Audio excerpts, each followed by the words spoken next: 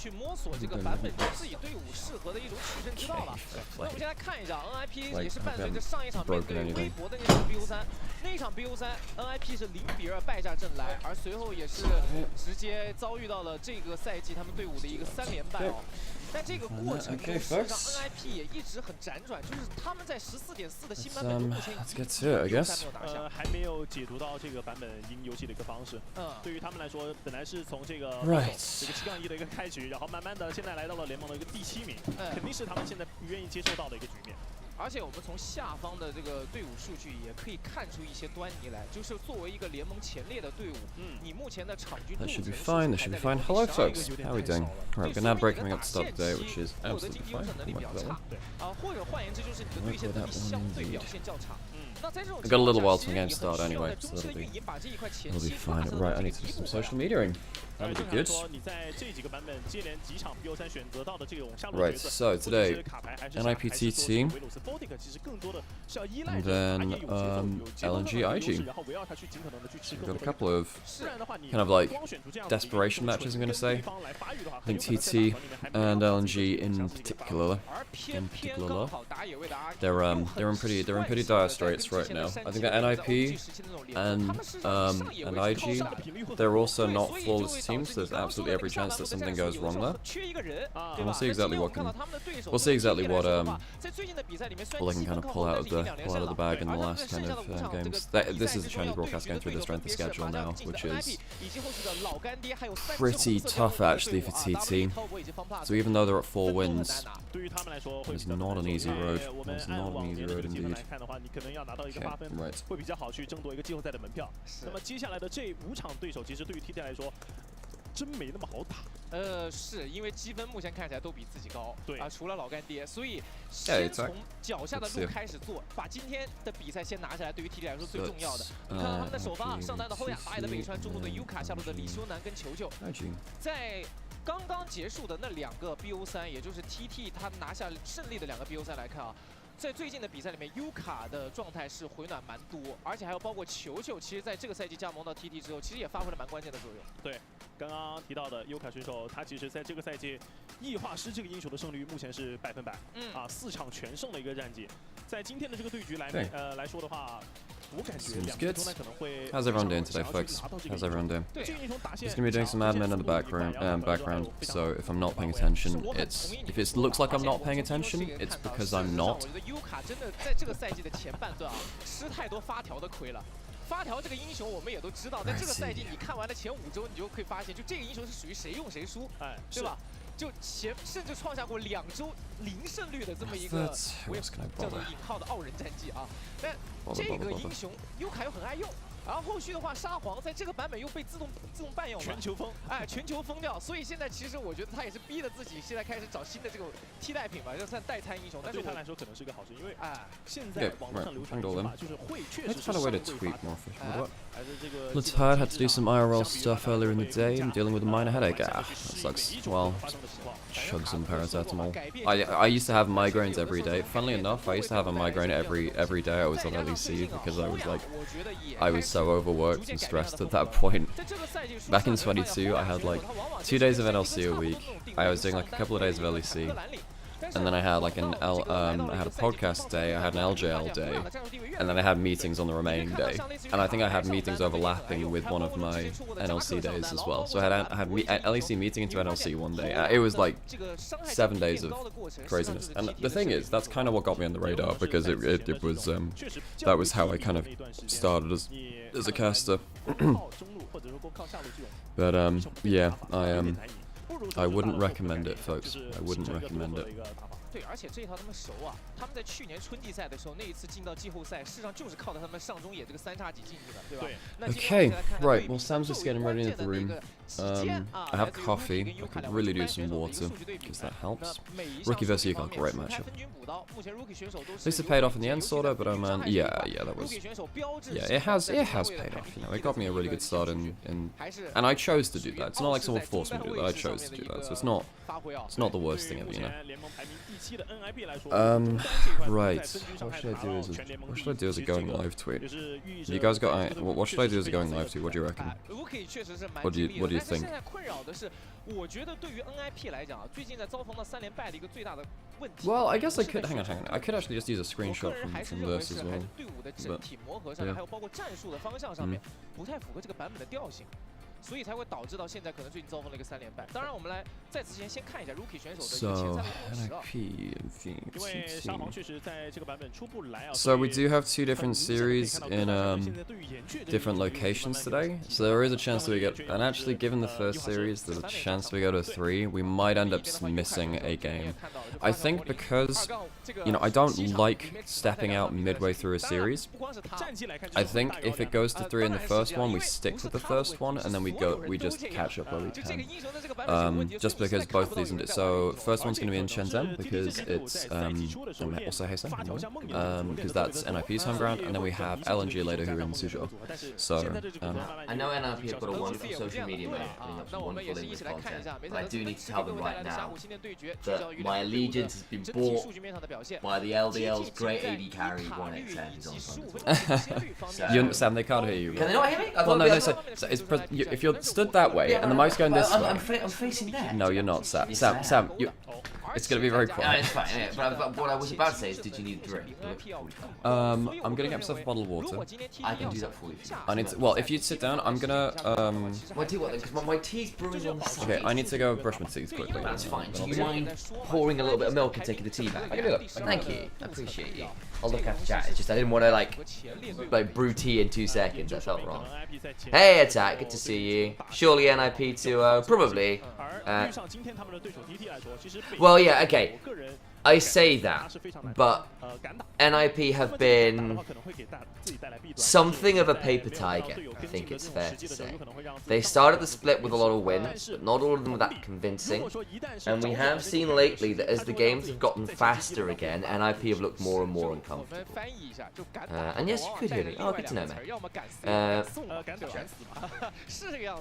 Yes, boss. Let me actually throw up a going live tweet as well, because I've not done that yet. 在选手休息室的一些画面啊，卓哥看起来有点没睡醒啊，目光有点发直。确实，这把对他们来说是第一把了，有点早。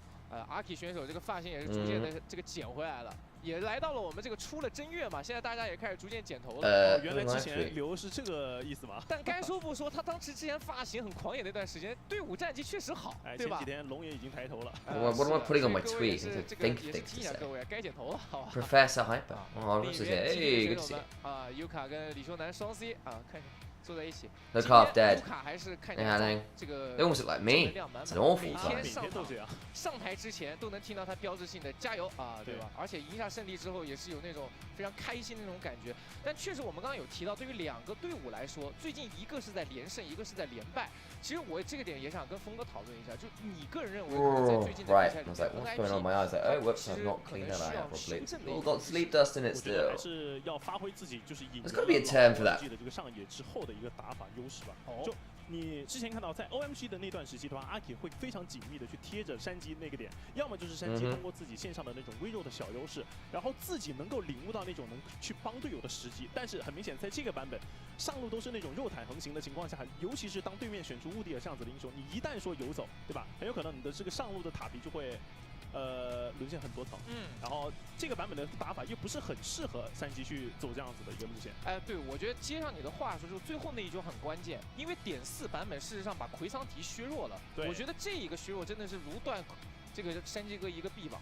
啊，因为这赛季他玩的最多的英雄，对他，而且他个人拿下 MVP 最多的英雄就是奎桑。而且在这个版本里面，你会发现很多的长手上单其实是出现了，你包括说像卡牌上单，还有包括说在昨天，还有包括之前的比赛里面，逐渐开始出现的像杰斯上单，甚至有斯莫德。哎，那像这种上单类型，其实我是觉得点4版本的一个战术重心是逐渐有开始脱离下半部往上半部偏移的一个走向的。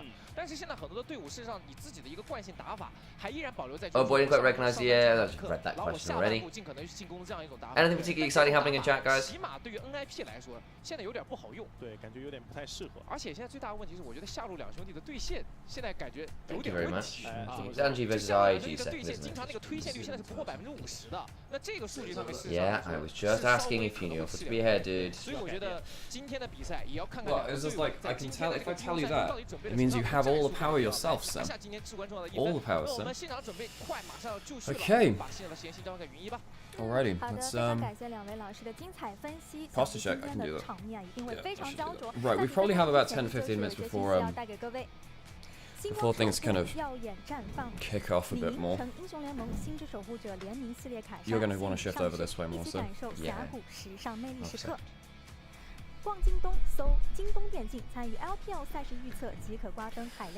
Didn't quite recognize who they used that camera on NRP's side, but look after I didn't was that a crowd shot? Yeah, no, it was in the background.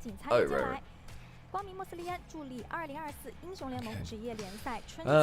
So, big matchup here is mid lane. You've got UCal versus Rookie. Now, UCal had a bit of a rough start to the year, but his 2023 was magnificent. He had a really good 2023. To the point where actually I feel like UCal was better than Rookie last year. Now, I don't think that's been true this year. I do think that Rookie has had a very solid 2024.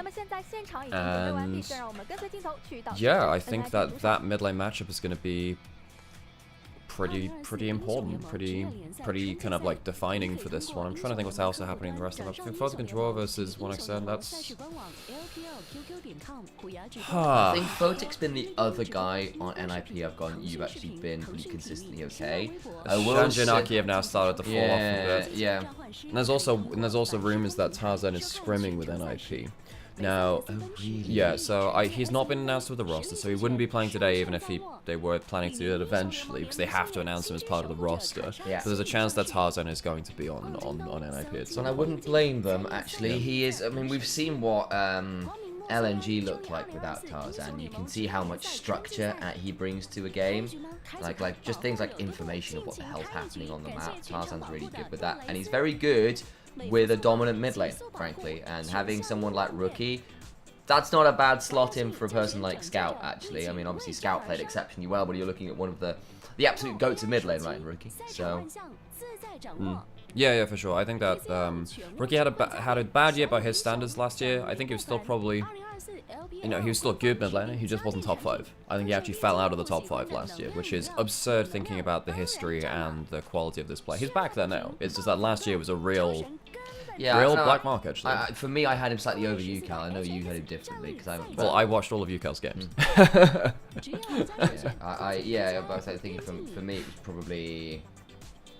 It was like the order not necessarily correct, but like the top 5 probably include the likes of Knight, Xiaohu, Yigao, Cream, and then Rookie for me, I think. I'm probably might be missing one, and then UCal was probably 6th for me. I think that UCal was better than most of the people that you put on that list, actually.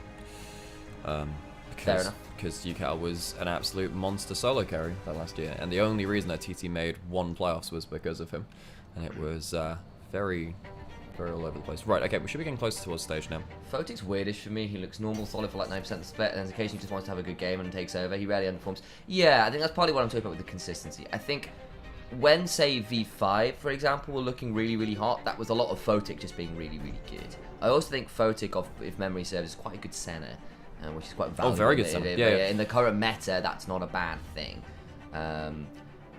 Yeah, but I do think when games get awkward, he tends to get stable and quiet rather than volatile and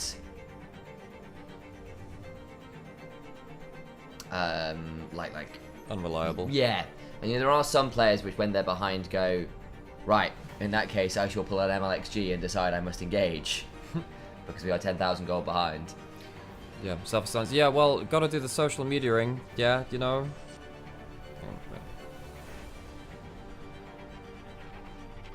So the thing is, I think when it comes to Photic and Draw is that they are, on specific duos, some of the very best in the LPL. I think Kalista Renata are it's a very comfort duo for them. I think that the center, Tom Kench, is also one of the very best as well. Alright, we're getting to see them walk on stage now as well. Remember, this is in front of NIP's home crowd, because this is their home arena in Shenzhen. Wow. Well, those are things you have to remember that. I always forget that NIP have a home arena, bluntly.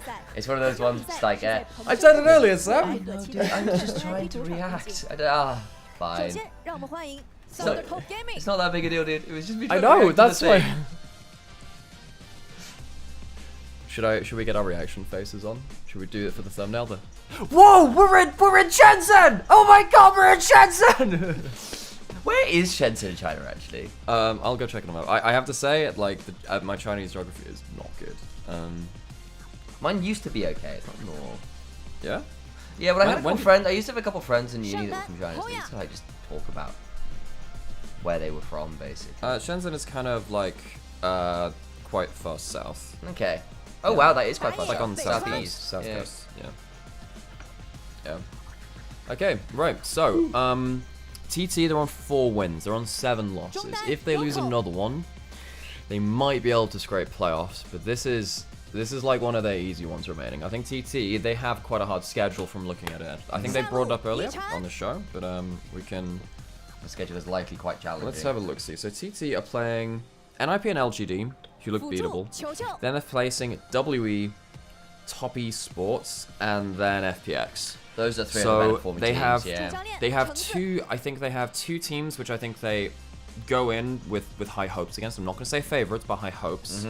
Then they have 3 teams to end out the split, which are really rough. I think WE look good, but Top and FPX, especially after yesterday with FPX kind of putting JDG of all teams into the dirt 2-0. Like, you suddenly look at those guys and you go, okay, well that's 2 top 4 teams plus WE who are wanting to be top 4. And you go, well, that's going to be a really, really hard option. Yeah, and then so I think in our second series of the day as well, it's LNG versus IG. And, you know, LNG are also a team that's on not a great amount of wins. They're also on 4 and 7, so we have 2 4 and 7 teams here today. Aki is so tall, man. Look at that man. He is huge. That dude be tall and his hair be popping.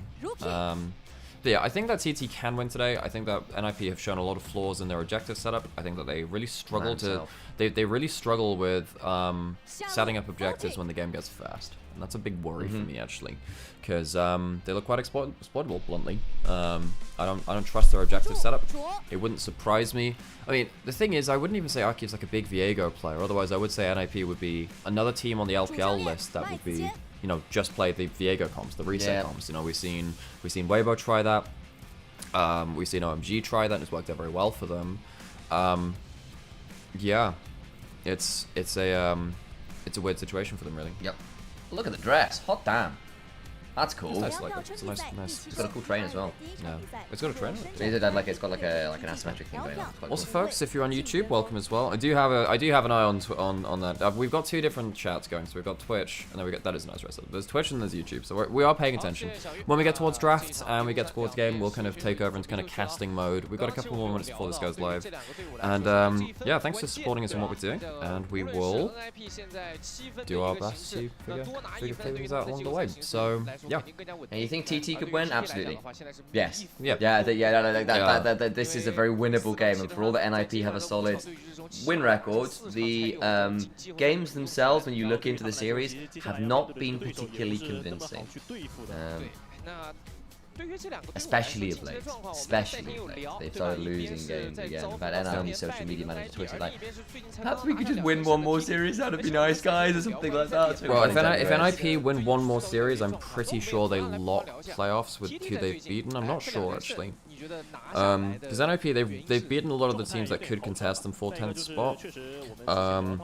7 wins could, because a lot of teams are on very low wins this split, we could see 7 wins being the cutoff point, actually. We could see that. You know, 7 wins will currently, right now, take up to 6th place. So, yeah. It was also Rookie's birthday yesterday. Oh, happy birthday, Rookie. It's very cool to hear. Wonder what they did to celebrate. I want to talk to Thunder Talk about a win again, please, says the NIP social media manager. TT are also one of the other teams with a decent social media presence as well in the West. So I think this game, there's there's a lot that could go wrong here, and it's for both teams, you know. Did you see Aki's Weibo handle? No? It's Aki extra large. I mean, he's very tall. He's very tall, but it was very funny. But it's just like he is very tall and his hair is very large. Oh boy. Hi there. Wait, hang on, is this NIP socials or is this TT socials? I have a feeling we were just talking about socials. He said, I heard you like my work, and I'm like, which of the social? Okay. Oh my gosh, I just sat there, I'm like, I don't want to just wrongly assume that it's like, because if I say, oh my god, it's social medias, I'm like, oh no, it's Thunder Talks. I feel like that would actually be that would be worse. Yeah. Now of all days, that'd be quite a bad way to do it. But anyway, yeah. I expect quite scrappy games. It is a difficult kind of series to walk into and predict exactly how it's going to go, because this is probably the most important series for both of these teams, I'd say, because I think they both see the opportunity here, but like a one series for NIP gives them a huge side relief. Yeah. For TT, it's kind of one of their last remaining opportunities to get on the board. No, they only have 4 series wins. Now, typically in LPL, you need 7 or 8. It depends on how the table starts to shake out. Now, we're assuming right now that it will go to about 7 wins itself. I think we're just about to get ourselves into the draft if that graphic shows us right. So thank you very much for joining us for our first game of the day. Ninjas in Pajamas versus Thunder Talk Gaming. And we get ourselves into draft for game 1. Lots of bot lane bans. No surprise to see 1xN having his Lucian, Varus, and Kalista removed, but Photo Control also being hit with the bot lane ban of Senna. Yeah, I wonder whether Smolder comes out as well and we'll have 5 AD carry bans off the table immediately. It has felt like the way of drafting in the LPL the last couple days. Instead, it's the RE, and that does leave Smolder up. Is this a question mark on Photic's ability to play it? Or is it just perhaps a little bit overbold? They've left the Karma up, and that goes over, so Smolder's not picked. Does that mean it's going over to 1xN and Chocho? I think we're seeing more research and development for Smolder picks and bans and counters. Because I feel like with OMG picking Twitch the other day, I actually think Twitch does very well versus Smolder too. Oh yeah. Now, it's something you have to practice. It is a bot lane assassin, but without the mobility of something like a Kai'Sa. Kai'Sa's also good into the Smolder as well. Feels like there are a couple of answers there. Page 1 going to pick up the Xin Sao. He's mainly gone towards in this split. It's solid. Both of these picks not really showing their hand yet. These don't define your composition. No, they've both been relatively flexible in terms of the kind of styles you want to play. I don't think Off-Wave for Yukal should be a surprise in the slightest. He's really indexed into the champion. He's found a lot of success with it. There's the Smolder. It gets all the way through to B2-3. Nautilus likely to come alongside it, and you've got Smolder with frontline and shielding, and NIP very pleased with that, I suspect. I think Nautilus, that's kind of an evolution of some of the bot lane understanding that we've seen, which is you just engage onto him over and over. So if you pick the Alistar or the Braum, the Nautilus just goes in, and then even though typically the Nautilus is a bad matchup into those supports, because you're against the Smolder early game, you can make it work, because he's not the most damaging champion. Hoya was a big Renekton player last year. He's going to pick it up again. He has had an awkward year. I have to say, Hoya has probably been the cause of a lot of TT's losses in the games where he slipped up too. So he's onto something a bit more comfortable there, where he can be a bit more isolated in top lane. Hopefully that can help him right the ship as TT try and fire off. Especially as well, Yukal earlier in the split wasn't really firing on all cylinders. It has felt over the last couple series the guy's kind of woken up a fair amount, but still got to see some improvement over the whole of the split from other members. See what they can make that happen. We are into the second phase of bans. More of the jungle focus from TT. The Viego's off the table, despite, I know you were saying, necessarily something you've expected of Aki as much. Still obviously becoming increasingly popular, so just getting rid of it. Kai'Sa on the other side, you called it out, it's a good option into the Smolder. I wonder whether they do ban something like the Twitch as well. Maybe they've been listening to what's been going on in various other kitchens around the LPL and decided don't want to have to deal with that particular avant-garde dish. And particularly since there's nothing like a Braum locked in to kind of immediately shut down the Twitch ultimate with the E. Maybe that would be valuable in itself. 1xN and Chocho, what have they been cooking? No bot lane picks locked in for them so far. They are going to have a number of options removed. The only reason you let this many AD carry bans go through is when you've got something specific in mind. Surely, if you haven't, then I think this is a mistake. Banning the Zeri, which has been one of the scale up alongside them answers. Now, this has been 1xN's probably most famous individual pick, but I don't know, if you're playing scaling for scaling, you have to be on point. Typically we have seen scaling for scaling favor the Smolder. This is why I like the more out there answers. I don't know if I like this on paper. It does also leave Chocho with the ability to do something a little bit wild in support. We'll wait and see whether it's locked in, and they are kind of eventually going for the Maokai. The Aphelios left alone, and that does leave AD carry to last pick. Maybe there's still something a little bit spicy in the pocket, or maybe they just didn't feel happy locking the Aphelios a little bit too blind. Well, again, you're leaving your AD carry till last pick, and now you have a very low damage composition. Yeah. You have the Hui in the mid lane, but the Maokai, Renekton, and the Xin Sao, they'll do fine early, but they will fall off a cliff if another support, another tanky kind of champion is locked in. Now we could be seeing the return of Neon Genesis Evangelion getting the damn robot Shanji. That's it. As he locks in the Rumble for topside. See, we used this. Oh wait, is it? It was OM Genesis. Yeah, it was OM Genesis back then. I haven't quite found a way to put it. It's not Ninja Genesis even. Look, we'll workshop it either way. It's a bit of a work in progress, but that is going to be now very powerful if you have any of these champions locked down by a Vi, a Nautilus, and then the Rumble all over the top of it. This is classic Shanji Aki topside. And what are you going to do now to try and survive this combo? I don't like a static carry. If you are locking in someone like the Jinx or Aphelios, I think you're just going to get burned down by the ultimates. I think TT needs to be really careful about thinking about this. Here's just the hover right now. It's still worth saying that alongside the Aphelios, the other champion that 1xN did put a lot of time and had a lot of success on the LDL was the Jinx. He was imperious on the champion. Go towards the Aphelios. If you look up his numbers, they're not that fantastic in terms of the win rate on the Aphelios. But I tell you now, you go back and watch those LDL games, you go back and watch the games in which he has put on the Aphelios and still lost, he has nearly invariably put on an impressive individual showing. The amount of 3-weapon combos this guy pulls out on Aphelios, which is really hard to do, is very, very impressive. It is what he picks when he feels he has to 1v9 in a challenging scenario. And this is going to be a challenging scenario. If you ever get pinged by one of these big point-and-click ultimates, the wrath of the heavens is going to come down. You're going to have a Smolder ultimate coming down, the Rumble with another kind of trail of fire. The ground is going to be absolutely charred to a crisp. So I really think that NIP walk away with a pretty confident draft. It's one with which a lot of their players feel comfortable with too. It's one of the first Rumbles we've seen from the split from Shanji as well, which he made so much of an impact on last year. He needs to step up. He's had some pretty weak games recently. And this is the kind of game where he has a lot of agency to do so. I think as well, looking through this and you going, I feel like NIP have got the more comp of the moment. They've got more of that meta composition. They've got themselves, yes, the Rumble, which is perhaps a little bit more unusual considering how popular it was not so long ago. On the other side, though, no, actually, we're looking at a composition which is a little more unusual. The Aphelios coming in kind of slightly out of meta, out of season. It's not linked up with something like a Lulu, which we saw work really well over for Gen G when they made it work against T1 in that very dominating 2-0 they had over there. It's not the Enchanter backing up the Aphelios. It still makes sense as a composition, right? It's front to back with an Aphelios and a Hui. You can play that composition out. You've got a lot of burst, a lot of damage. You can definitely play that out, but it might be easier said than done, I think, with the champions on paper. And going back to comfort, Shanji's Rumble, 1xN's Aphelios. Aphelios, for this guy, he brought it out in his third ever game. Well, he brought it out in all 3 of his first 3 games of the LPL. And his first game against Top Esports, only his second series into LPL proper, he beat up Jackie Love. And he had one of the best 1v9 performances I've seen on this champion. And this was last year against the Zeri, which was so super powered at that point. That's the peak of what this guy can do on this champion.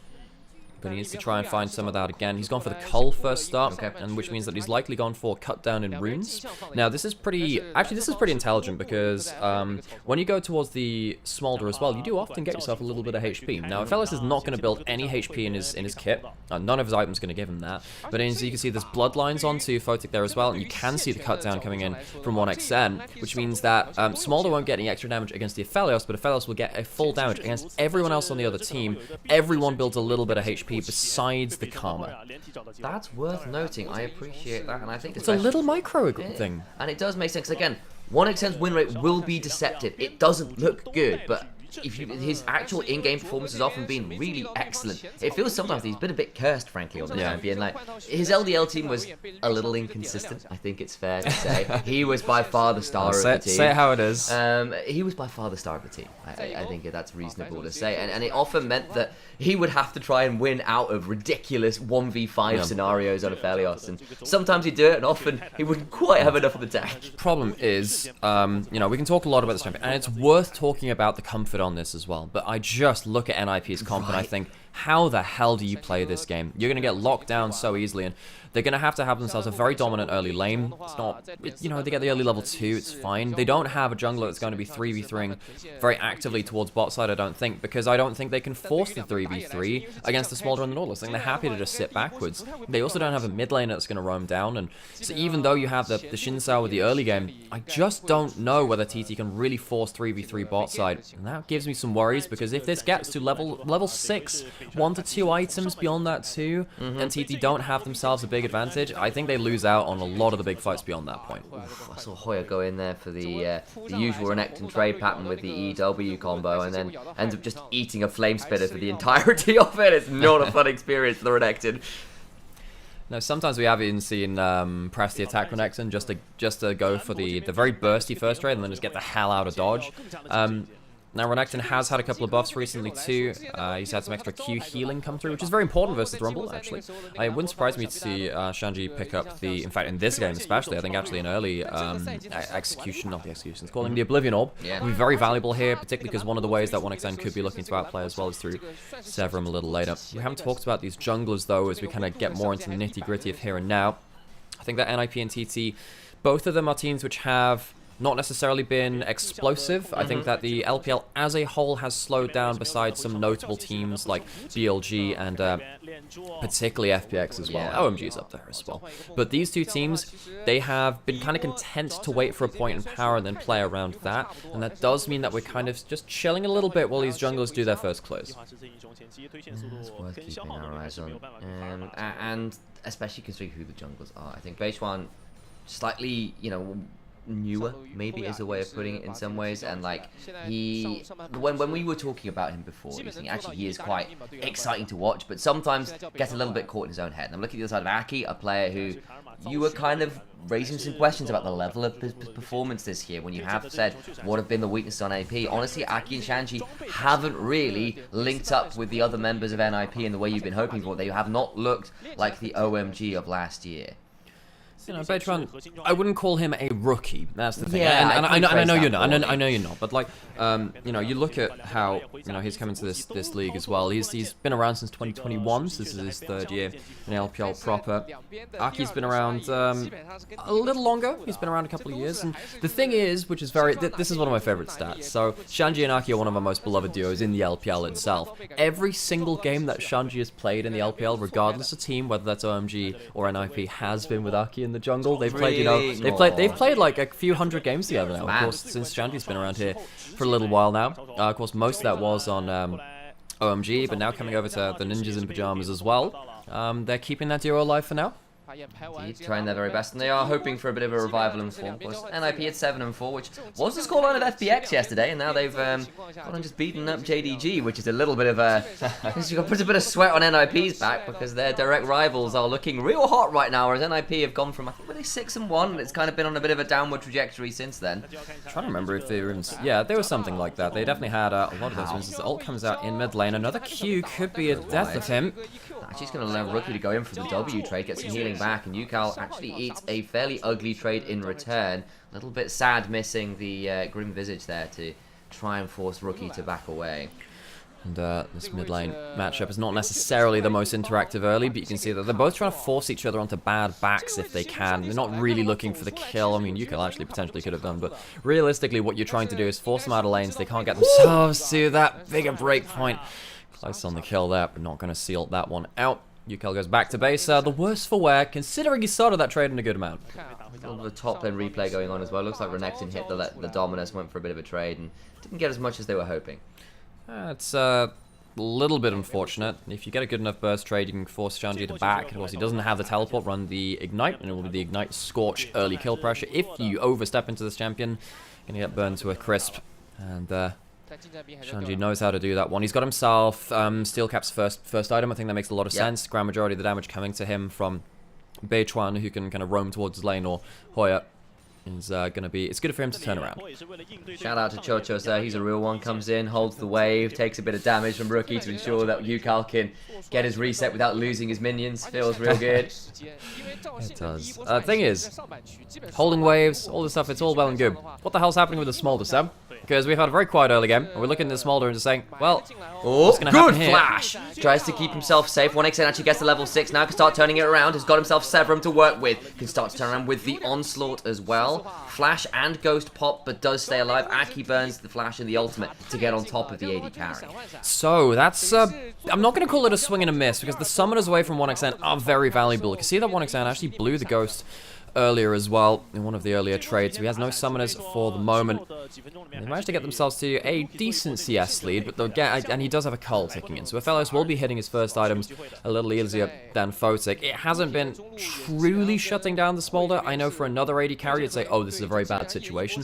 Because it's Smolder, is it really? It feels like you can do an awful lot more even with that kind of breakpoint. Shanji has Ignite still. Hoya needs to be careful, but he has Dominus, might be forced to blow Flash it. as well. Oh my god, he's got the Dominus, uses it. There's still potential trades back, but it's not going to come through. NIP a bit of damage in the mid lane as well, as Rookie is on the wrong end of a spiraling despair, which Yukal has been throwing out very freely on cooldown, in fact, trying to maintain control of the wave. You're just trying to stop Rookie just perma-pushing, getting the items which he wants. See that Yukal here takes the trade just before the cannon wave comes in. You do this because it's harder to clear a cannon wave, unless you're against something like a Malzahar or something like an Aurelia too. Some of these champions just kind of clear waves for free if you give them free access to it. But as you can see, you know, the cannon's going to go into turret. He's going to lose one melee. The cannon will kind of go into turret here. Yukal will be back in time for it, particularly since with where you get the QW as well. So he chooses the right time to take the trade, to get the recall, to get himself back into lane. That's mid lane basics for you, folks. Nicely managed there by Yukal, and I was about to shout out as well the bot side, but 1xN has actually managed to find himself about 20 odd CS here. I think it's been dropped a little bit after the trade and he had to back, but no, it's actually grown a little. No, because right now he's shoving the wave into turret. Because I did have a little chat about that before and said, hey, it's about 15 CS and we'll see what happens with that. They're pushing the wave in, and you can see that because Photic's been pushed off lane, it's actually grown. Okay, because I thought he dropped it when he went back and then he just gained it again. Anyway, they've had to summon the ultimate now from Photic. We'll do a fair amount there. The plate goes down as well, and 1xN with 2 plates and sizable CS lead, actually 10 CS off cashing in the cull. Playing out the lane itself pretty well. I don't know whether it's shut Smolder down exactly, but the Aphelios, on the other hand, has been allowed to scale freely and slightly better so far. Yeah, but again, it's really going to be a question of what you do at that first item breakpoint. We've talked an awful lot about, okay, it's a good lead, but what does this lead to in terms of how do you capitalize on it? Because if you don't close out a game, well, Smolder does Smolder things. Yes. And we've seen that plenty of times beyond this point now. So, Siaki has his ult back available. You can potentially have the Vi Rumble combo if Hoya steps out of position. He doesn't have his Dominus for the next few seconds. They'd have to force a fight very quickly to make the use of that. But I think Hoya, he knows he's under threat potentially. Oh no, he's going in even without it. Oh boy. Hoya, buddy, you got to be a little careful here. Dominus back up now though. And the timing window somewhat elapsed. Yeah, and that does mean that Hoya clears the wave under tower. Aki will roam with his top laner towards the grubs. 3 grubs were picked up earlier by NIP. Dragon did go down for Thundertalk Gaming, so that's been the trade of objectives so far. This would be 6, but Thundertalk want to play for this. Here we go. Okay, so there's a Maokai ult. Those can be very, very powerful for starting off fights. As it stands, they're just walking at them menacingly, and it's been working out okay for them. AD carries left alone in a 1v1 on bot side while this is happening. Keep that in mind, because with 1xN having Shiv now, which has been a big item for Aphelios recently, weirdly, can help a lot. But actually NIP are now going towards bot side, maybe looking for a cross map. 1xN sees Aki, then they might have a teleport from Renekton. They might have to pull it early though, depending on whether the trigger is pulled. I feel like there was a dive angle there. They are still hanging around. Alright, here we go. 1xN has got himself utility ultimates, teleport coming in themselves. About to be a 1v2. There's the depth charge. The binding eclipse option would have been scary. So teleport for teleport. And Photic actually flap away. And the dive is thwarted with the use of a couple teleports on either side. So 1xN survives the cross map. Now Shanji has himself some free time on top tower because they forced the player on bot side. So NIP, no credit to them, they set up a couple of plays in a row. They couldn't get themselves the grubs prior in the way that they wanted. Teleport was cancelled in the mid lane, which maybe informed the dive attempts from NIP and said, okay, we have now been informed, we will not have our full members. let's not. Let's not not throw it at them. That's a bad idea. What that does mean, though, is that 1xN gets to cash out his cult. He's going to go back now. Interested to see if he can get himself to full boots. I think boots 2 are really powerful in this game, actually, because of the amount of folks trying to run at you and pin you down with those big ultimates. It can help you outplay just a little bit. Actually, could be a bit afraid. I think he stayed too far, hasn't he? Okay, he gets the wave. Yeah, flash, ult, he's in trouble now. He has gone too far. Flash for the W, the onslaught, not quite out of range, he is! He pops the ghost. Away with it! Pops the ghost, but he's No! Wait, the healing! He's still playing! 1xN gets away with it! That is some pretty close run stuff. You can see that Aki is there going like, hang on, buddy, you can't walk up like this. And he gets away with it, though, just all the same. And he can just about. He doesn't end up blowing his flash. I don't think he had it to blow in that play. And Aki, in this early game, you know, Aki has so often been the player that will just full send it. But in this game, he's been trying to be very aggressive and force plays where he can. It hasn't been quite so easy. 1xN now goes back and buys a Dirk. Oh, now that's interesting, because the thing about Aphelios is that he's become very powerful now that lethality has been changed to the flat armor penetration rather than scaling up. Now, if he ends up maxing out his lethality to the point where we've even seen some triple tonic Aphelios as well, where, you know, we've seen him kind of like max out that lethality a little earlier into the game, and then you go the Collector as well. There is no one on the other side of the rift which will be able to survive a big burst from Aphelios at the 2-item mark. So I think that's the power spike which TT are aiming for. Now see if NIP can survive that and get to their 2 to 3 item power spike where the Smolder starts to take over again. That's what they have to deal with, because the answer for TT into the Smolder has been, look, we're going to try and match scaling with one of the OG carries of the modern year. You know, instead with Aphelios was first, and Zeri came a little later, but those modern AD carries have been so rampant when they've released. And Aphelios... Anyone else remember the Nymaera pentakills as well? Yeah, exactly. 200 years was the Aphelios meme for a reason, and that's what they had to go towards. I was talking about the Nymaera one, because remember the Collector one with the ult there? That was that is, I'm not going to contest, that's also 200 years, but it's attributed to a different thing. Rookie gets himself out safely, and he's not going to be under threat that much. Chocho has flash. I don't know if you get... He has ult W. This is quite ambitious. H1's going to come on down. Misses the win, becomes lightning. That's unfortunate, and Rookie gets to walk away. They will, however, potentially get the turret for this as a result. They will, and the cross map is basically just grubs. And you can see that NIP, or Herald rather. So NIP have 4 grubs. They don't have the 5, but they're going to have themselves the Herald as well. That's important. Maybe that can secure some tower gold. Maybe if they can slam it into mid lane and get that open, that gives them a vision advantage as well. And of course, ninjas love themselves vision advantage because ninjas shouldn't be seen. Exactly. It's their specialty, some would say. And they've got themselves that Herald now to potentially help them in that regard. That's exactly it. They are going to have to play with the shadows and some ninjutsu, trying to make it happen. Of course, it's slightly ironic that they're running with a giant mech. I feel that maybe that's a little bit too anime. Did you ever see Batman Ninja?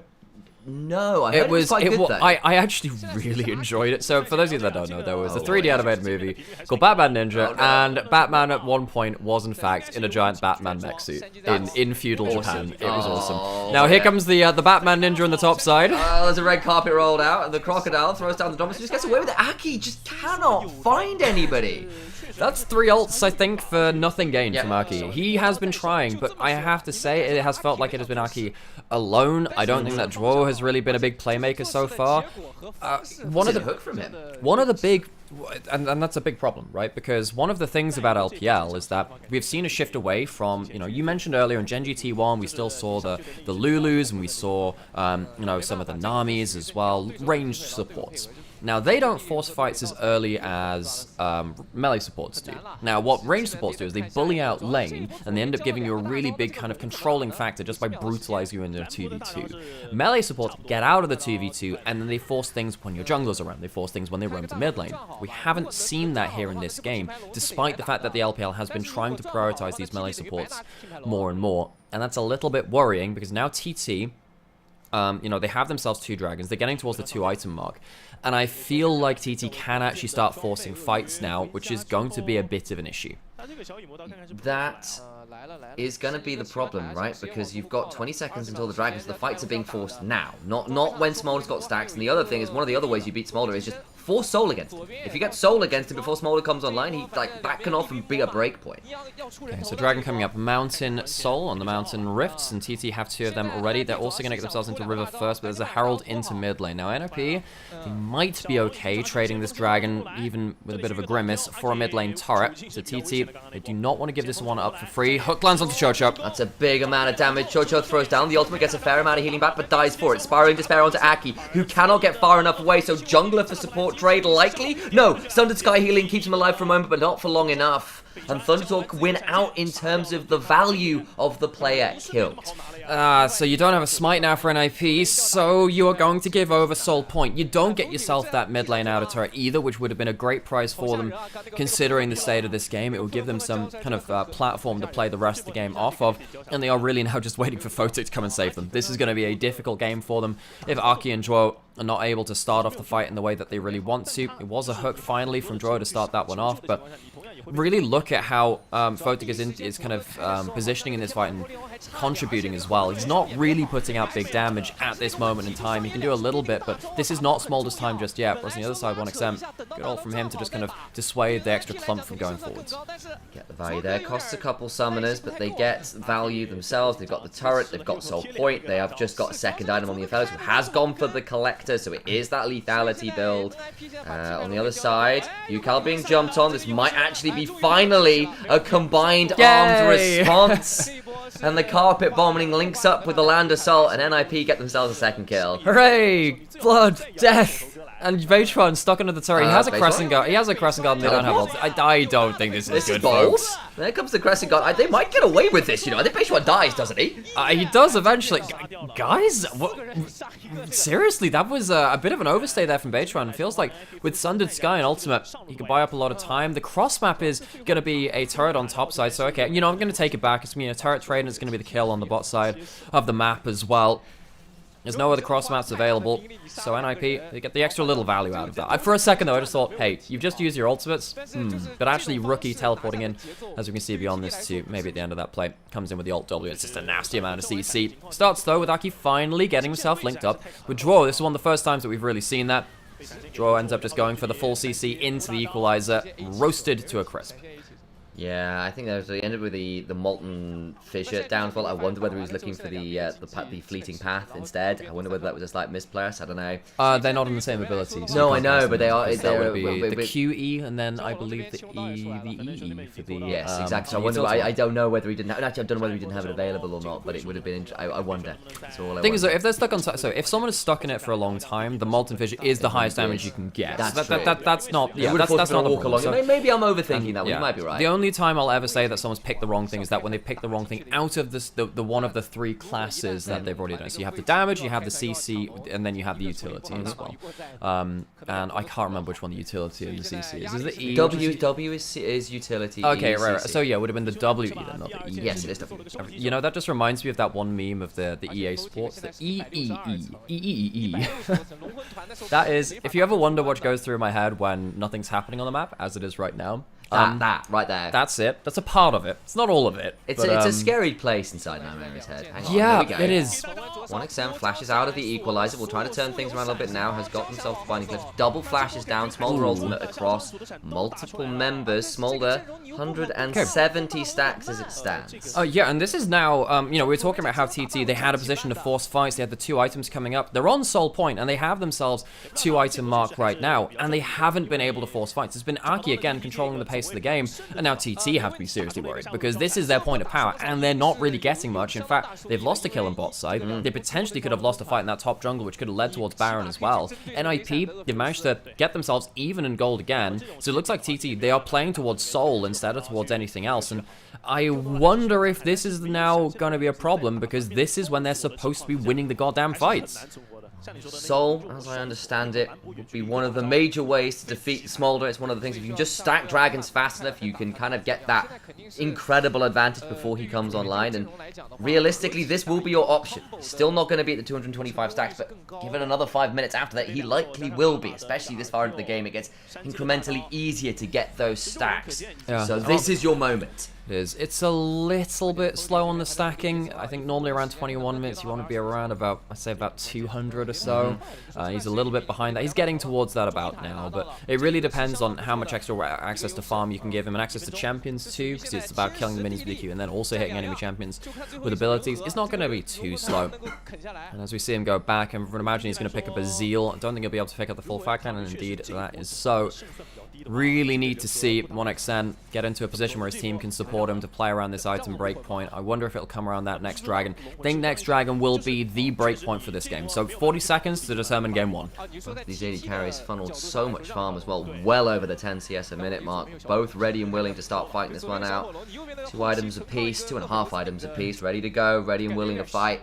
This is the breakpoint. If Thunder Talk get Mountain Soul, they're hoping that's enough to push them over the line. And there's an argument that it isn't even, because you're against the Smolder who does just a ridiculous amount of damage and won't care too much for that beyond that point. But even though that's what they've built towards, and that means that they can at least get themselves a big objective for that TT. They're forced out of River, which is strange for them because they have the Shiv on Aphelios as well. This is meant to be the wave control item. This is actually quite worrying. You shouldn't be giving up this much pressure. Dragon has just spawned in TT. They're on the wrong side of things right now. They found their way through bot side, using saplings to check a little bit. But these objective setups, this is one of my big issues in the LPL. A lot of our teams have struggled to get clean objective setups. Things get messy after that point. Shanji now has Flash, Ult, Ignite. He's on the side. Raki on the other, they've got some very deadly combos to work with. Can Shanji find the ultimate he needs? Remember 1xN, no flash, could still be very vulnerable. The hook lands, it's onto Zhou, alongside the Spiraling Despair. Equalizer comes on through a Shanji to the backside, flashes on in, onto 1xN who cannot survive. Dead to rights on the other side, yes the Nautilus dies, but the damage, it's already done. Dragon's ignored, look at Photic though, that Dragon you can't ignore. The turnaround damage is actually pretty excellent. Yukal survived, Beishuan still got options to go forwards. They put everything into murdering 1xN, and they do get the soul. Now how much can they do to run around as the execute finally comes in from Photic, as it partway through the fight is hit with a wind, becomes lightning. Beishuan breaks the tether, and they'll back away. Thunder Talk win the fight just about, and get the soul, despite the early pick from NIP. Yeah, that's the early pick in that fight onto the AD carry. You would have thought with the Aphelios down, the damage could not come through from TT, but that's just not the case. As we go back into this replay, you can see that the initial combo from the ninjas is actually quite successful. You can see that the Spiraling Despair kind of stops Draw from getting into the mix of things, but 1xN gets absolutely brutalized. Thing is, on the other side of things, Hoyer and Beichuan stop Photic and Rookie from being able to follow up for the rest of the fight. So despite the fact that the AD carry is down on one side, the front line from TT buys them enough time to make up the difference. And Yukal remains untouched. Yukal does a lot of work, and that is enough to win them the fight. Photic at the end of it, it's a little bit scary, so they still end up in the back away as somehow, some way, the Maokai gets caught with a little bit of splash damage and goes down, and it's a couple kills over to Photic in trade, which should scare you if you're a TT fan. They do, however, now have the Mountain Soul, and that it might be the prize that they required anyway. Yeah, you know what that means, Sam? Means the game's going to slow down a little bit, because we're going to go see NIP say, oh, we have 3 items of Smolder, but oh no, they have resist now. We must need 4 items. We must find it. We must find the legendary item. Lord Dominic's regards. We must get armor shred potential from our dragon. Look, pray. It's going via the German post. It's never turning up at your flat. It's someone of the neighbours. You got to wait to find where the Dominic's regards went. Hang on. Context on that. My brother and I here. We live in Berlin, and the postal service here it's upset us a few times as well. We've had to go on, it's like doing a little geocaching kind of event to try and find out where your post has gone. Yeah. Well, we'll see if NIP are any experts at the geocaching game, and see if they can find some more items. They are potentially looking to get some vision over this mid lane, but the fight does not really erupt. Flaps over the wall and gets himself sped up. There's the equalizer. The turnaround damage is brutal. Smolder can't quite find the execute, the flash away from Yukal and Chocho, but the ultimates are enough to dissuade anything more than summoners going down. So, if anyone was out there thinking, does the Mountain of Soul make TT unkillable? No, it doesn't. The damage from NIP is absolutely absurd at this point. And you do have some decent tank stats built up across multiple members of TT, and we're even going to get Azanias through from Yukal, which will help in that regard. But NIP have so much mixed damage as well, and there's no real true tank. I mean, Crescent Guard notwithstanding, but that doesn't benefit the Mountain Soul anyway. Yeah, TT, even with the Soul, they're probably getting outscaled. Again, this is why I was worried for them when they weren't forcing fights around the 2 items. Koya has a more. He will be pretty tanky. I just don't think it's enough to oversee what's going to come through from, you know, the Rumble and the Smolder huge teamfight damage. Xan's got to be close to completing his 3rd item here. You've got to imagine that would be a fairly big break point as well. The 3rd item on the Aphelios has forever been a huge thing for him. Not quite there yet. 3rd item not in for Yukal either, and it has been a relatively slow affair for the LPL. Rookie shoving out this top side, and 2.5 odd minutes till Elder. Baron's up. Neither team's really felt willing to even start a Baron bait as yet, and the Infinity Age now completed for 1xN.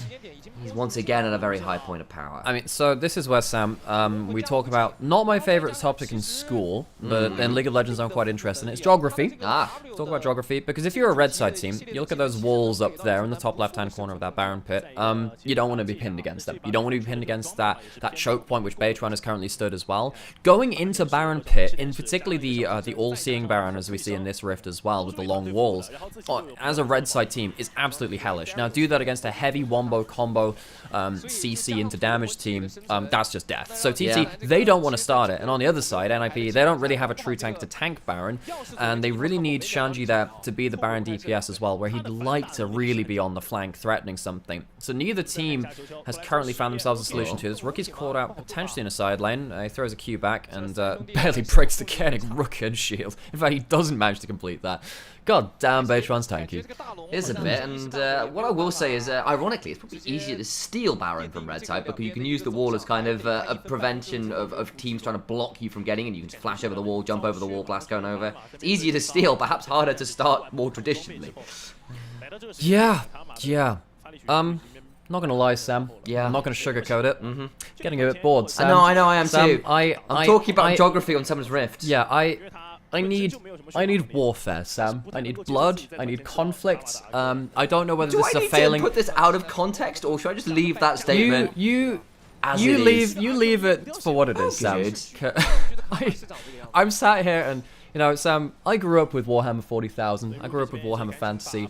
I was never a Chaos player. I have had, though, once in a while, inclinations towards the bloody-handed god of Cain and to the god of chaos and warfare, Khorne himself. Cornflakes. Cornflakes, yeah, we've had that.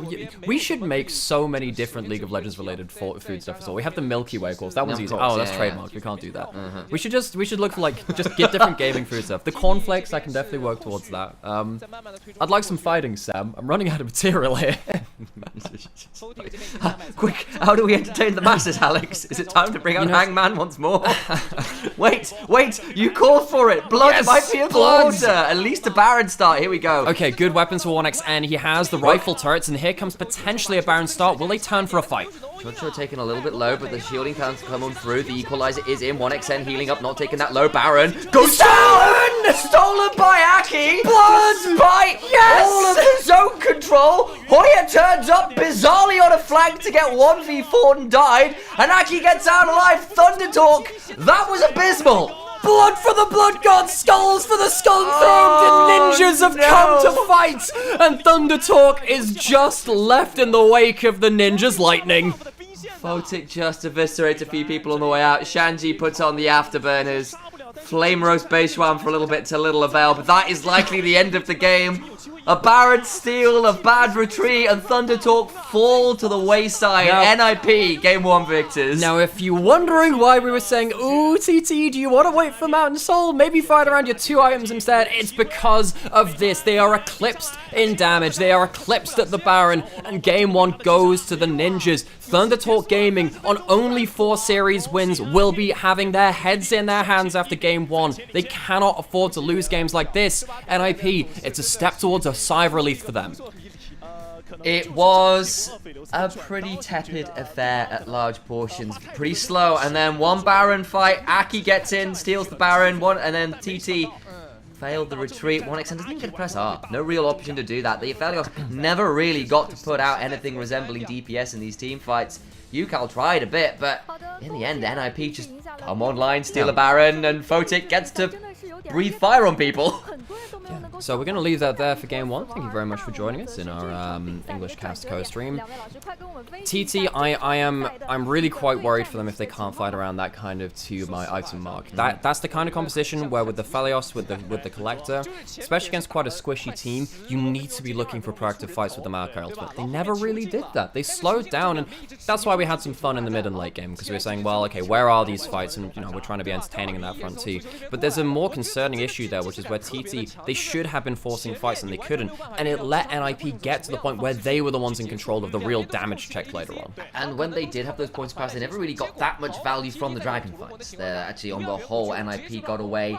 There was one fight where it went 3 for 2, all the other ones relatively even stuff. They didn't get that much in the way of the turrets, and then they go for this Baron start. They look like they should have secured it. The zone control's in there. Aki gets in regardless, and then they burned all the ultimates disengaging after they have nothing at all. Then, alright, rather defending the Baron, they have nothing to disengage after. And now you look at game 2 and you think, well, TT, you let the Smolder through. Yeah. You have to have a good answer to it, and frankly, they didn't. You can see that Hoya did. Hoya was not in a great position to do much because he was meant to be on the weak side, but Hoya, even then, I'm quite worried by how little impact he had. I think Hoya has continually been a bit of a point concern from TT on the top side of the map.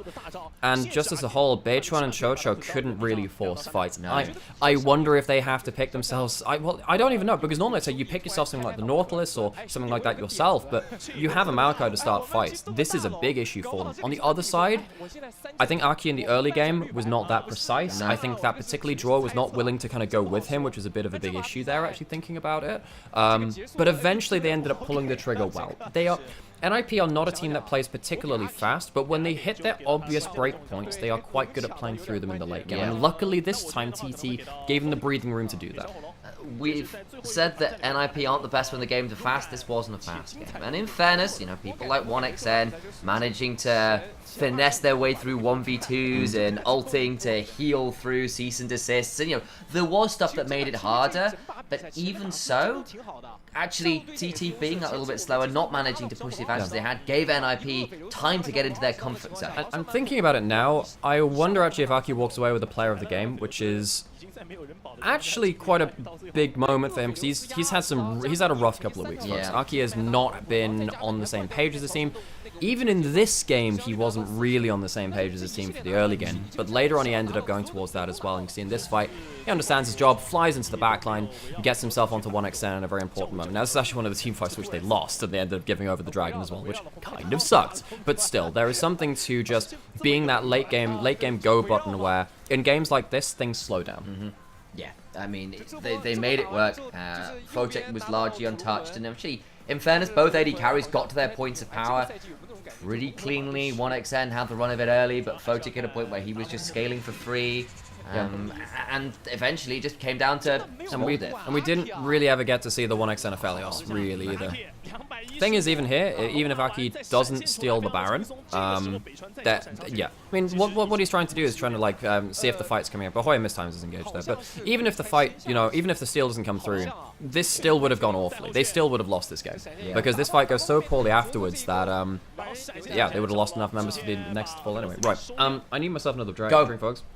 So we're gonna hang around. We're gonna chat. We have eyes on. We have Twitch on one screen. We have YouTube on the other. So you can start to see as well. And we hope you're enjoying the show. And yeah, that was a rough one for old TT.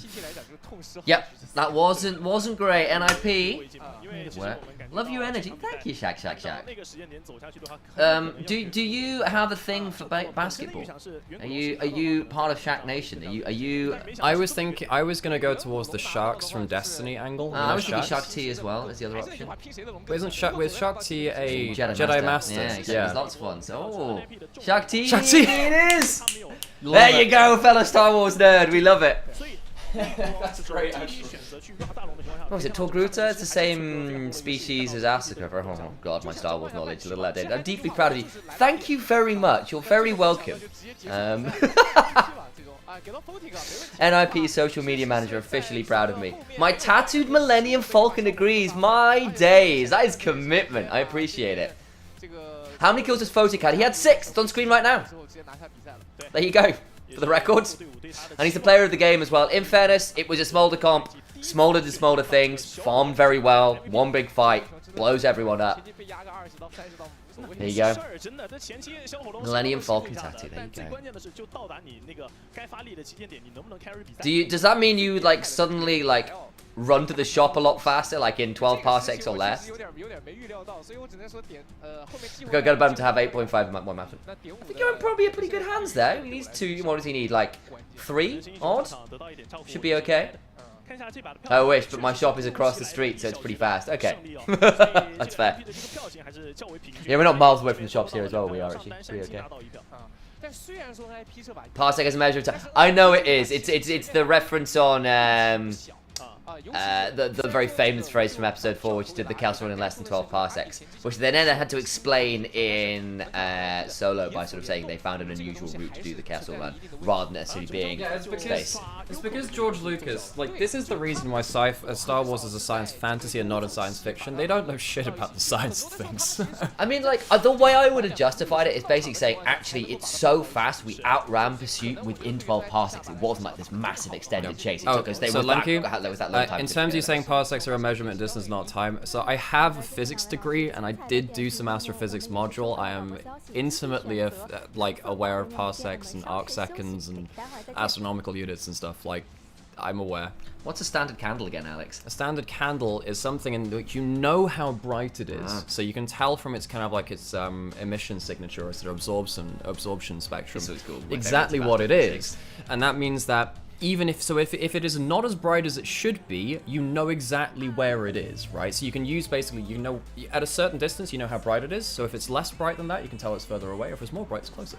So you can. So the big one for that is there is a certain something called a Type 1a supernova, which is the biggest kind of supernova you can have, which we might actually end up seeing in the next year. That'd be awesome. I think Betelgeuse might actually end up going into a Type 1a supernova. I think Betelgeuse, you mean? Betelgeuse, yeah, Betelgeuse. Yeah, Betelgeuse might, because it's one of the closest to death in terms of its That'd be awesome. And so Type 1a supernovas are so bright they outshine the galaxy that they're in for 2 days. No way. They are, but the thing is that because they happen always in the same way, we know exactly what they're meant to look like, and that means you can use them. You can use them to tell how far away they are. It means we can map out the night sky, because things which are brighter, you might assume they're closer. No, they can just be larger and more energetic, but they're further away. It's one of my favorite bits. I remember when I was doing my limit and astrophysics stuff, that was one of my favorite bits. I just thought it was just such a clever way of figuring out distances when the scale of the galaxy is so ridiculous. Partly why, like, when you look at error margins in astrophysics, they're often, like, way more extreme than nearly any other brand of physics. Yeah. Astrophysics, it's out there. Okay, do you need to get a drink? I am going to go do that, yeah. Cool. I'm going to run some ads. Oh, yeah, I should do that. Folks, I'm going to run a break on Twitch. I mean, if you're on YouTube, you won't see it, so, you know, but that's the thing. But, yeah. Righty, so,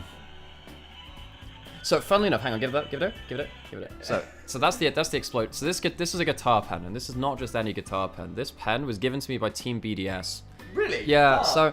So Nick, who is Wintersward, who is the BDS like community manager, really cool guy actually, sent out like little Christmas care packages to all the LEC casters.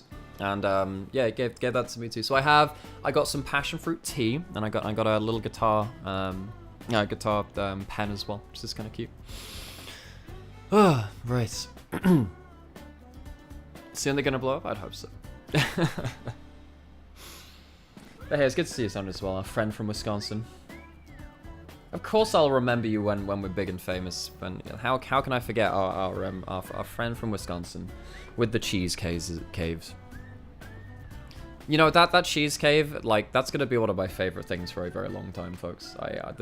For those of you that don't know, in the US, there's like a cheese cave with like 1 billion pounds, as in like a measurement of weight of cheese, just in a cave somewhere, because they overbought it.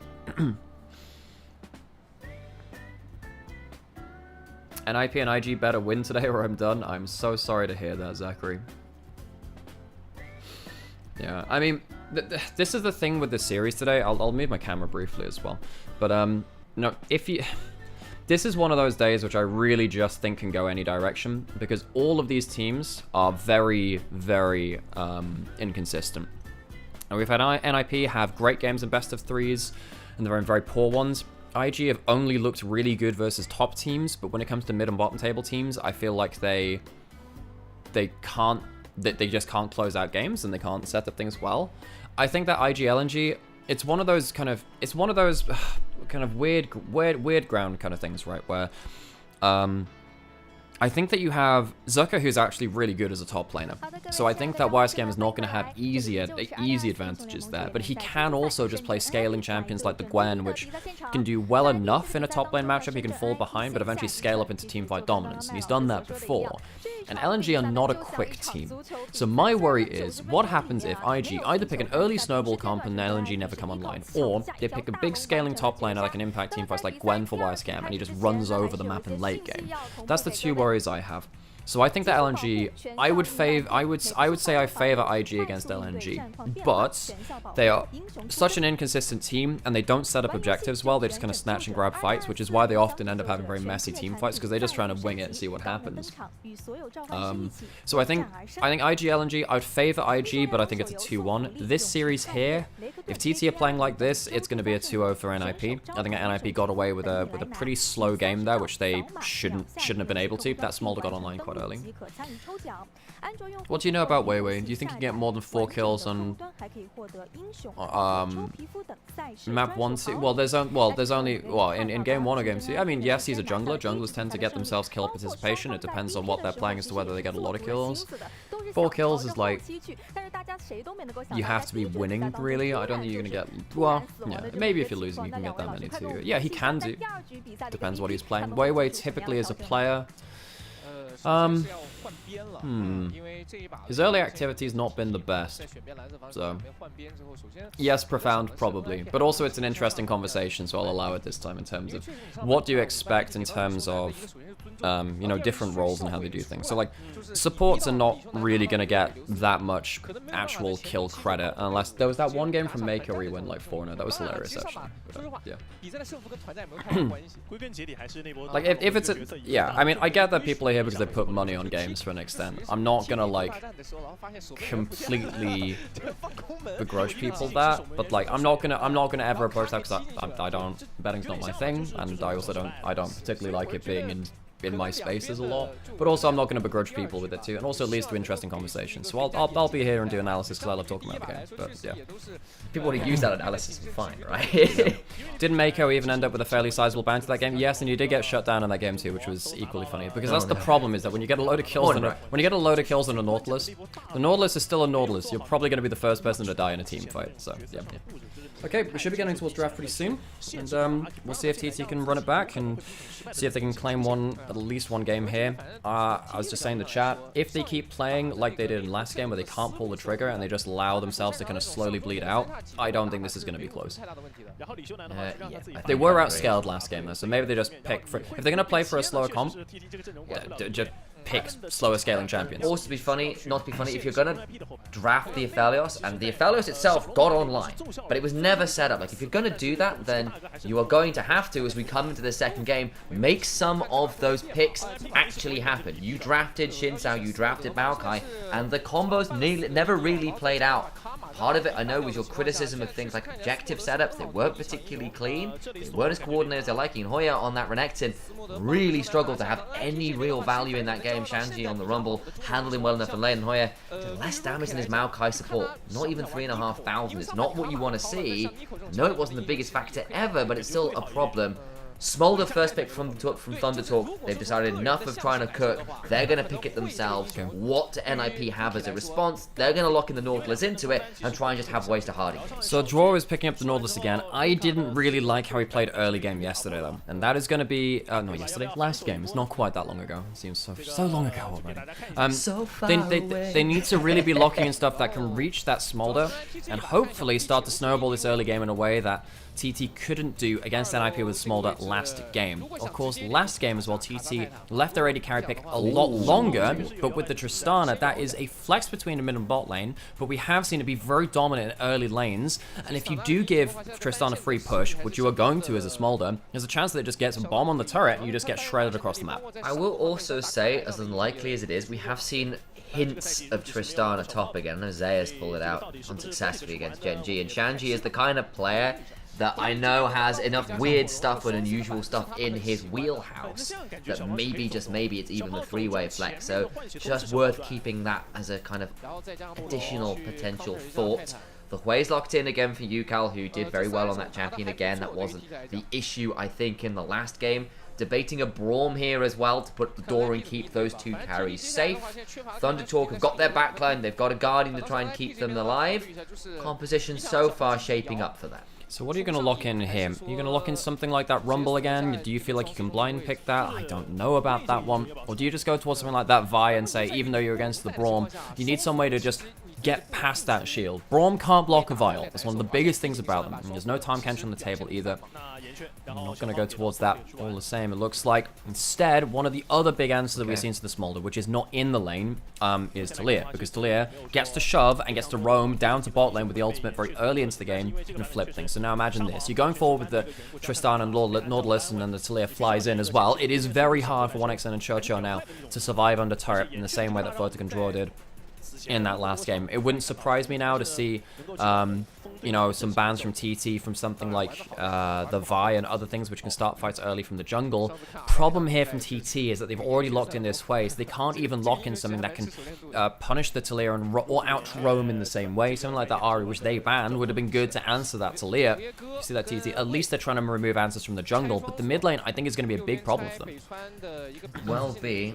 I heard the reasoning there at the very least. It makes sense. We'll see how it actually plays out in game, of course, with Yukal and Rookie. Both very competent players, I think that's fair to say. It's a little understatement, frankly, when it comes to the likes of Rookie. And Yukal, obviously, as you're saying, has got a bit of a pedigree to himself. The Poppy ban as well. It does feel like a lot of jungle focus has been the option. Vi away from Talia makes a lot of sense. Maybe something like the Shin Sound might not be an awful ban. The only thing is here, we are actually going down the list a little bit of what junglers people want to be running with, just in general. Maybe something like the Rel ends up going up for high price. There's still things like Release in, I suppose, as well. I think being the final. When you've got picks which want to start fights early and roam towards bot lane, that's largely what you're looking for. Something like a Graves will also not be awful in regards to just kind of like scaling up to one item with a level 6. I think Baytron can maybe go towards that and just say that, look, if I get lethality, that'll be fine. But then you're really just saying, okay, I'm just hoping that I don't get out-roamed early in terms of out-valued by something like a Lee Sim. Oh, and the Shin Sound's made it through as well. Okay, so that's source. Yeah, there we go. So that one's going to be locked in for Aki. So that's the strongest 3v3 bot side jungler being locked in remaining. Baytron has that taken away from him. What's he got left in the pocket? Baiting the middle right now, but it is just the hover, so we'll wait a second or two before they decide whether that's something that's actually genuinely being considered. Instead, it is the Renekton blind. Debating now the jungle options. There's some very exciting things hovering on screen, but they go back towards a tried and true option in the lead. And I will say, as much as, you know, I do like seeing off-meta, you know, the AP junglers and this fun stuff, I don't often get tired of watching Chinese Lee Sin. No. Like, this, like, LPL Lee Sin is just something, it's just on another level, man. I really like seeing his champion around, and it can potentially help in the bot side 3v3. And this is something, this is an interesting conversation about Lee Sin, because in the past, we used to see Lee Sin with Lee Sin LeBlanc, Lee Sin Ahri, Lee Sin with different champions that could kill you in mid lane. Now, actually, I think that Lee Sin is best at going towards bot lane at level 3, and if you've been dived, your safeguard at level 1 is enough HP to turn things around, and you can then get the big turnaround, execute kill with your Q as well. So we'll see if Baytron can get ahead of Aki in that regards. Aki's early game last time was a little bit lacking. He was kind of going alone. Can't afford to do that again, especially against the Smolder. They need to be hitting this Dragon hard. For TT, they've got a very defensive comp. Not a lot of ways to proactively go forward. The Braum, obviously much more of a defensive option. Lee Sin and Renekton, their pick is a little more conditional. Of course, you can make it happen. Of course, you can. It's Lee Sin. Your ability to find some of those. He can make anything happen. Well, to an extent, there is that option. That's one of the things that I believe. Do you think that Lee Sin is the Willy Wonka of League of Legends? He can make is anything it a Glasgow happen. Version? Oh, is this about the Willy Wonka experience in Glasgow? Yeah, I'm not sure. Is he the unknown? Does he come out from behind a mirror with a little mask on? Was that the little creepy dude? Yeah, he just came out and like maybe that's Lee Sin's model being a little old. And, yeah, this is a bit of a deep cut. But anyway, I was trying to go with like, wow, Lee Sin can make anything happen. It got a little bit dark a little bit quickly. So you're powered by pure imagination and the skill of your hands. So I remember this being a statement that Peter Dunn said when something like this. Lee Sin, people assume he falls off, and actually what it actually is he just scales with player skill. So if you are a really good Lee Sin player, the game getting later does not nerf your champion because you just have so many more angles of attack because you can do so many things. So right now, Hoya potentially starting E to cross this wall. No, he's not. There was a chance that he could have been caught out. Swapping? No. So this is what you often do at level 1 to hang on. Well, how long are we staying here? No. We're not gonna. Surely we're not gonna see an early lane swap. So the thing is here is that. Okay, right. Okay, you know, folks, they can do it. Okay, I think we're seeing a lane swap. They've stayed too long on topside. So this is where shit gets really, really weird. There is a reason we don't see lane swaps very often. If you watched League of Legends back in 2015, this happened every game. Now, as we see that Shanji's heading bot side, this is the first lane swap I've seen this year. One of the big things which happened in beyond 2015 was that we saw top lane turret get more tanky than bot side, and that means that it's harder to then take the turret very early on. Tristana kills turret so damn quickly, it doesn't matter. This is going to start with a topside invade, and it will be zoning Hoya off of XP from the wave as well, so Aki's going to be left alone up here. See that Beitron has started on early Raptors. Hoya does start E. This is a huge issue now. So he has no flash, he started E, he cannot stand under turret. Now, if NIP can start up a slow crash dive on topside, Hoya is 100% dead. What Photic should do is not start explosive charge on Tristana, because if you start that, you kill minions too quickly, because when you kill a minion, the splash damage goes across the rest of it. So he should have started another kind of skill, and he's just going to slowly build up this wave. Hoya has no ability to contest this wave. He's just going to soak some XP, and you can see that Chocho has now had to respond by recalling and going topside. Hook misses there at level 1 from draw. That would have been very important, but with Chocho going towards topside now, TT should have actually managed to survive this early dive, because he has a good Guardian and a heal to bring to the table. Yeah, that should be enough to keep him alive. Yes, you've got a fair amount of early damage between the Nautilus, the Tristana, the Shinta all popping their combos, but I think anything more is going to be risky, and it'll just end up being the Australia lanes of sorts. So, there was a couple of mistakes here from NIP in this lane swap. You have to stop Chocho from getting underneath that turret. Now you have the Braum under the turret with his passive and the Q and everything. It's very, very dangerous to dive that now. So honestly, NIP, mission failed from what you should get from a lane swap. And also importantly here, Smolder has gotten completely free farm towards this bot side. The winner here is maybe Shanji, because of course he's going to get himself a little bit more access to farm and XP very early on. But given that we used to see so many lane swaps and we haven't seen them for a while, you can understand that there are some holes in the strategy, but NIP, they've not been very precise with this. Aki doesn't have the red buff actually, and Beitron is here, so this could end up being a bit of a contest, but honestly with Rookie shoved up further, it should still end up being a little bit too risky for Beitron to go for that 1v1. So that draw, this is another thing. Once you get these lane swaps, your support's going to end up all around the map. Now, draw couldn't get that many plays forced early last time. Flash out. And flashing for the staggering blows afterwards. It didn't work topside, it does work mid. Fantastic play. Yeah. Folks, this off-season, I went back and watched a lot of the old World Championships, and in particular, Season 5 was when lane swaps were all the rage, and you had to be very, very careful in mid lane, in lane swaps, weirdly. Everyone on the sidelines knew what was happening, but in mid lane, you didn't really know what the hell was going to happen, because someone from jungle or support could show up in your lane, and Yukal, he kind of just misses the memo a little bit that he could be under threat as well, because you think it's all about top lane and bot lane, because you've got uneven numbers. It's actually Yukal that goes down first, and NIP claim first blood. So NIP, very different strategy for them. We haven't seen it really worldwide this year so far. They're getting something from it at least, and now they've got themselves about 1,000 gold lead.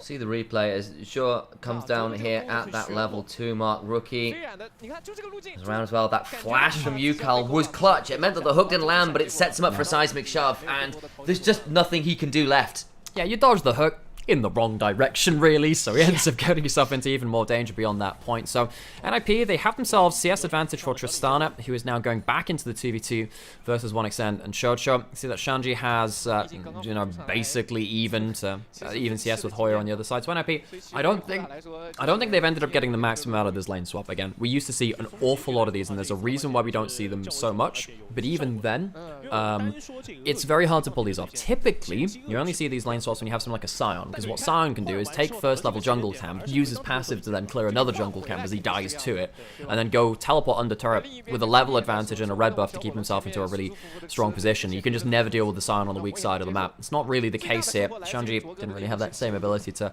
do anything there. So TT, honestly, well responded by TT for Chocho to, you know, recall very quickly and get towards it. I think he's showing a little bit of his veterancy there and his heads-up awareness. And we got ourselves a bit of a trade of objectives. One grub taken for the Dragon on the bot side.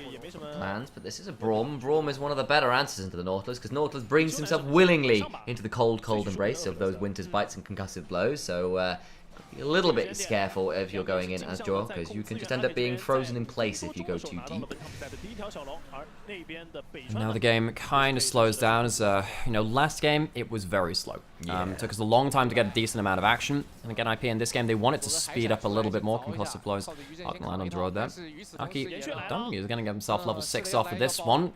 But he will, however, get himself a Cap Steel. And Rookie will have level 6 to round down. This is why Talia is an answer to Smolder. Can very much threaten you under turret. Jojo's just level 3. They land onto 1xM. The double seismic shove. The rocket jump afterwards. 1xM cannot get far enough away. The explosive charge is there. Heal not enough. Double kill bot. NIP much cleaner in this early game. That's going to be a couple of waves taken away from 1xN. He can ghost back to lane to save himself some CS, but seriously, this is a much better early game than last time for NIP and TT. I think their initial response to the lane swap was very good. This time, though, you just let Rookie get off the map, and it feels like UCal has not had much impact in this game. After that early gank, he's not really been able to walk up and put himself into the best position. Rookie chooses not to use his ultimate. He's still on Fog of War as he casts that, which makes it even more powerful. Chocho, to one extent, not expecting that one coming at all. And NIP, strong early start to get something ahead of this Smolder. Of course, you've now got 2 kills on the Talia, and then you got a kill on the Tristana as well. Both of these characters do have ways to consistently threaten the Smolder even later on into the game just because of your target access. And actually, on the other side, later this game goes, was the range increase with the Draw Bead passive from Tristana. Your access to the Tristana as Thunder Talk is not that great. And there's not a great way to stop Tristana doing damage. You know, you can, in terms of actually... There are 2 ways about this, right? You can either deal damage to the Tristana, or you can stop the Tristana dealing damage. That's the 2 ways you make it not about him. You can either kill her or stop it killing you. In this game, you don't have a great way to deal either. You talked about you don't have the target access onto the Tristana. How do you stop her from wailing on your front line as well? Well, with great difficulty. It feels like UCal would be the person you'd ask with the big CC and the big AoE damage. When he's very far behind and potentially getting punished without having flash again, Rookie's ulting in. UCal, he's in a really bad spot. Oh, man. And it's just the moment his flash was blown early, every combo is guaranteed to land. And Aki on the board again. 2-0-2 for Rookie. And Rookie looking like the champion self he can be. Upon a time, the greatest mid laner in the world. Still has a little bit of that greatness in him, even if this year has been a little quieter than perhaps he has been at his very, very best. No, last year wasn't the best for him. Joel lands another hook, going to get stunned up again, potentially.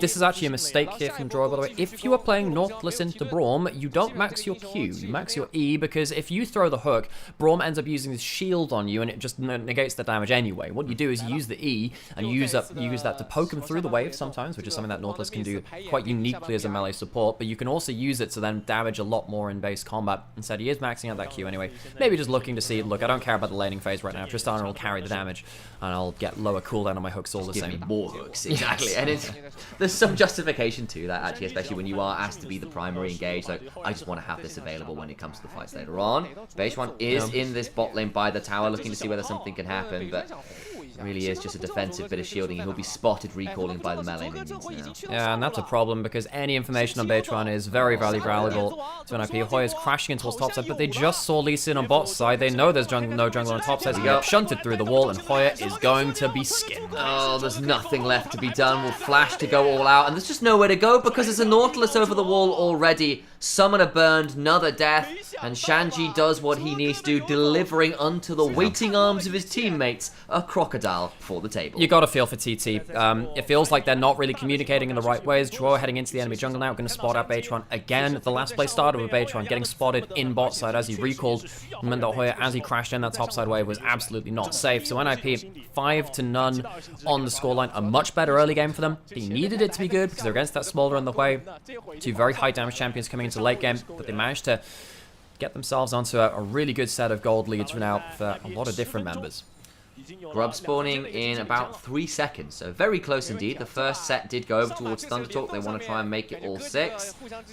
How easily NIP want to give that over, though, because it looks like they're coming over in force. So, Photic, he has himself his ultimate as well, of course. Let's look for that flash away. Chocho not able to flash for that shield anymore. So, TT will get themselves one of this next spawn, but that will be it. No 5 to 6 grub mark. No, they do have to back away. It does give Smolder a little bit of freedom towards this bot side, necessary considering some of the early pressure that's gone on down, but it's kind of the end of that. 1xN gets a wave shoved in, managed to even out some of the CS discrepancy that had been building down there. That really is all there is to write home about, with the exception of Chocho's flash being burned as a kind of additional prize for NIP. Dragon spawning just now, so NIP, they will get themselves back onto the map and they can potentially claim themselves another set of objectives for themselves. First items coming in across the board as well. Nothing really to write home about in terms of anything different. Kraken Slayer, though, from Photic means that just the single target damage from Tristana right now is absolutely absurd.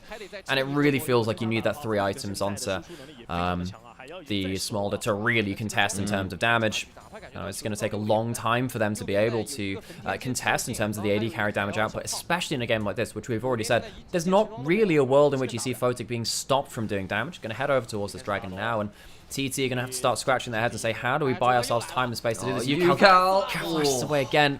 Rookie once again comboing up. You can see how different it is from last game, where you can see that Aki and Joel couldn't really link up that well. In this game, Rookie is linking up with his jungler and support very, very well. Feels like Rookie is the person who is combining these pieces. I think also they're coming to Rookie. That's multiple times we've seen the attacks at UCAL, at the mid lane, and you were saying actually it does feel like the way of the meta for the last couple of years has largely been to take the mid laner out of mid lane and turn up with the jungler somewhere else, largely bot lane, to facilitate plays down there. A hook onto Rookie might be nice, but instead flashed over the wall as the Q landed from Lee Sin. So we'll get the additional summon. Rookie very fast to pull that trigger to get out of danger. Well, he knows he could have potentially got flash kicked, and that would have been a very dangerous scenario, so he ends up surviving. He's very close to getting himself his Seraphs too. Next time that play comes through, it's going to be much harder to kill that Talia. We don't really have any power plays coming in from NIP right now, but what we do have is a lot of vision for them. Look at the vision in the bot side jungle. Yeah. BH1 hasn't been able to get much done in early game. Partly that's because his team has not been able to control any sort of vision in his jungle. That vision allows Rookie to come down towards bot lane. Even though he doesn't have himself an ultimate, he doesn't need it. It's the same play again. There's just nowhere to go. A kill onto Photic. This combo has been so good. Who needs a jungler when you have a Rookie on Talia? Exactly. Rookie, you know, funnily enough, back in the days of Invictus Gaming when they won their World Championship with Rookie as their mid lane, even back then, Rookie was the jungler for that team. And now that's going to sound strange. You think, but Alex, but Nymaera, wasn't he a mid laner? Yes, but he did the job of jungler all the same. He's just popped himself Ghost there as well. Photic doesn't have Buster Shot. Photic, did you just die for plates? I think he might have done. The explosive shot on top of him makes things quite difficult. There's nowhere to go. He knows what's going on. 1xN should just have this, gets the kill, and 1xN goes, thank you very much on the top side though. Because of that, it means that NIP can get some kills onto Hoya, so it'll end up being a 1-for-1, all things said and done. Hang on, there's someone in the bush there. Yeah, there's still running around, but they've spotted them. But I mean, there's no AD carries here. Rookie is the only big damage. He is going to absolutely slaughter this fight if they let him do it. They'll try and get something back. They throw down the Molten Fish to try and dissuade something more. Can still look for a little bit of extra damage as the Spiraling Despair comes on through. TT do manage to extricate themselves after I thought Beichuan and Chocho might be in more danger, but they do get out dodge. And we kind of end things off and say, okay, technically it's a cross map from TT because they make the play bot side and then something happens top side. It's not really like that. Okay, so it is Kashanji once again. He gets himself to pull through the walls, so Hoya is not even allowed the safety of his own turret. Brought into the rest of his team. That is so sad for them. Beitron and Chocho, they're kind of left in the lurch after that point too. Look, we knew he was a shonen hero. He gets in robots, he starts punching things. He just gets to go all out just this once, Master, and begins to break people. That's just the second time he's in this game. So maybe he's decided he gets to power up more regularly. Maybe. Of course, we miss Akira Toriyama as well in terms of the father of shonen. Really, it's been a strange week. I'm wearing my Dragon Ball hoodie today as well. I know that we talk about the game a lot, but I just want to throw that out as well. You know, I grew up a lot watching those cartoons. Well, for us they were cartoons, and of course I got introduced into anime a little bit beyond that too as well. But still, it's nice to pay homage to the true greats as well. Start focusing a little bit back more on the game. Exactly. We'll see what that happens. Maybe we can get a Super Saiyan skin for Cassante at some point. I'd be down for that. goes Oh, all out, that'd his be hair so goes golden. good. I'm just Can you imagine saying. that for sets as I know. well? I think like well, he kind of does already. Yeah, with the he does, and the Soul Fighter skin is awesome, by the way. I love that. Yeah, because I kind of feel like obviously Soul Fighter definitely takes a lot of elements from things like JoJo, right? And that kind of thing just works with things like Cassandra as well. You kind of got those really extreme, ridiculous, over-the-top kind of fight sequences. So we've got shonen protagonists. We have, you know, Shanji in his robots, and then he's going towards his fighter champions as well. We've got all of this, and of course we got the ninjas here too. It's just it's all setting up for the true like dramatic finish of great shonen proportions. Who is Shinji's dad? Shanji's dad? The guy with the finger. Oh, look, dude, I'm not gonna lie. It's been about 10 years since I watch Ava, so I can't remember. I keep calling him Goro Akechi, but that's the guy from Persona 5. Buddy, I'm gonna have to Google that. I say. Someone might know, but like I could just imagine Rookie just standing over Shanji's shoulder, like, get in the robot, Shanji. We've got a fight happening out. Jojo might be in a spot of bother. We'll throw down the glacial fissure. Will not be melted out quite yet. Global warming, kind of not enough to bring down the Braum quite yet. Not quite yet. So Chocho, it's been a bit of a difficult game for Chocho. What are we doing here? Oh, it's gone the wrong direction. Okay. I'm not sure that finished. I'm not sure that was Rookie. And you see, I think the Herald spawned in a weird direction. And that is why you need Shanji to get in the robot instead, because actually Rookie can't drive. Either way, Herald is going to get a little bit of damage onto this, but as Rookie just clicks it in the wrong direction, and NIP miss out on the Herald, it's going to slow down things a little bit. It's a little bit annoying because they would love to break open that mid lane turret and start making some more power plays into the enemy jungle. Still, they're going to get themselves towards Dragon. Hoya is trying to clear out this wave, gets hooked anyway. Here comes Rookie. As well. I don't think there's a way over this wall particularly easily. Shoved back as well, and the seismic activity continues to prove problematic. Rookie gets involved with his 6th kill of the game. Towards the top side, teleport comes on through. So that's left a little alone up here. He is. Rookie would have teleport as well, and it's just really hard to deal damage to a Cassandra under turret, especially now that he's got 1.5 items. So NIP, despite the Herald flub, will be able to get themselves ahead on the map player as well. It's a dragon, it's a kill. They don't get to, they don't lose their turret on the top side either because they use a teleport there. And NIP, they've not had to play the game much faster than this. They're getting value out of everything. You can see that they have gold leads pretty much everywhere. They have shutdowns on top, mid, and jungle. As TT, you know, this is a game which is so important for them. They can't really afford to lose this. They're on only 4 wins and they're on, you know, 7 losses themselves. If they were to lose this series, you'd have to imagine that's playoffs gone for them as well. It's getting pretty close to it. And Hoya having 2 bad games back-to-back is really not helping their claim. No, and this time, the soul point is there for NIP compared to against the Smolder, which we saw last game as well. The difference is, it's also with a gold. So you're going to come into this and you're going to have Hex Soul, plus the ability to get on the Smolder, plus the fact that you are up in gold. Dangerous position. And now we have ourselves Rookie roaming around the map with 2 items, first person to reach that in the game, and you get a little bit of HP from Leandries, which is nice when you want that brawling potential, and then you also have the Seraph's Shield. I think Rookie has a position to go very, very aggressive now in the next few minutes with the extra HP and shielding. Not overly so, again, you don't want to give over that shutdown and just the kill in general, but still, you have to see that through. You can see the Smolder. Ult comes through, Mum comes out to clear the wave and try and save this turret. Mum's clearing up after the kids. I think we've heard that one before as Jaw gets hit with a spiraling despair. Doesn't matter all that much. Does some damage on the other side though. Beichuan down to about a 3rd HP. Well, it's because the combo hit him from Rookie. The 2-item clear is absolutely disgusting in terms of damage right now. As you see another combo coming through. Rookie on this Talia has been such a massive force for NIP in this split. It hasn't always led to their wins, but he has been such a big factor. That ult is going to zone off TT. They don't have themselves another ult for this wave. This will be another bomb on tower, and that's going to be finally mid lane turret claimed. Taken out. They siege it for a little while, and NIP managed to brute force their way through it. Nothing really Thunder Talk have to say about it. Beichuan gone towards the Eclipse on the Lee Sin early, wants to have that assassination. Potentially he's one of the few people who can get onto the scary members of the back. So I'm just looking at the gold, I'm looking at the ability to get out of dodge, and I'm not sure it's going to be enough, but I see the thought process at least. Shanji is currently alone in the spot side, but he's just tanky as all heck at this point, and is also, you know, a 3-death, 2-level down Renekton. Hoya, you know, I did say that he was quite comfortable on this champion last year, and he played a lot of it. You couldn't really tell from this game. I think that Hoya has been very weak side. He's not really, and of course in this game he was even lane swapped on it. We haven't seen that this year, and it can be quite hard to survive that. He survived that part of it. It's what came after that point which is a problem.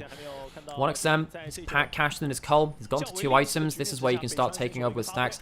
Now I think TT, you know, it's the year of the dragon. It looks like they're trying to pray towards bot lane dragon as well, and just hope that somehow, someway, 1XM can come online. He's being fed so many camps to try and get in there. We have not seen the stacks in a little while, so when it next pops up on screen, I'll try and get a little note on that one. Should surely be pulled up at some point, you feel, but the execute not quite in yet. You've got about a minute and a half until Soul for NIP if it was to be secured, so you almost have to fight then. When you've not been interrupted too much, you expect Smolder stacks to be around 22, well, no, more like 23 minutes. 23 minutes is really when you see it. If you're fast and you can get down to like 22 and 22, then the fastest seen in pro play is somehow 19 minutes. That's nuts. It's absolutely insane.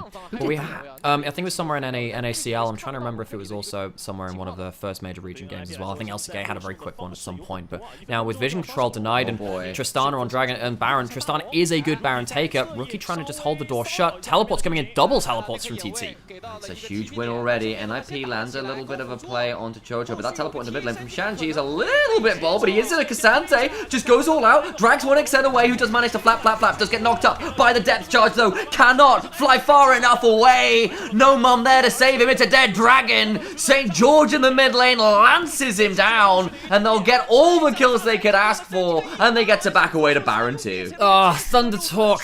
So, you know, lightning, they say it doesn't strike twice. Doesn't look like it's going to strike once in this series. The ninjas, they were off vision. They were unseen. It was the ninjas' home territory, and they're going to get themselves a Baron off of this hard-earned play. They have controlled this game from start to finish. TT, they've never really had a leg to stand on. And it feels like with this Baron going over, with the Dragon going potentially over after that point too, if they can reset after it, TT, this might just be playoffs slipping away from them as NIP clutch this victory. Rookie doesn't have the combo to immediately combo up onto Chocho after Joy lands the hook. I think Joy's had a much better game, and Shanji's had a good game too. He comes in with a great teleport. His teleport outvalues both of the teleports coming in from TT. One summoner for the two, really not even in that sense. And as soon as you lose that Smolder, what do you do?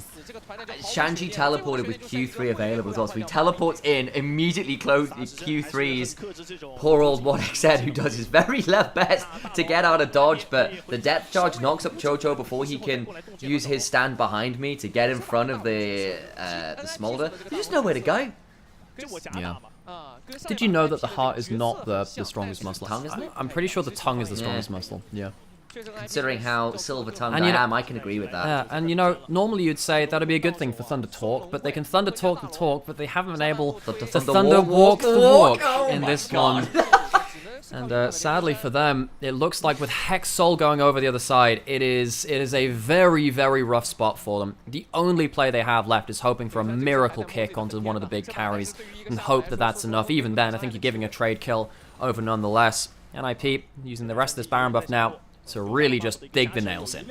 Want to make this as devastating as possible. Hoya will claim a trade on the top side, but that is a very slight consolation prize. Oh, Seismic shoved over the wall. Base One does get to safeguard back to safety, but look who's here. It's Shanji, who has to be kicked away. Has Base One found a valuable kick this game? I just don't think so. Oh my gosh, and Bertrand wishes he'd learned instant transmission to get away from that one. Sadly, he's only got himself a flash and a kick in that one as well. He keeps himself the flash, but without that kick available, NIP no threat onto them. NIP very, very comfortably walking with the Baron buff, knowing that this game is as good as theirs. Play it like an instant, but even with a kicker cost, he can't get the value out. And I'll have to... Was that a Magic the Gathering Oh, yes, thing? it was! Well, here comes the Magic on the bot side. We've got the shield blocking out the wall coming in, Smolder coming in to maybe get himself some return damage, but TT, they're throwing out a lot of things just to try and keep their tower alive. You understand why, you really do. They've only got to hold on 45 more seconds or so, but that is so many ultimates down, all of them. In fact, with the exception, I think, of Yukal's. Yeah, and that's all they've got to work with. And now we've got, you know, these carries haven't built Static Shiv, but they have an inbuilt Static Shiv in the Hextech Soul at this point. Tristana, very, very powerful this one too. It's another shove, potentially under turrets. The damage is just so difficult at this point as well. Photic at level 14, his range is getting pretty exceedingly difficult to manage as well. Yes, you've got the stacks on the Smolder, but I just don't know how valuable and how easy it is to actually put down meaningful damage. So NIP, they don't manage to crack open a second inhibitor. The Baron buff is going to run off now. They get themselves a decent power play, and they're going to go back, spend their gold, probably get towards 3 items at this point as well, which is a terrifying prospect for TT. And yeah, you can see the Bloodthirster coming through from Photic. He hasn't even gone towards the Lord Dominus regardless because there's no one tanky on the other side. There's Renekton, not tanky. The Lee Sin, not tanky. The Braum, who cares about that as well? Xen has had to avoid the Zeal item, avoid the rapid fire cannon. Yeah, he's had to go towards the Lord Dums. And you understand the thought process, like, look, I have got to deal with 3, 4 people that have more HP than me. Even Rookie with the Leandri's going to have more. I need that value, that ability to try and deal with these tanks because no one else is, that's for sure. But it kind of makes you a little bit riskier to play. Maybe that's the challenge you got to take. You can't play from safety. You can't play from the rapid fire cannon range. It's just yeah, you'd love to have the luxury of that fire cannon, and in almost any other game you'd like that, but when you've got just such a nasty front line on the side of, NIP, as Chocho burst out once again, half HP, he can't stand under the turret, and though NIP couldn't crack the inhibitors, he's going to get themselves the last remaining inner turret, even that Smolder ultimate not enough to wave clear that one away. Rookie looking for an opportunistic blind shove. As Hoya, he knows that they have to try and get themselves some objective bounties and get something done, but they might just fall apart across the base without the Renekton here. 11,000 gold and a Hex Soul at 26 minutes. It should be lights out. You've got a Smolder Dream, and in fairness to 1xN, he has got 2.5 items. He has got all the stacks he needs to be the threat that Smolder can become, but it would take a monumental carry from this position as the Weaver's Wall comes on down and Thunder Talk may not be given anything like an opportunity to remain. Chocho puts up the door, stays alive, but now is out of the fight regardless. The Spiraling Despair, though, is pretty good to chunk people back. NIP can't commit to any further. Again, NIP, they're not actually chunking the inhibitor turrets that much. They've managed to take the mid lane inhibitor, but not able to finish anything else beyond that point. You can see that, there is 3 items now, as you just mentioned, from 1xN, but how much is that realistically going to matter? Can you defend the turrets? Can you kill some goddamn members on the other side? Can you keep the Smolder alive? That has to be priority 1. It's the only way you realistically have to win these games. Photic being chunked out. He's going to get himself some Bloodthirster healing where he can potentially. I mean, in fact, he's just going to back off all the way. So, Elder Dragon in a minute and a half. Baron up in just half of that time as well. So 2 big objectives coming out on the map. Maybe TT can get themselves to a point where they can fight for one of these. A Baron or an Elder. Maybe it can extend the game a little longer, and they want to slow the game down. They don't really have winning fight scenarios right now, but if they steal an Elder, steal a Baron, they might just elongate the game long enough for this Hui and the Smolder to do some damage. It's a slim hope, particularly with how NIP have very cleanly played out the map with every time that the Weaver's Wall has come up, but it is something that they didn't have a minute ago. A Herculean effort, and that feels perhaps quite appropriate considering your hopes and dreams exist in a mythological creature. Start to try and gain some presence here around the mid lane. Elder Dragon in 40 seconds. Thunder Talk. It is your last chance, Saloon. Your backs are against the wall. Do or die. And they finally go beyond just Thunder Talk and put some meaning to those words behind them. NIP, they're spoiling for a fight. They've got Talir on the side, and here comes the ult. And Rookie has been so willing to make this happen. 1xN still safe, but not doing that much meaningful damage. Smolder's mother comes in, the ultimate in helicopter parenting, not doing anything to keep the support alive. The jumps begin, the resets, doing so much work as the Crescent Guard denying so much damage. 1xN cannot do meaningful stuff yet. Wait, the execute 1 begins to come on through. Shanji into the backside. 1xN flashing over the wall, continue to try and run, but the hops keep going. There's just not enough there. A triple kill to Photic and NIP. Make it a 2-0. The Ninjas assassinate Thunder Talk, who have no more words to say in this series. Oh, it takes some acrobatics from Photic, but all of those jumps are just stomping down on Thunder Talk, who will be given their 8th loss in LPL Spring 2024. This one might just see them out of playoffs, so close enough to it as NIP. This is a big pressure relief for them. They've been waiting for a win for a little while now, and they'll finally get to that 8 mark.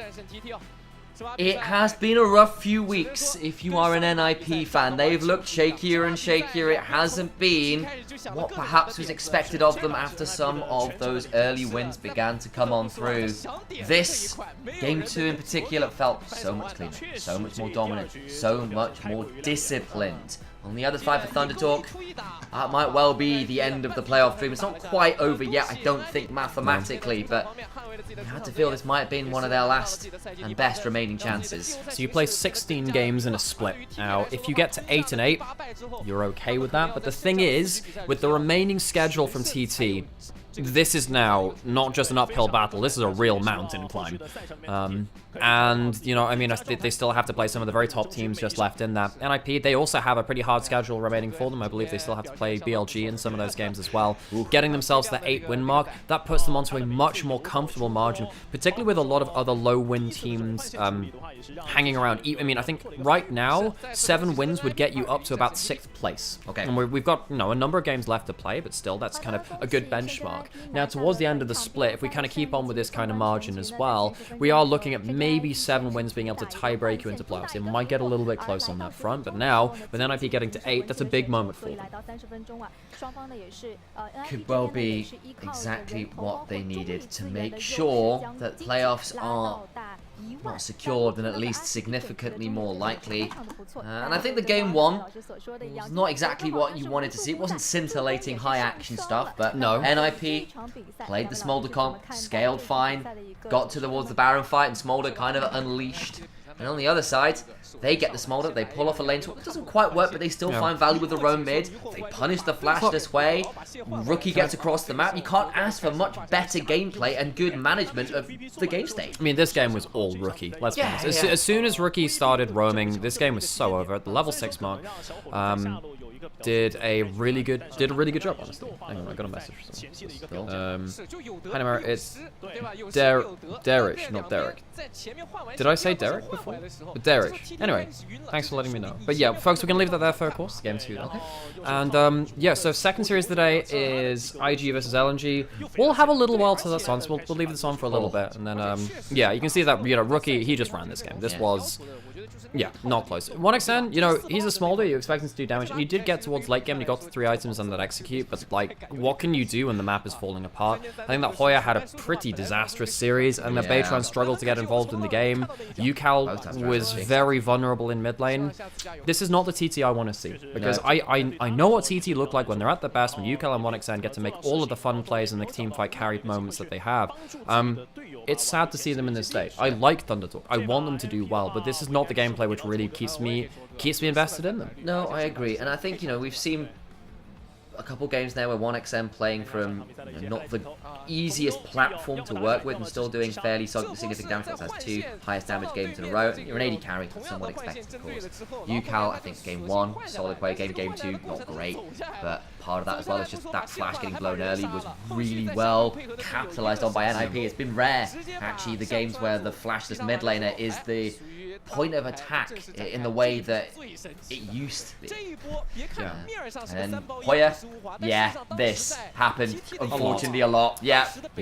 So I don't know. I mean, TT, it's a pretty bad loss for them because this is a series that they kind of had to win. Thinking about it, again, I'm just gonna go look through their schedule again because I remember them having a lot of pretty hard matches coming up. That's exactly where that was as well. I can't find this one, but still. Where are you? So, why is there a level 2 Nautilus on my lane? Yeah, that's a very good question. So, I have to say, I really do enjoy seeing like occasional lane swaps from this coming out because I really studied lane swaps very hard for a while, and I found them like very intriguing in a lot of ways too. But so TT, they have to face LGD, which is winnable, but then they have WE Top Esports, and then who's their last match? Then they also have FPX. They have, you know, WE who are like mid to top table, and then you have Top Esports who are top table, and FPX who are top table. So you have 2 top teams and a mid-table team, when you're a team that's currently sat outside of playoffs. So that's rough. That's really, really rough. On the other side, you know, well, let's have a look at NIP actually, if we can. Where's my website crash? Something's crashed. Don't I play? They're facing RNG, RA, BLG, and then Top Esports. They have 2 top teams, 2 bottom teams. So I think, you know, NIP are quite comfortably in now, I think they're quite comfortably in that. Do you think LNG is good enough to take 1 game off IG? Yes, I think they are. I think that IG are an exploitable team. I think they're a team which often make mistakes in their objective setup. I think that they will often find themselves in positions where they give free fights over. So that's not out of the question at all. Yeah. NIP just tweeting out at us as well. Like, it helps when we've got the social media in the channel enjoying some of the games, but it's always nice to have a little bit of shout out to stuff. So I'm just like seeing the socials and smiling a little bit. It's always nice when people like what you're doing. Good night, have a good great Costream. Thank you very much, Derek. And he loves Pokemon. Well, they love Pokemon. I don't want to. It's a bad habit. And yes, to answer that question as well, because obviously, do you think LNG is going to take 1 game off IG? And Alex answered that really well. I think the other thing is, you've got to remember there are still some good players in LNG. For all they haven't looked that cohesive as a unit, the individual pieces are still strong. Also worth noting, folks, Azir being disabled absolutely slaps players like UCal and Rookie to a certain extent, but particularly Scout. Yeah. No, Scout. It is always a free. It is always a free like ban against him. This should not be player of the game, by the way. It's 100% Rookie. It should always be Rookie here. Rookie ran that game. I have no idea how Drow had a better game than game 1, but look at how Rookie found some great ways to get into bot lane. The thing about this game, which really excited me, is there are a couple of times where he knew he could have ulted bot lane, but decides to not cast the ult and give advanced warning, and then use the combo from out of vision to get free 2-man shoves in bot lane. He did that twice in bot lane to get double kills. Like, I love the way he played that. Not 1 vote for Rookie? I mean, in fairness, it wasn't like the Nautilus roam mid early was the one that blew the flash. I mean, it was a good Nautilus game. I understand the reasoning, but I think I would have voted Rookie too. Okay, so like, we had a question here as well, didn't we? Why is LNG 2024 so much worse than LNG Summer World 2023? So can I start with this one? I know you've got other thoughts as well. But need the toilet, so you can start this off, and I'll come back and have some thoughts. So for me, a large part of it was basically Tarzan and Scout together were a really, really solid duo, and obviously Tarzan got much maligned for his level at Worlds, but he was fantastic last year. But what you will kind of notice, the moment he left, the team has no structure at all. They don't have an identity. And Scout was enabled to play his really domineering style by the information and positioning of Tarzan. Tarzan is a really, really good jungler, in much the vein of someone like a Peanut, of giving a lot of really good battle boarding information. And then he would play with Scout to be this really scary duo that kind of knew way more information about where things ran. It gave you so much more freedom to play that map so much more aggressively, so much more competently, right? Because Scout's laning, Scout's ability to eke out those 1v1 advantages is enabled by having someone like Tarzan who will absolutely know what's going on the map and coordinate a lot of plays. His synergy with Scout was fantastic. That's not been there this year. The players have not been connected, and the fact you've effectively lost your general, because Tarzan was playing that super well for LNG, has really hurt them. That's the big difference, because I don't think the players have gotten that much worse. I think Scout's not playing that well himself, and I know Alex says that the Azir is a big loss for him, and I think that's true, but even then the Azir games I have seen from Scout this year haven't lit me on fire the way they did last year. I know Kelsey Moser was also unimpressed with some of those performances. But that's not to say they are a bad team per se, or at least bad, right? There's not to say they're bad players per se, but I do think they are missing that X factor, that linking factor that Tarzan brought. Because not only was he mechanically very good, he was synergistically excellent, particularly with Scout. And that not being there has really hurt, because the mid-jungle dominance just isn't there, and the map is falling apart partly as a result of that. I feel like, just have a quick tab around as well, so I can read some more chat. There we go. Don't be on stream getting jealous because Tarzan is praising Scout. Right? And exactly, in fairness, part of the reason they work so well together, they're very good players, they're also just got each other. And that's part of, like, if you remember why, it's the obvious example, right? But part of the reason why Bengi kept coming back to the SKT roster, despite his very mercurial mechanics, very up and down level on Bengi, who kind of would go games when he was actually still okay mechanically, on where he'd hit every cocoon on Elise and then just go games where he couldn't hit a cocoon to save his goddamn life. The reason he was still in there is because he just got how Faker wanted to play the game and vice versa. Their synergy was really, really potent.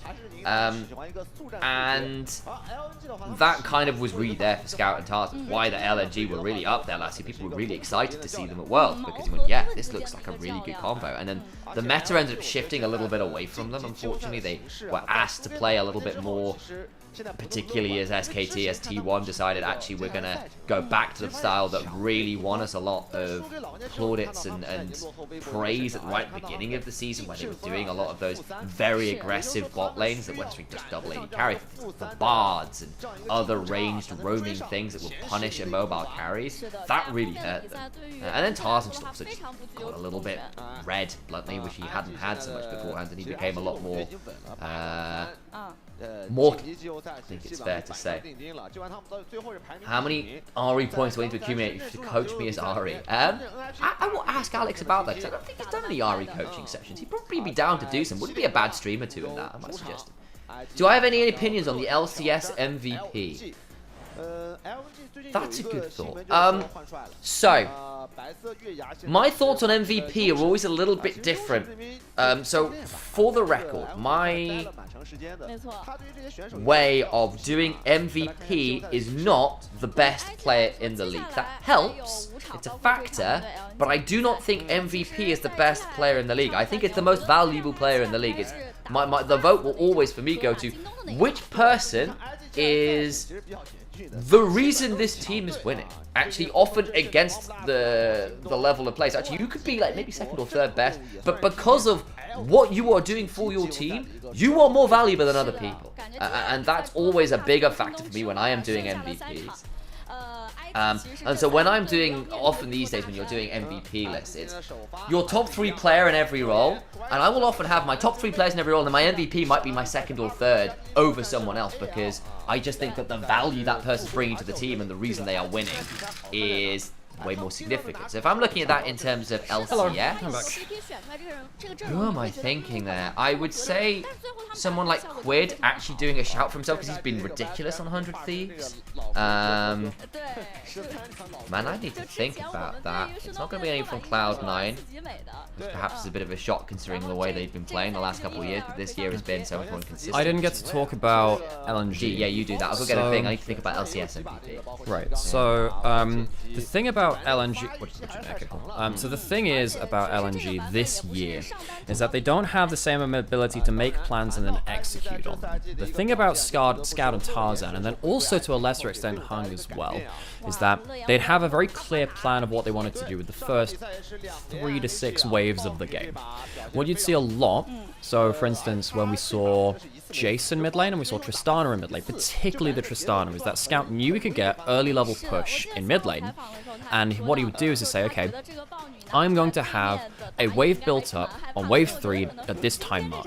We are going to do something with this. And Tarzan would then combo onto that and say that you are going to, you know, either, if he was on Jace, you're going to walk over to this side of your lane and fire a shock blast at blue buff when I'm fighting the enemy jungler. So basically use the Jace as a semi-global from mid lane. Or I'm going to come mid with your Tristana and we're going to dive mid. They did that against stuff like, there was a Casterton game where someone for some reason locked in a cast, I think it was Care, locked in like Casterton versus Tristana. They were very good at like doing that. Whereas this year, it's very visible. When Tarzan, when Scout is crashing in waves in mid lane, you can see that Weiwei is not there. So it means that actually, instead of being able to make a power play off of a wave crash, it actually just exposes Scout. He has his flash blown or he dies. They don't have early game plans. And that means that you don't get the leads that you want to, which means that you run out of gold and then you have to just end up stalling until you can team fight. They don't actually know how to play out their early game right now. What were the stipulations behind the Gala swap with RNG last year?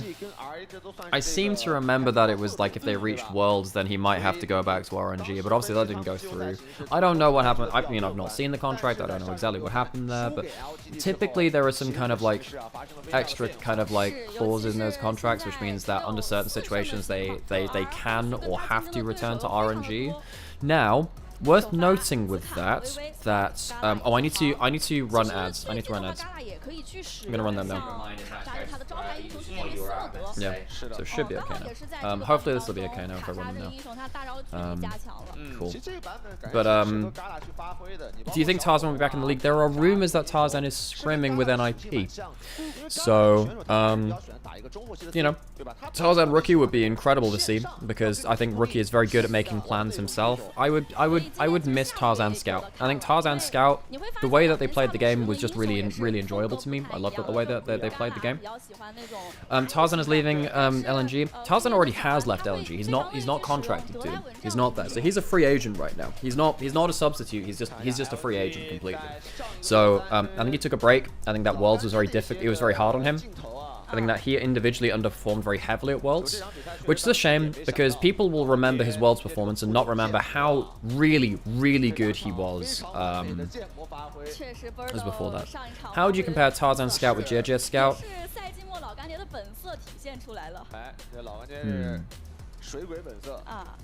At what point? Because JJ was very good at playing around Mako as well. I don't necessarily think it was about JJ Scout in terms of the plans which they made. I mean, Tarzan Scout was all about mid jungle. It was so much about how mid jungle could be a wrecking ball, and then basically using mid lane waves to make big plays with jungle as well.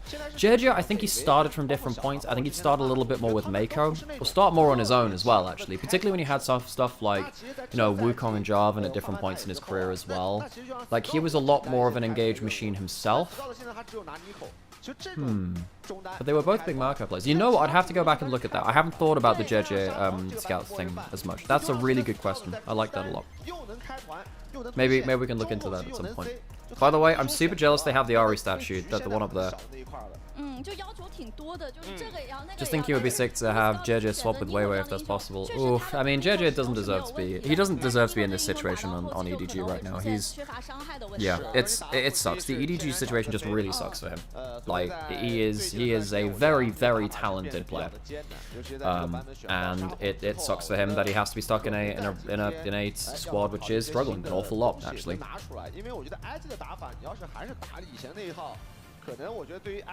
Right, so Weiwei Lian is the key matchup. Yeah, I mean, Lian has been so crucial to IG. We haven't talked about IG much. We can... Yeah, have a look at that.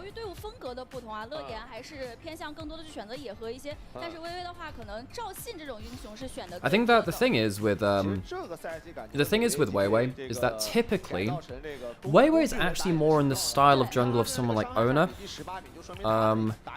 or I guess to an extent Peanut, but mainly Ona really. Where what Ona does is he likes to brawl with the enemy jungler, and he's quite good at playing towards side lanes as well. I think Weiwei was very good last year at playing towards top lane, but he doesn't sync up with Scout very well. I think that Weiwei just doesn't... I don't know if it's a communication thing, but he just doesn't understand mid lane waves that well, which is a big problem, actually. It is a big problem, because it feels like he leaves Scout out to dry quite a lot. I think that Lian... This guy has just been an absolute in-your-face jungler in the same way too. So I think Weiwei versus Lian, actually, they play somewhat similar styles across points as well. I really love these graphics, by the way. These are really cool. But I think that Lian is very much tip of the spear. I'm fighting, I'm going to have early pressure, and I'm going to like transfer that into just like constant, you know, brawling pressure. And he actually does like to duel enemy junglers as well. Although, I mean, I don't think there's... Yeah, they're both quite aggressive jungler, these two. But I think that Lian has been... Actually, Scout would be crazy. Could you imagine Scout going back to LCK? Has Scout ever played an LCK proper?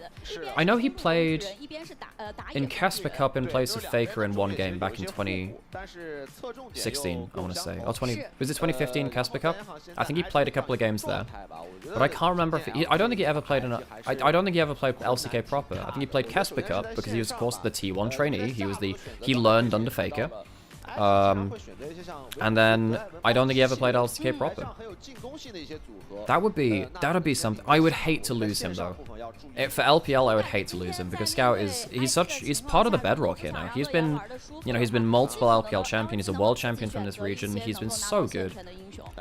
I know that the old guard of the LPL mid lane is somewhat changing right now. It feels like, you know, Scout's falling off a little bit. Xiao, who's really having a bad split as well. It feels like some new up-and-comers have got some real shots to make an impact. But so he was a T1 sub, but then went to EDG in 2016, so we never played in LCK. Yeah, that's what I thought. That's what I thought. My buddy said that Kanavi and Yigao met beefing in solo queue. Is the truth to that? You know what? I'm not sure. That would be very funny if it was. I would love that. No one's stopping you from watching an LCK for leagues. Yes, I know. But also, as an LPL caster, I love casting Scout Casual. So, and Casual, rather. Sorry. I would find it, you know, I'd find it sad that I don't get to see Scout versus a lot of the players which he's built up rivalries with, and also continuing his legacy within the LPL.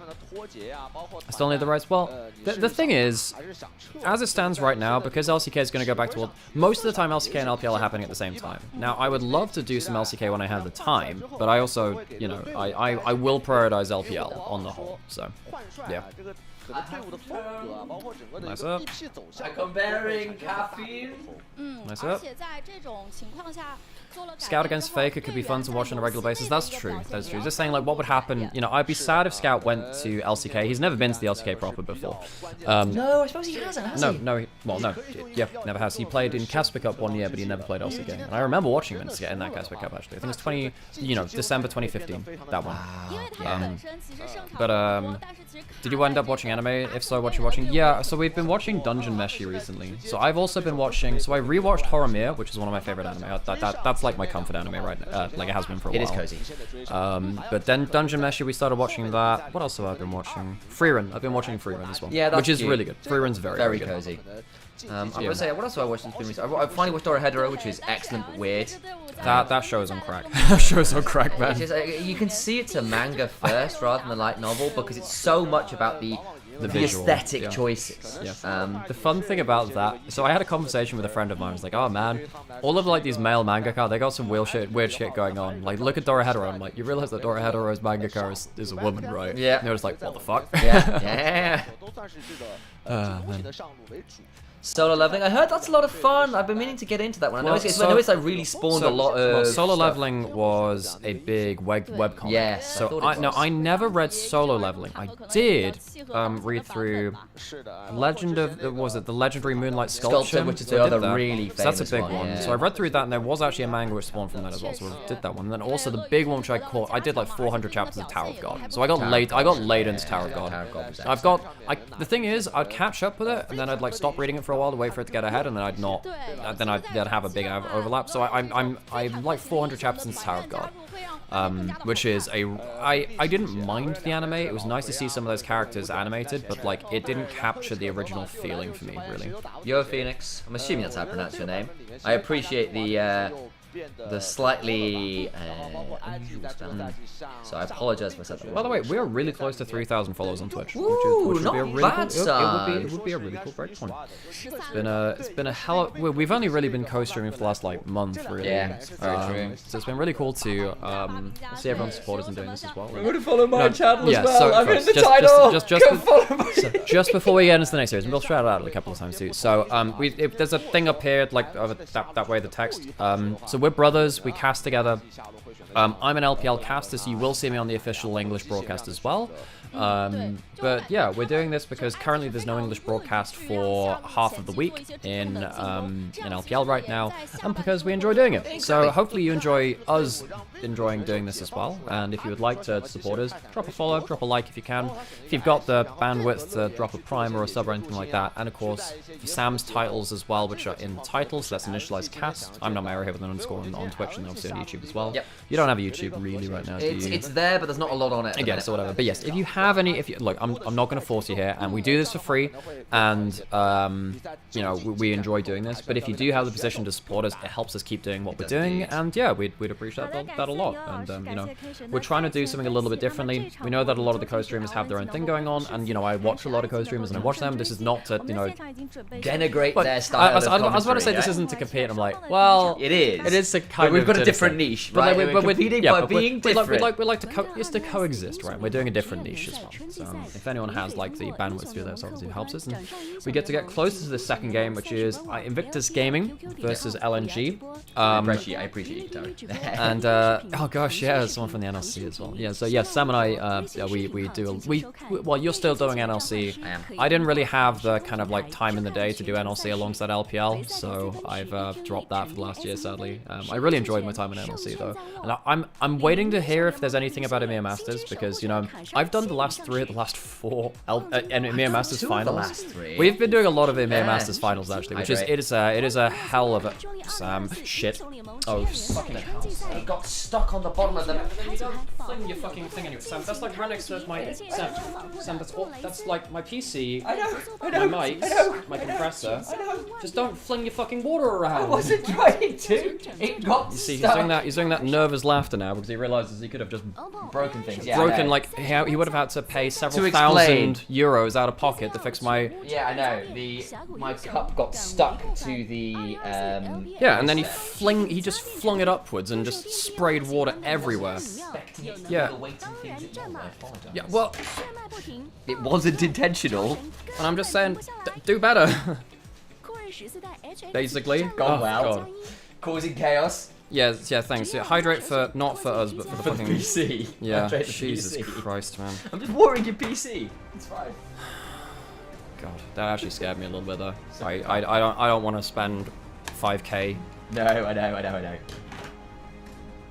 Rule 1 of expensive kit is you don't spill fucking water on it. Jesus. Okay, we're safe. Jesus. Okay, right, getting into the series now. ID vs LNG. Nervous laughter aside as Sam realizes his bank account is safe. Oops. Yep. We're back into it. So, gonna get on stage. So, this is going to LNG's home arena. Their home arena is in Suzhou. That might get stuck again because there'll be water on the bottom of it as well, so be careful with that again. So, just because... No, it might do it again because the water's on the bottom of it, and that's what caused it. I know, If you have water Alex, on the bottom, I know how it works. Well, I'm just warning you because I don't want it to happen again, and it's my stuff that's on the line, so... Okay. Right. Oh, God. Yeah, adrenaline just went up to freaking 1,000,000 there. But yeah, so this is another team that's on 4 wins in LNG. This should be a closer series. Do all LPL teams have their home arenas? No, only certain teams do. We've been through this a couple of times, but for those of you that missed that as well. So we have JDG, who last year finally got their own arena in Beijing. So they have their, I think it's 2,000 seat arena there. We have NIP, who we just saw, they are in Shenzhen. We have LNG, who are in Suzhou, and then we have Team WE in Xi'an. So there are 4 teams with home arenas. There are some teams which used to have them in the past. So RNG used to have their own arena. I can't remember who else did, but those are the teams that currently have it. Yeah.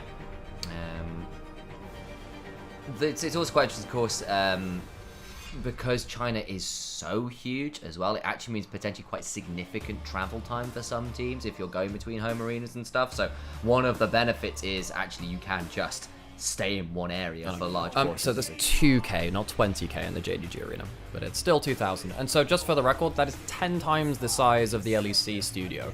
Like, and that's for one team. So Ruler said it felt like he was playing at Worlds every time he was there. Whereas we're over to LNG's arena now, which is absolutely beautiful in itself. I love these home arenas. It allows the teams to have a bit of their own flair.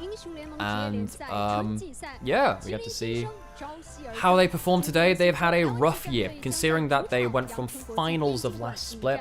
LNG were a team which had never cracked top 4. Well, they got top 4 in regionals, and they got 4th. This is the last split was the first time they ever got to a finals. The highest result that LNG ever had as an organization. And now they're potentially missing out on playoffs. They're getting towards that point. Now, they potentially can make it towards that as well. You have to get through IG today. IG are absolutely no slouches. They have beaten some of the very best teams in the LPL. And last summer as well, they already built up this giant Slayer kind of visage about themselves. They beat JDG, they beat Weibo, and they beat LNG as well last year in summer, despite not making playoffs themselves. This year, looks like they're much more likely to get towards it. They've already taken a couple of scalps with them. The only team to beat BLG so far. They are indeed, and IG have been, as you said, somewhat volatile, not exactly been the most consistent of teams, not been playing to the levels of their opponents, but they are still kind of making a run for the upper end of the standings, combined upper and top. That's an interesting choice there. To try and make something of a run, at least for playoffs. I don't know how well I expect them to do if they reach there. I think once best of 5 start to roll around, their volatility could well start to hurt them. But it is nice to see players like YSKM really begin to mature as players, look a little bit more dominant on things that aren't just the wheelhouse. Because again, one of the criticism that was there initially for the guy was he only plays a subset of champions, and all of those champions kind of do the same thing, and that's becoming a little bit broader. Has been much more willing to be on Cassante duty and still be valuable, which does give him a lot more flexibility when it comes to drafts, especially considering how potent some of those AD carries are right now with the Sana and the Smolder really running rampant across the world. Scout feels like he's been very much on mage duty, particularly with the Azir off in this patch, been disabled due to the bug on the EQ visualness of it. That's been a big loss for him. It feels like the Azir was the easiest champion for him to play around. I actually think that LNG were one of the best teams at using Azir to get side lane turrets down and getting a huge amount of gold once he had that Nash to suit. The fact that they don't have that champion sucks for them. They still have the Hui, which Scout's pretty good at. They still have champions like Orianna, which he's been, a better mage player on as well. But it has felt like they've had to work a lot harder to reach the level which they normally do around some of their comfort picks. Interestingly, I don't want to put too many words in her mouth, but I know Kelsey was actually not very pleased with how Scout's Azir performance has been going. I was kind of there somewhat with her. I know you've been a little bit more forgiving of it, but I don't think this year he's been particularly excellent on the champion. And I know perhaps there's a little bit of like, okay, finally he's not playing the champion, he's struggling a little bit. Maybe you can go towards other stuff. Maybe there's some value there as well if you're wanting to get a little bit of copium in your home. Scout is, Azir is Scout's most played career champion of all time. It's his most played champion of this year. He is 5-1 on the pick, so he's won the majority of his games. Nothing comes close to that win rate on it. And even though his laning phase has not always been the most dominant, I don't think Scout has ever been a laning dominant player, and that's not something that's there on any champion. The way that he plays mid-game with mages allows him to get a lot of gold in the champion and scale up to a hugely relevant point on the map where he can control side lanes and then go into team fights. That's why I like his Azir. Even if the laning phase can be criticized, I really think that this guy on mages is one of the best players in the LPL at getting into the mid game with a huge lead. I would definitely be interested in musing on whether the laning stats this year are different to the ones from previous years. Yes, they are, because he doesn't have Tarzan. Yeah, because so it does, in that sense, it does feel like a bit of a step back perhaps, but it is interesting. It's just curiosity on that one, because you're right, the mid games are still being good, but I think there were, as you said, some questions about how the laning phase have been going. Also, oh yes, this is another big thing to talk about as well, as I'm reminded by a comment in chat here as well. LNG fired their head coach Crescent. Crescent has a mixed reputation. He was there for the glory years of Top Esports. He was also there for last year of Top Esports as they fell apart. Now he was on LNG and things have not been going well for them. We've talked about how LNG have struggled to find an identity, they've struggled to get on the same page as players, and they've struggled to have a game plan. And it feels like as soon as the game plan fails, they just stall and they try and turtle things out. They are not really playing that well right now. Now, by firing, well, Crescent is no longer listed on the roster. Yu has stepped up to the plate. Yu, of course, was EDG's mid laner back in 2014 Worlds. Yeah, and he's been around for a while, and he's been coaching around the place as well as it looks like we're getting closer into the draft as well as we sat down to these things. But this is going to be an important game for them. They lost to LGD. They should have been at 5 wins, honestly, given the state of how LGD have been playing recently and how they've had their own struggles. But seriously, LNG, with the new head coach kind of stepping into the fray, they are really hoping they can start kicking off the ground easily.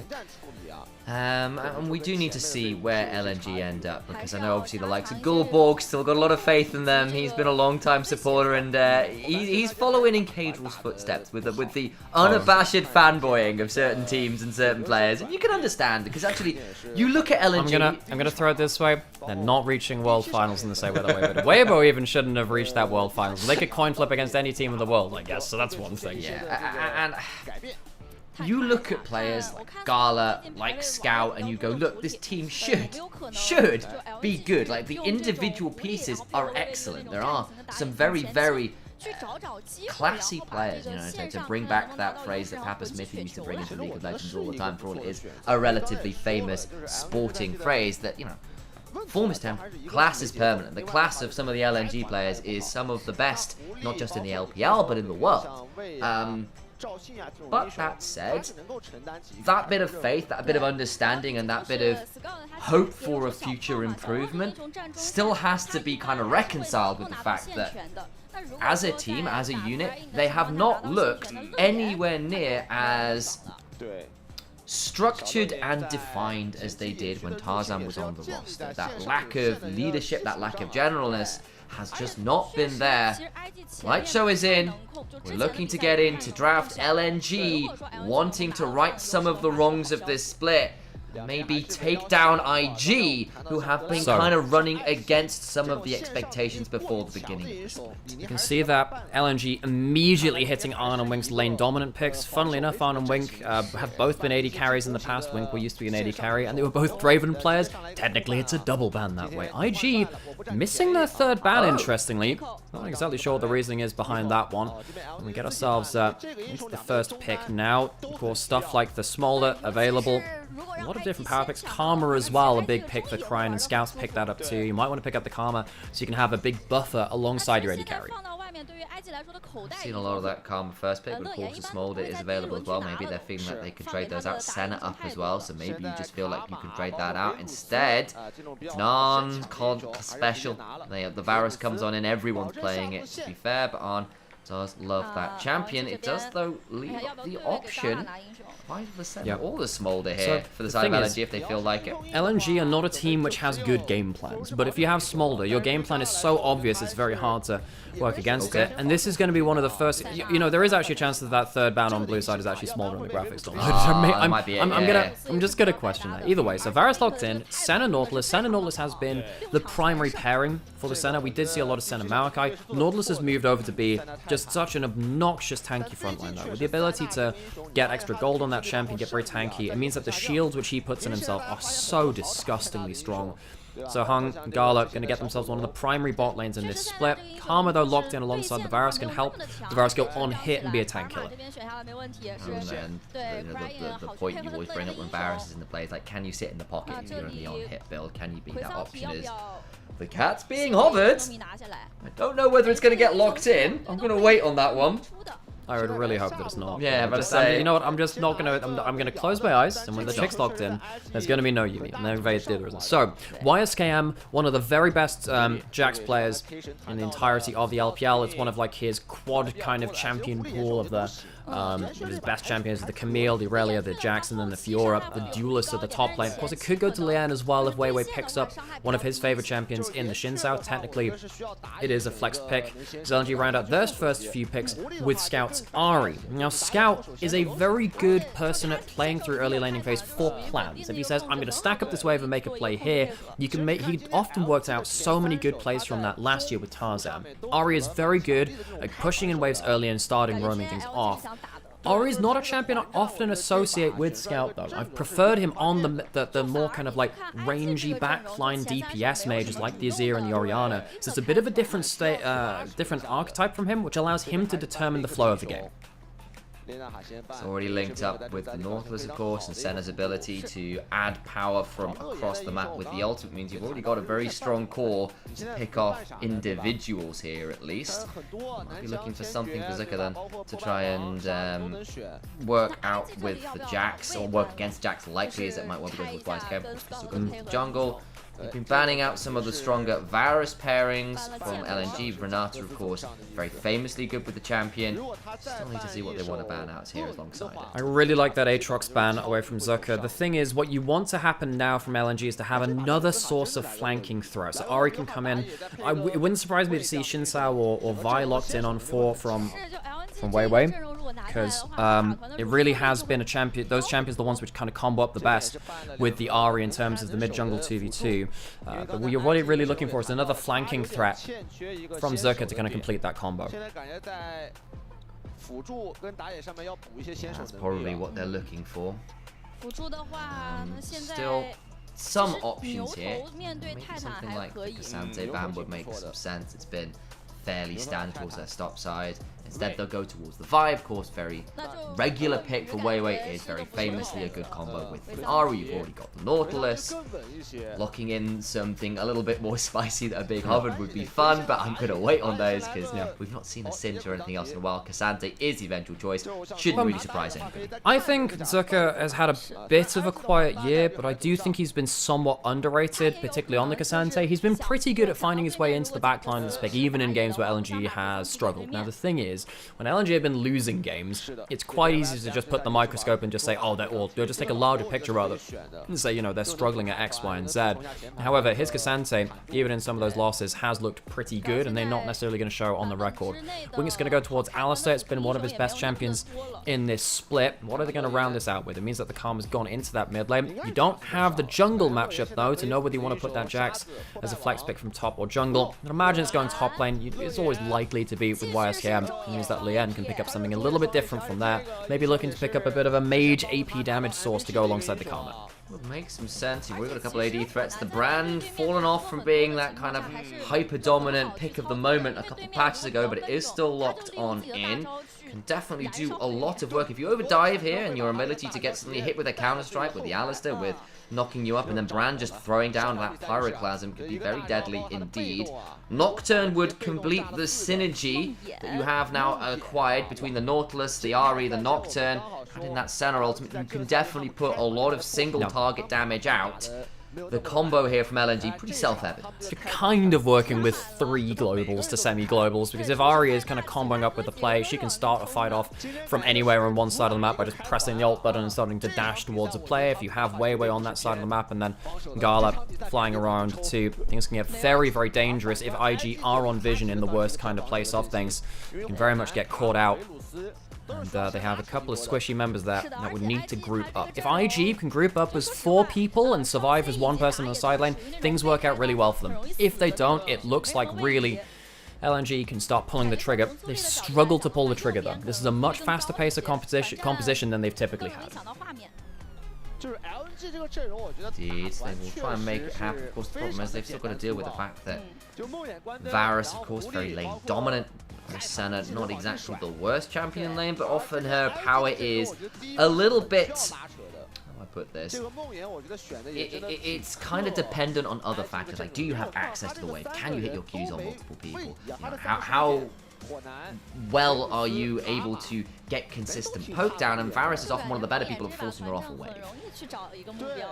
Can very much happen. It's, you know, it's likely to be the on hit, so it's not going to be as bad on that factor, right? That's one of the big things, because the poke Varus is much better at keeping people off of a wave. But I'm thinking more in terms of the early game, like those first few levels when Senna can sometimes get the early level shots. But even then, you have Halo Blades for the poke Varus, which helps you very much in the early laning phase. You kind of need the lethal tempo from the on hit to help you later into that game. It all kind of comes back together. But that bot lane laning phase, I like that you put a microscope on that. I think that's very important, particularly with how it feels like Arn and Wink have had a real revival year. They've had their bad moments last year. They are on great form right now, and I think if they can get a leg over an LNG as we get ourselves a pause, that could be a big moment for them. Well, from what we can see of the freeze frame, everyone is kind of just going for the 5-man fan, and we'll wait and see how long this pause will take. Back and looking at Scout, might be his... PC that's the one with the issues. Often the way it is, you pan the person who's called the pause. It's the it's kind of like the camera pan of shame, where it's just like, yeah, who's on screen first? Scout's got the issue, and we'll see whether it's going to be a, you know, it can be a number of things, and we'll hopefully get that sorted nonetheless. Actually, I think this is one of the first pauses we've seen in LPL this year. It's been pretty good with it on the whole. I say that now, which is now inevitably going to be the start of... It's going to be a start of deluge of pauses, and hopefully this will be sorted sooner rather than later. It's certainly been a lot less stressful and dramatic than the LCK, of course, struggling with some outside attacks and DDoS and stuff, which have been very tricky for them. Of course, have finally managed to find some ways around that, but that was not something the LPL's had to deal with too much, which has been very much a blessing. One of the issues, of course, not too much ever, as far as I'm aware, at least in terms of professional games. I've never seen that before. And yeah, I will say, of course, the thing is, like, you know, considering we are a tech-based competition, right? Tech is inevitably a little bit fluctuational. You know, is that a word? I've made it up. It's an interesting it's a conjugation, you know, I've decided. The funniest thing I've seen in traditional sports in regards to like just weird rule stuff going on is there was a football game, I think it was in South America, where, so effectively, if there's an injured player on the pitch, play has to stop to protect that injured player. But if they're off the pitch, then play can go on. And there was a player, so what happened was, there was a guy on the ground clutching his leg, like, oh no, my leg! And the players from the other team dragged him off the pitch so play could go off. They literally just picked him up and threw him off the side of the pitch. And then his players came and dragged him back onto the pitch so play would have to stop. So this poor guy who, you know, he might have been simulating an injury or whatever. But this poor guy on the floor going, oh no, my leg is just dragged and ragdolled around the pitch. One of the funniest things I've seen in sport in a while. It's beginning to think about trialing some blue cards as well, which of course for us who watch a fair amount of rugby out there, the ability to basically have cards that temporarily sin bin a player often adds quite a lot of, like, additional punishment to the infraction, right? I think it's a bit trickier in football because yellow cards are often given out for smaller reasons. So we all go back onto the rift and we can look a little bit what's happening in the early game. But of course, we've seen where the blue cards come out of value. I don't think you can do that in League of Legends. The best you've got is a grey screen. I mean, we would actually. We do have maybe a Vagar cage. There's already. Oh, that'd be great. Actually, I mean, wait. Or you just drop it down for 30 seconds. Can't leave. Yeah, or you just get hit with a Morgana binding normally, and then you go make yourself a drink. You go make yourself a home. You come back into mid game. So Hook misses a level 1 as Hung misses that one out. Of course, Hung didn't start this roster for this year. He was substitute behind Mark, who came over from Top Esports. Who's been replaced by Mako over there, of course. That was a hell of a move in the offseason. Oh, yeah. But, Jackie and Mako have been one of the brightest sparks on that team, actually. Last game, just walking into the enemy jungle, something that you can do with Jackson. Just says, okay, well, he's not starting on red buff spots. I think he just about starts him. Were they swapped out of the bush or not? Yeah, I'm not entirely sure. They would have themselves some pretty good information, though. You'll likely do pathing towards this bot side of the map either way. And Weiwei, he's going to head up towards his red buff. He will be spotted now. So Weiwei on vision. Wink, it was some nice little trades back there from Ando. Gets a bit of a decent early chunk, and obviously they're the ones on the way first. And Gala didn't quite land that piercing darkness. I have to look again. Double hail of arrows as well. Feels very nice. It's one of the real like walk of shame moments where you miss a Varusy in lane because that skill shot is impossible to miss with how large the hitbox is and how fast it travels as well. It's one of the reasons why Varus is so annoying in laning phase at level 1 you start. Also because he's slightly longer range, even than someone like Senna at early levels. Senna's quite long range, but her attack speed is so slow. It means that Varus, I think he's 575 auto attack range. He's a little bit longer than other AD carries. It's quite large. I can't remember exactly what it is. But he can auto attack you, throw an E out to cancel that auto, or at least get the auto attack kind of timer kind of running.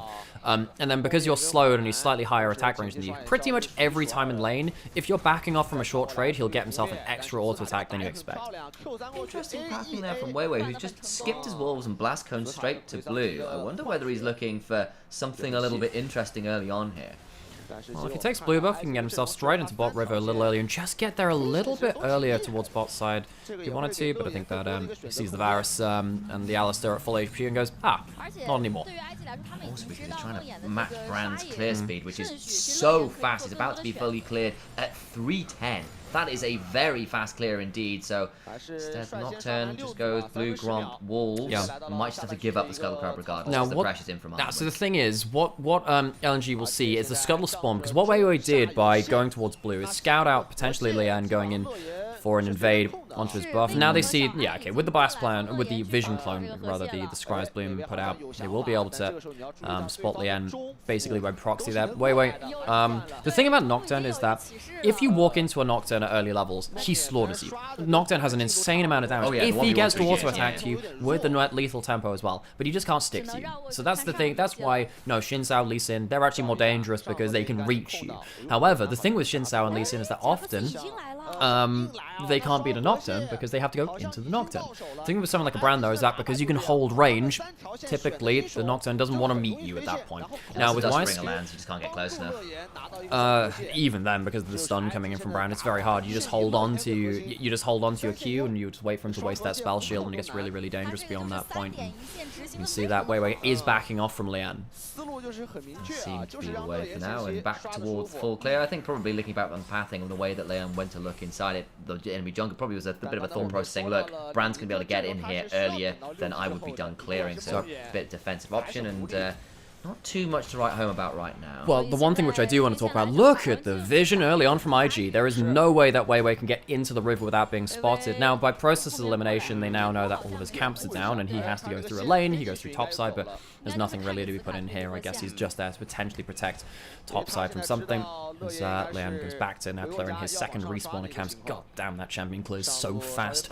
As he gets back towards the top side of the map. But IG, one of the things I've criticized for them is they're not necessarily great at setting up plays. Their early game, though, has been pretty legit. And now with both of their lanes helping these scuttle crab spawns early and getting this vision line set up, Lian on this brand can clear grubs so quickly that IG have got very much a lot of control of this early jungle confrontation. You saw it already. Brand passive on the middle grub, spreads it to the other two grubs. Your ability to shred through them is just unmatched. Good charm from Scout onto Cryin, who turns it around, throws down the W, trying to force an ult from Scout, and does so.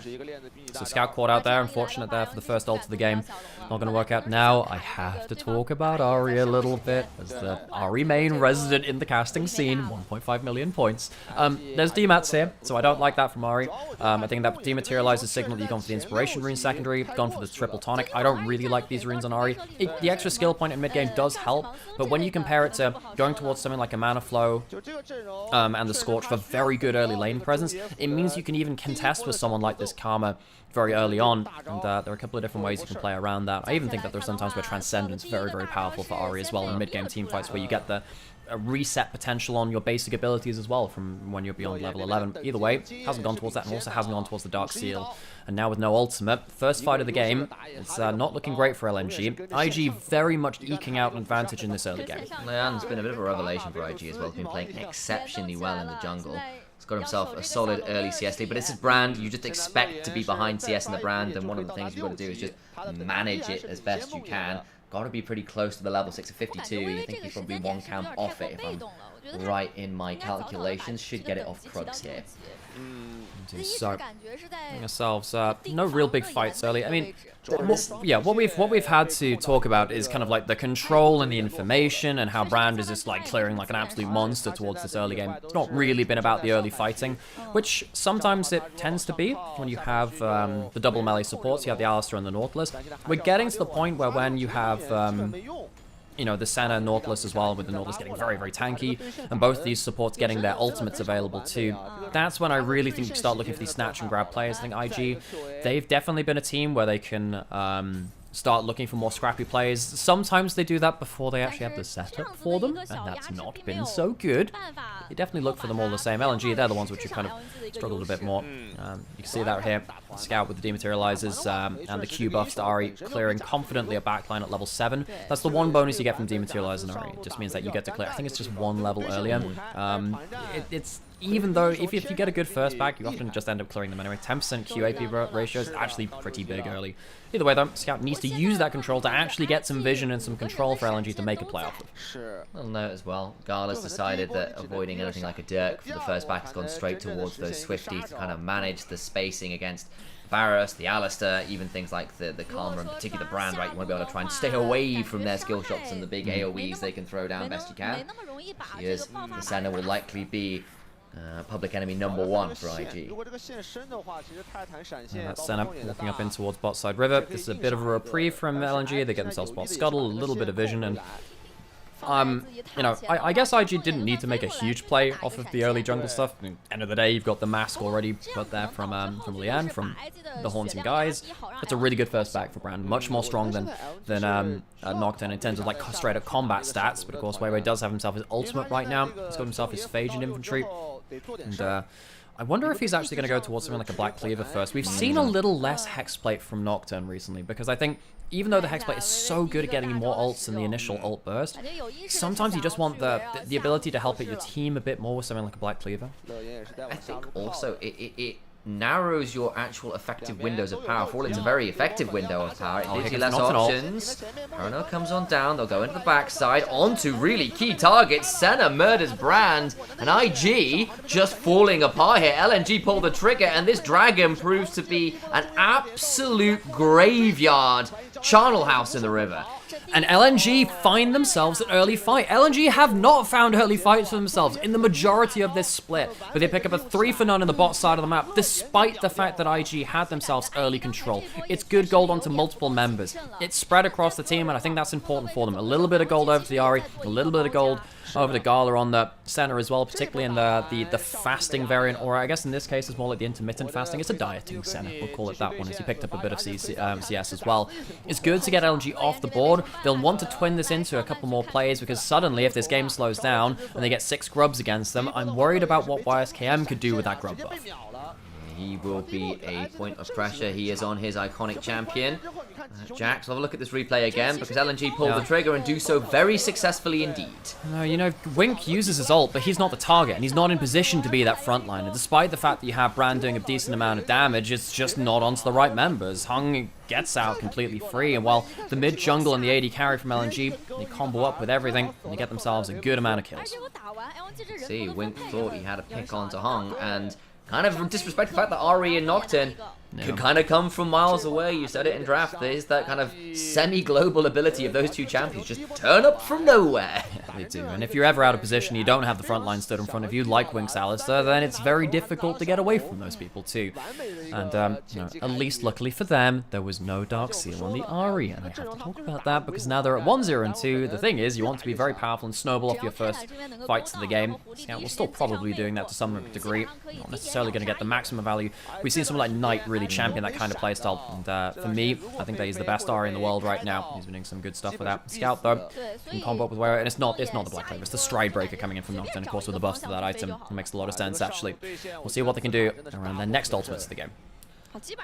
Seems to be the way of it, and checking in on Gala's stacks, it's about 30, which isn't exceptional for this point of the game, but it's still pretty early on. It's more when we get towards that 20-minute mark, we can see where they're at, of course.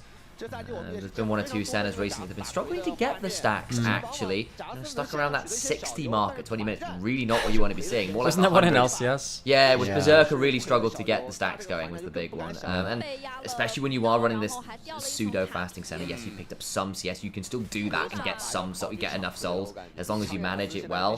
The point is, you're wanting to try and get towards at least the 100 mark, if you can, by that 20 minutes. So Arm doesn't have flash or cleanse. Needs to be a little bit careful if a fight were to erupt. Luckily, Wink has his ult back up and he has flash and ignite. I think it's hard for LNG to really pull something off on that bot side of the map. Leon once again out onto the map as well. He has his Leandries built up. Very, very big spike for this brand. I think there will always be a threat in this game later on if LNG overdive with the Nautilus and the Nocturne. In another game, they would be tanky enough to survive that kind of combo. Not against the brand. Not against the brand. I think that now with the gold from the early clear built up as well, he needs to be careful not to give Brand this damage.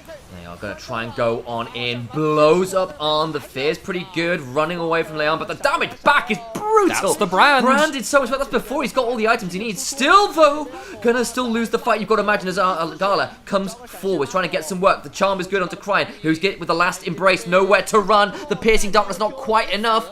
Leon still enough of a threat to prevent too much more. It's a 1-for-none in the end, but the health bars nearly universally there. Very low indeed. Speak of the devil and he shall appear. It's the Brand damage, everyone. The 1-item spike on this jungler is absolutely disgusting, and LNG very nearly fall prey to it. And that's going to be the danger for the rest of this game.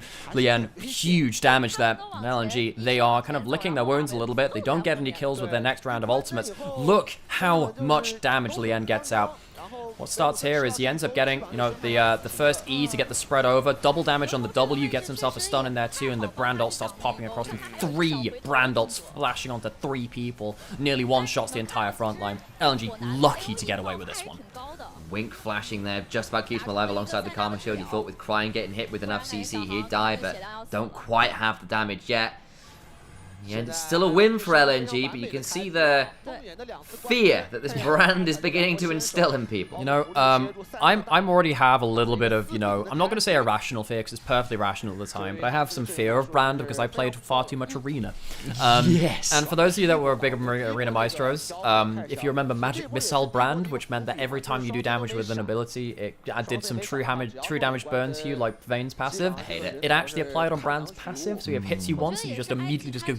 Just immediately kills you. I was not a fan.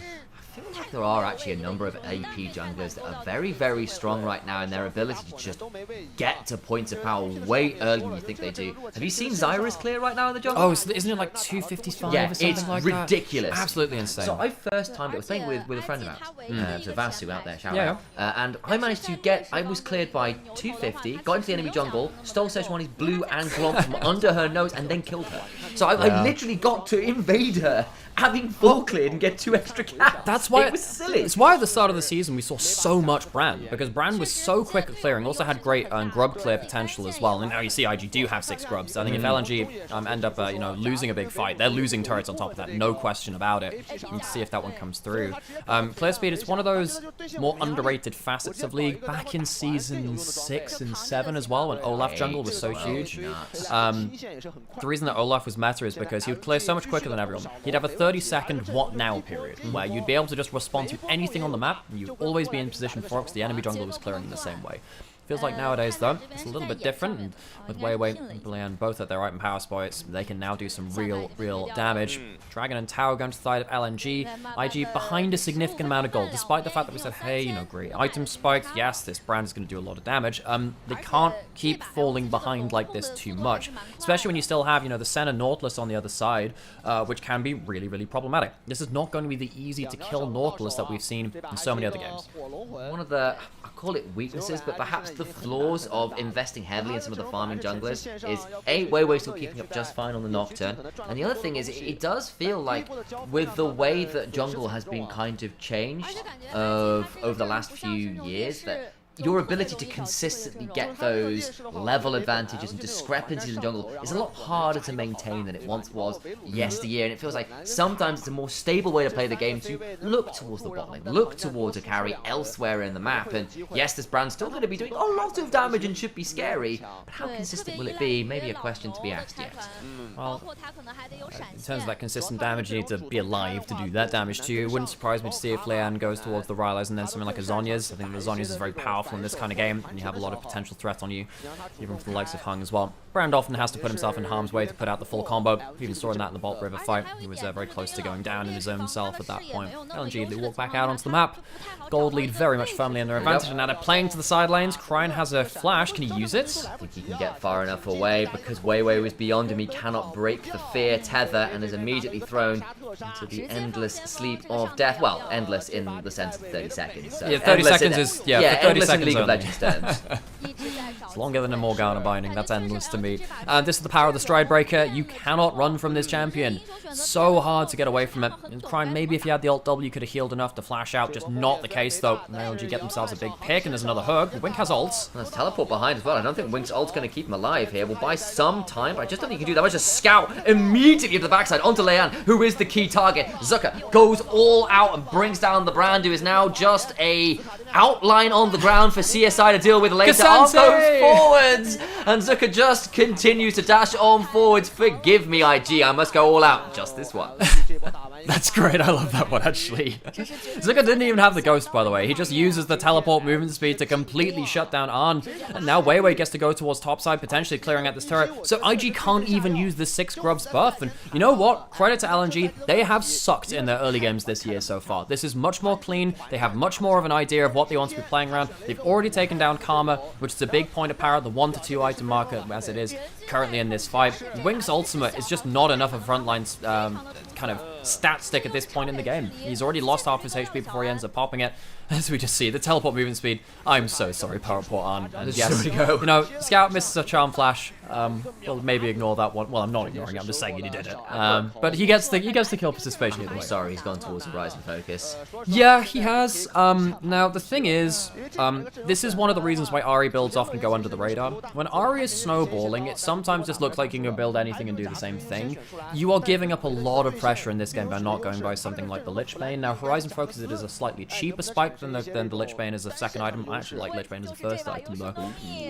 But when you're dealing with a comp like this, when there's a lot of people you can actually get significant auto attack uptime on, you can even go for the Ingenious Hunter as well to bring your Lich Bane cooldown from 1.5 seconds down to 1 second. It means that your combo is so slick. It just means that Scout will be kind of, you know, still part of the combo, still good in terms of that burst, but you're just missing out that extra kind of punch from having something like a Magi's or a Lich Bane, which you would have had so much value out in this game. I will will at least say that the way Horizon Focus Net works now is that, you know, it works, it's at the max range more than anything, at least because you've got such long range engage ability to actually play at the long ranges consistently. It feels okay this game at least. But we've got ourselves about 50 odd seconds until the dragon to work with, and that's would be soul point for LNG. They're hitting towards those 2 item marks nearly universally. Garlop should hopefully get towards, I suppose, with the Blood Razor complete, it's pretty much there, so they'll be wanting to trade for this one and get to soul point. That minute till dragon means that IG have a very short time to figure things out. You've got Karma going towards topside, but doesn't have himself the teleport, so IG, they're giving this one up. They're not going to be contesting for this one all the same. They know that LNG are in the point of power. You're waiting to see what can happen with your power spikes, but you don't have Jax with the side lane advantage. You don't have Arn with the ability to cut through the champions that he needs to. If Nocturne gets on this Varus, he cannot fight. You need to have Wink being able to headbutt him away. But trying to get that through the spell shield can be very difficult. Yes, maybe the Varus ult can help too, but just with the raw stats that LNG have, it's so hard for IG to fight back. And this is why, walking into this series, we said, hey, you know, this should be a close series. You definitely can see LNG turning up to play. Can they finish it off in this game and maybe the whole series? That would be very important for them. They do not want to be dropping to 8 losses. They do not at all. It's Garen way 2 manning the dragon right now. Wink is over the wall, but just look at the amount of vision control. It's so hard to get on in here. Arn's still stuck under tower. Soul point going over 3, and LNG continue this very clean snowball of the game. And that's something we have rarely said about LNG. And you know, last year, LNG were... I want to dispel something about 2023 LNG. A lot of people said that they were a slow team that didn't do anything, they didn't snowball. That's not necessarily true. They stuck to their plan, and it just felt slow because it felt textbook. And sometimes that meant things were a little bit slower, but they always made plays which felt such high percentage because they had everything in the right place that they could just do stuff like this and play towards their combo. Fear comes on through. YSKM doesn't get all that much value out of the counter because of course there's still the shield to work with. Some Dusk Bringers and some Umbral Claws do exactly what's required to bring down Jax in the bot side, and another pick towards LNG. Yeah, statement game for Weiwei. He has been the real core of this composition. This Stride Breaker buff to the Nocturne has done such a good job to allow the Nocturne to be a side lane threat, an initiation threat. He's done both of those things very, very well. And IG, despite the fact that, you know, they have this top laner who is soft and played around, side laning and individual dueling potential, can't do anything around this Nocturne. I mean, how does YSKM play this game in a side lane? Because he's got to deal with a Senna ultimate, Arya Nocturne turning out of nowhere. The Zucker on the Cassandra is still going to be an annoyance in this game. Leon has to be just a little bit careful. Scout forced to ult. That was Leon who also had to ult as well, so it'll be ult for ultration. My days, there's still a lot of damage onto Scout. I was about to say, you know, who needs to be careful here? If you get hit by that stun, you die. Because what we saw, there was only the single ult bounce from Leon as well. The passive went off, but the extra damage could have... yeah, there is, but this is Brand, man. Brand is so scary at this item mark. It's one of the reasons why Brand support has occasionally been a solo queue special for a long time. You don't always need levels and gold to kind of match up gold with even mid laners. You often die for that damage, which is the problem with Brand support. You'll either see them go 10-0 or 0-10. It's a bit of a feast or famine champion. You can see right there that Scout needs to be a little bit careful. Might be one of the reasons why he's potentially going towards something like a Banshees with that Verdant Barrier. As well, he's got the Null Magic Mantle already built up there as well. I think in this kind of game, I think that's actually kind of fine. It can help you shrug off stuff like the Varus ult as well if you're diving into the right kind of point. See exactly how much value you can get out of that one. But Lian, despite the early pressure that he managed to put out and the early damage to put out, he's not really been able to have one of those great sit-in-the-pocket moments alongside the Varus and burn down the frontline team fights. Not yet, at least. The problem is you've drafted towards the Varus to win the lane. You've got to shove in early, yeah, but the moment the level 6 came through and that one river fight happened, it's just never really felt like there's been an opportunity to come back in and find something like a good fight lane, at least with the 2 items with the level 11 can make those ultimates work. Really dangerous. We talked about the ninjas in pajamas hiding in the shadows earlier, and that was their home territory. Now we have Ahri teleporting back into the mid lane, and you know, just the threat of IG giving up vision is so scary. They put double pink ward towards the top side of the map to try and control some of that vision as YSKM finally gets them wave shoved in that side lane. He can't even stick around to use the 6 grub buffs. IG, they're just trying to stay as safe as possible. See if LNG will let them do so. With Soul up in about a minute and a half, on the other side Baron alive, there's also now the issue that IG are in a very precarious position in terms of how do they even look to contest on the map. They're already at risk of being picked off if they split apart, and now you've got to try and keep an eye on 2 objectives at once. you are in a very tricky position in terms of managing where LNG are on the map and where you are in respective to it. There are 4 sweepers from LNG to control the vision, but this could just be Scout dead. He's gone. That's a fantastic pick. Scout a little bit too eager, does not get to ult, does not get to flash, immediately picks right. up. Okay, this is Baron start now. I think that's the territory. You don't have the knockdown ult. That was pulled in that play. Scout goes down trying to clear vision. They had 4 sweepers. They were trying to starve out the wards from Invictus Gaming, but the Baron goes. Got to keep your eyes on as well, because Brand and Varus shred this so fast. They're going to start the fight. Still the full V5. Big damage onto Wink, but he's got an ultimate. In comes the Dawning Shadow. Way on the side. Will manage to immune it for now. And IG hit with the last embrace. YSKM throws down the counter strike. Flash on into the backside. And LNG, how much more can they do? Scout has no teleport, so cannot look to even rejoin the fight afterwards. And LNG still got Baron aggroed on them. IG cannot get more than the pick. No, they can't. They very nearly got themselves a clutch moment with YSKM flashing in for that counter-strike. It's always a bit of a fear against Invictus Gaming, regardless of the members on the roster. This is one of the greatest team fighting organizations of all time across different rosters, and we saw that even last year with more of these familiar faces from the modern era. How does this start? Again, we said, hey, you know, there are 4 sweepers on LNG, and they spot out a ward there. LNG checks in the brush. But the thing is, you can't Banshees through an Alistair combo. The headbutt blows the shield, the pulverize, and then ends up getting you CC'd all the same. Great pick from Wink. They get that very important kill. Of course, no Dark Seal stacks to lose. I'm sure much to your chagrin. But over towards Soul now for LNG. YSKM looking for the flank, but LNG, all ultimates available, ready to make a pick out. He doesn't have the flash this time. He has a blast cone. Way has his ult again. He'll spot out YSKM. Can they go for a fight now while YSKM is out of position? No, they can't. Wink has his ult again. They would love to be able to chunk through that Alistair before he can get full value. LNG have a contest on range. Carl is chunked.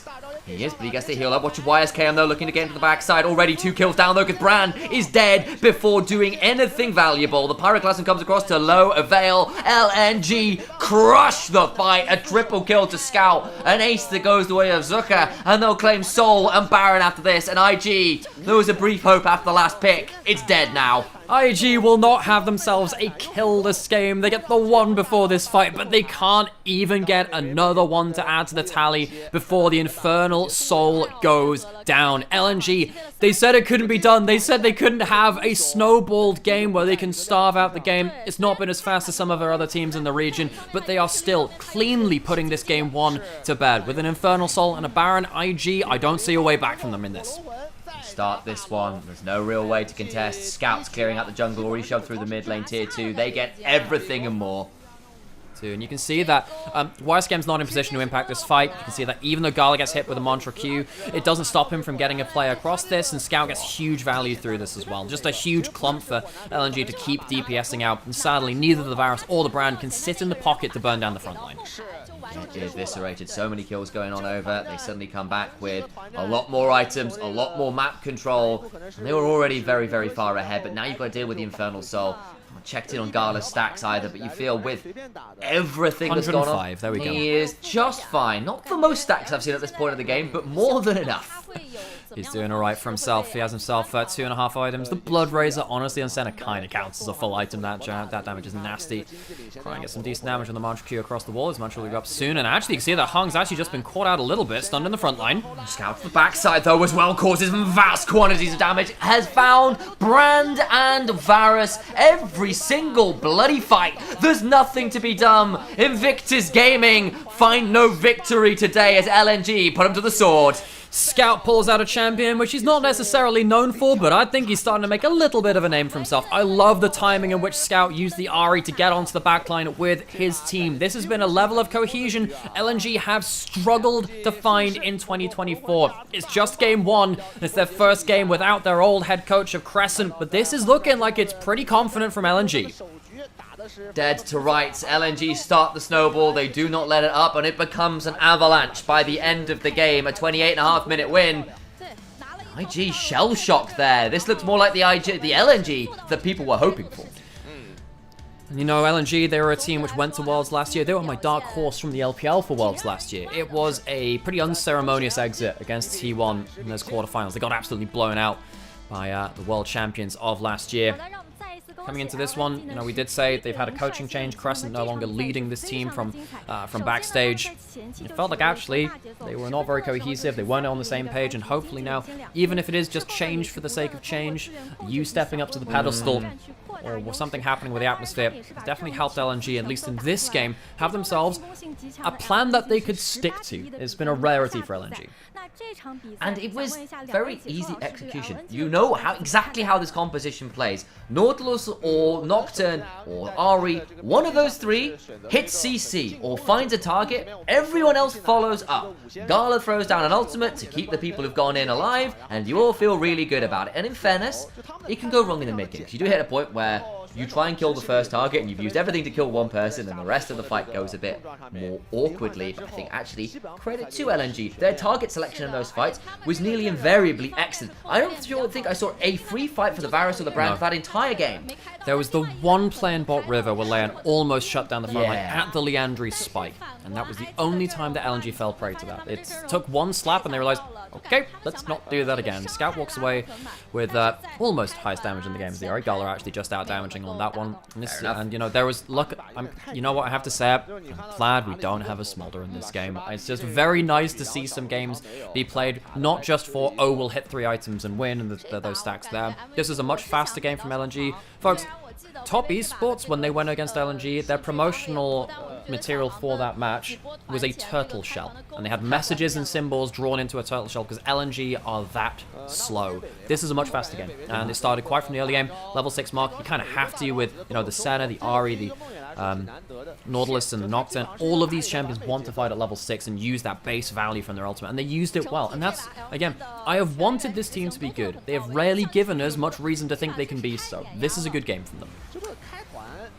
And yes, the composition, not the hardest to execute. It was a relatively one-dimensional, one way in, no way out kind of composition, but they did make it work. And I think the other thing is it's felt a little bit like, from the side of IG, their composition didn't have that many easy ways to manage it. Yes, if the Brand gets to survive, you've got a lot of people diving in for 3 Pillars of Flame and Pyroclasms, but if you ever felt behind, like, it was very hard to keep those immobile backliners safe. I think it's different if you have the Varus and the Alistair being able to control the Senna and the Nautilus. But this is one of the reasons why Senna Nautilus has been so powerful, is that it's very hard to do so. In some of the Senna lanes, it feels like the Varus can cut through the tank. Because Nautilus has so many ways to stop you from auto-attacking, it is much harder to get that damage down as the on-hit Varus. And you can't go poke Varus versus the Nautilus because it just goes too tanky too quickly. So I think that we're going to have to go back to the drawing board a little bit from IG. I think that the early clear, the first clear of the game, was excellent. Beyond that point, they really struggled to keep LNG's team composition control. And in fairness to Arn Wink, they did actually keep the Senna under the tower for most of the game. The problem was, then when they thought they were setting up for the Dragon with the lane pressure they had, the problem is you've got Ari, Nocturne, Senna, who cheat lane pressure by the ability to press R. And they get caught in the river. Yeah. And you know, on the whole, I think on a mechanical level, I'm happy with how Scout played the Ari. I'm a little bit upset with the build. This is a snowbally game. And you know, in every single Ari game, you don't see a Dark Seal. Someone has made a mistake. That is just a big thing about it. And every Ari main is building Lich Bane right now. There is a reason why these items are there, but they haven't made it to Pro. It's kind of the feel good.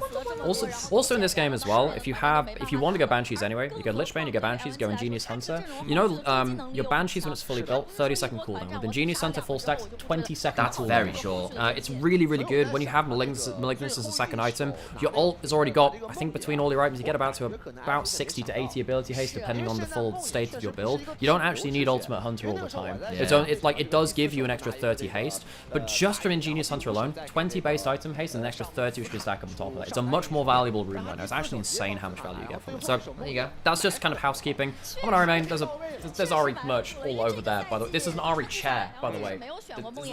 Yeah, anyway, folks, we're going to leave it there for game 1 of this one. And yeah, we hope you're enjoying the show. Thanks for supporting the Costream. Thanks for tuning in.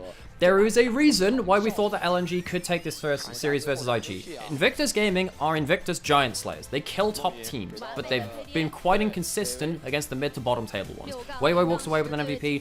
Great moment for him. I think that he has struggled to find a role within his team. This time he could really be leading the charge. I think it says quite a lot that considering the lack of wins from LNG, that he's got so many MVPs. that does tell me that when LNG have won, it's meant Weiwei's doing well. They need this guy to be online, and when he's not, the team looks significantly less good. And that's often true of junglers as well. Actually, you know, if your jungler is performing poorly, teams look way less dangerous because your laners are kind of playing by themselves. They don't have that same kind of synergy and links up with the rest of the map that you just aren't there. But anyway, I could use another glass of water and a wee. You do that? Okay. Perfect. So I'll be babysitting you for a little bit. And, we'll see if this goes to... This is another 4-game day, whether we'll get ourselves a bit more of an extended play. I think your headphones are caught slightly under this. Yeah, I think you've rolled it over it at some point. Yeah. Out of the way. Just careful for that. I know it's a janky thing. My leg was actually in extreme I just let him like... pain. So because we've cramped a lot of things in here, I have like a power converter pretty much down where our legs are. I'm like, if we hit that, the whole thing goes offline, so we need to be very careful with our cutting legs as well. It's a bit scuffed in that sense, but it's enough for us to get things online and to get things into your airways as well. And right, we shall see whether IG can strike back. This team, IG, they don't set up for objectives particularly well. Again, it feels like they just kind of walk in and expect to fight. A lot of their team fight setup is predicated on other teams making mistakes, and right now the LPL teams are making mistakes. Sam, do you want to leave the door open just for a little bit so we can air it out? Yeah, it definitely feels like a lot of teams right now are playing the way they are because other teams are also making mistakes. I think that you see teams like JDG who are making less mistakes, and they force some teams to play very weirdly against them because though JDG aren't that proactive, you can see particularly when like Ruler is on Xayah, you know, he's very hard to get on top of, and we even saw like IG, oh no, it was OMG I think try to play against them in some of their games, and it just they really struggled to do that. Yeah, we're just playing the ad break right now, Nymaera, as well, because I remembered it this time. Yeah, it's helpful that way. What's happening over here?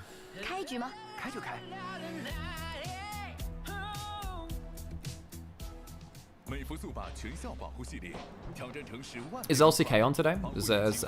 Hey, Trouble, how's it going?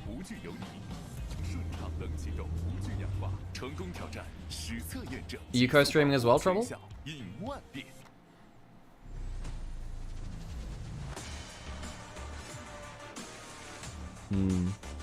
I also wonder as well whether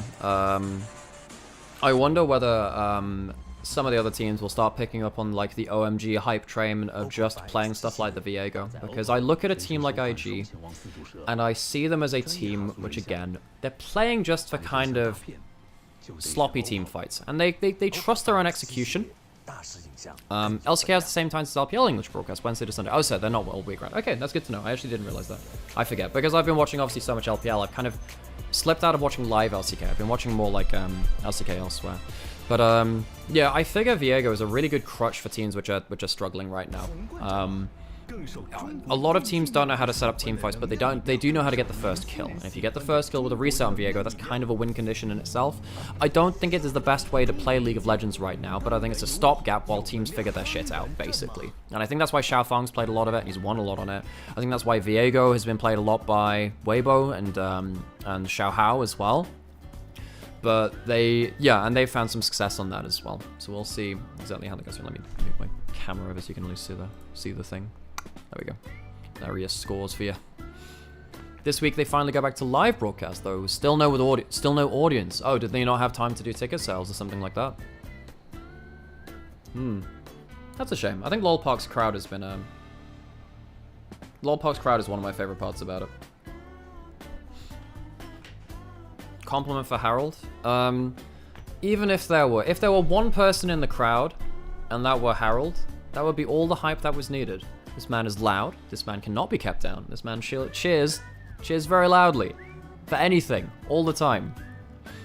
The intros the casters do. Oh right, yeah. I saw like one clip of the LCK casters doing the team cheers. Yeah, that's kind of cool. It's part of a big part of the culture of the LCK. So that's kind of cute. How many points do I need to accumulate for you to coach me on Ari? Well, I mean, I can offer tips. I can offer tips at any point. In some ways, it's easier for me to tell you about some stuff before you've kind of built in your bad habits, really. So,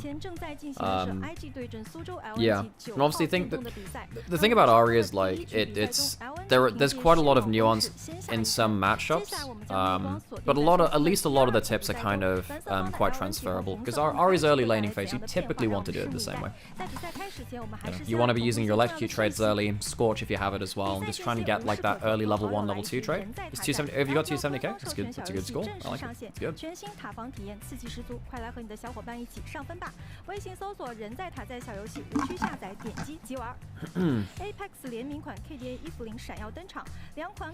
So, what do IG do? Are we switching sides? Now, the thing about the LPL is that I always assumed, and I've heard this before, that you have like one team gets side choice in game 1, and then it kind of flips over for game 2. I'm actually not sure what happens with game 3 though at this point though, because I always thought it was like loser chooses. I don't think that's the case now though. It's legit my only standard ban after the patch. My champ pool is crippled. I mean, is Vex okay? I feel like there aren't that many tanks in the game, so Vex should be alright. Maybe not be awesome, but... Well, no, she really liked old Ludens. Ludens is kind of crap right now, so... Yeah, okay, well, that sucks for you, I'm sorry. Yeah. Vex is fantastic. I'm like, yeah, I feel like the items don't. Anyone who used to build Ludens kind of sucks right now. There are some points I think where Victor's okay with Ludens, but just basically everyone wants to build Seraphs if you want to build mages right now. And that means that a lot of the burst items aren't great. And Ahri is one of the few champions that uses Malignance well. So you have Ahri and Karma, which is good with that. Yeah, Malignance is fine on Vex for like snowballing, but like you need to have the damage to one-shot. You still have to get Ludens to the Storm Surge, but Storm Surge isn't weird now. I actually don't think that Storm Surge is worth building on anyone right now. Storm Surge is such a bad item. I think you actually just go for like, I mean, if you're going Vex, Horizon Focus is probably better, right? Because if you hit your ult, you already activate it, and you get the 10% damage thing afterwards. It's cheaper than Storm Surge too, right? Or it's around the same cost. I don't think that Vex is a good auto attack weaver. Her combo's too fast, and her combo's too fast, and you don't get to have, which means that you spam out everything, you auto attack, and then you have nothing to proc your second Lich Bane. The thing about with Ahri is that because each ult charge gives you a Lich Bane proc, and particularly when you go in Genius Hunter as well, you get it on a 1 second cooldown. It means that the internal cooldown of Ahri ult is about 1 second anyway. It means that you can ult, you can auto, your ult then comes up as your Lich Bane comes up as well. It's only a slight delay, and it means that your combo is very, very slick at one-shotting people. Yeah, and Vex doesn't have like an empowered auto attack to get value off the Lich Bane from another angle. So say from my end, right, I play a lot of Evelynn, and Lich Bane's like pretty much her first item now.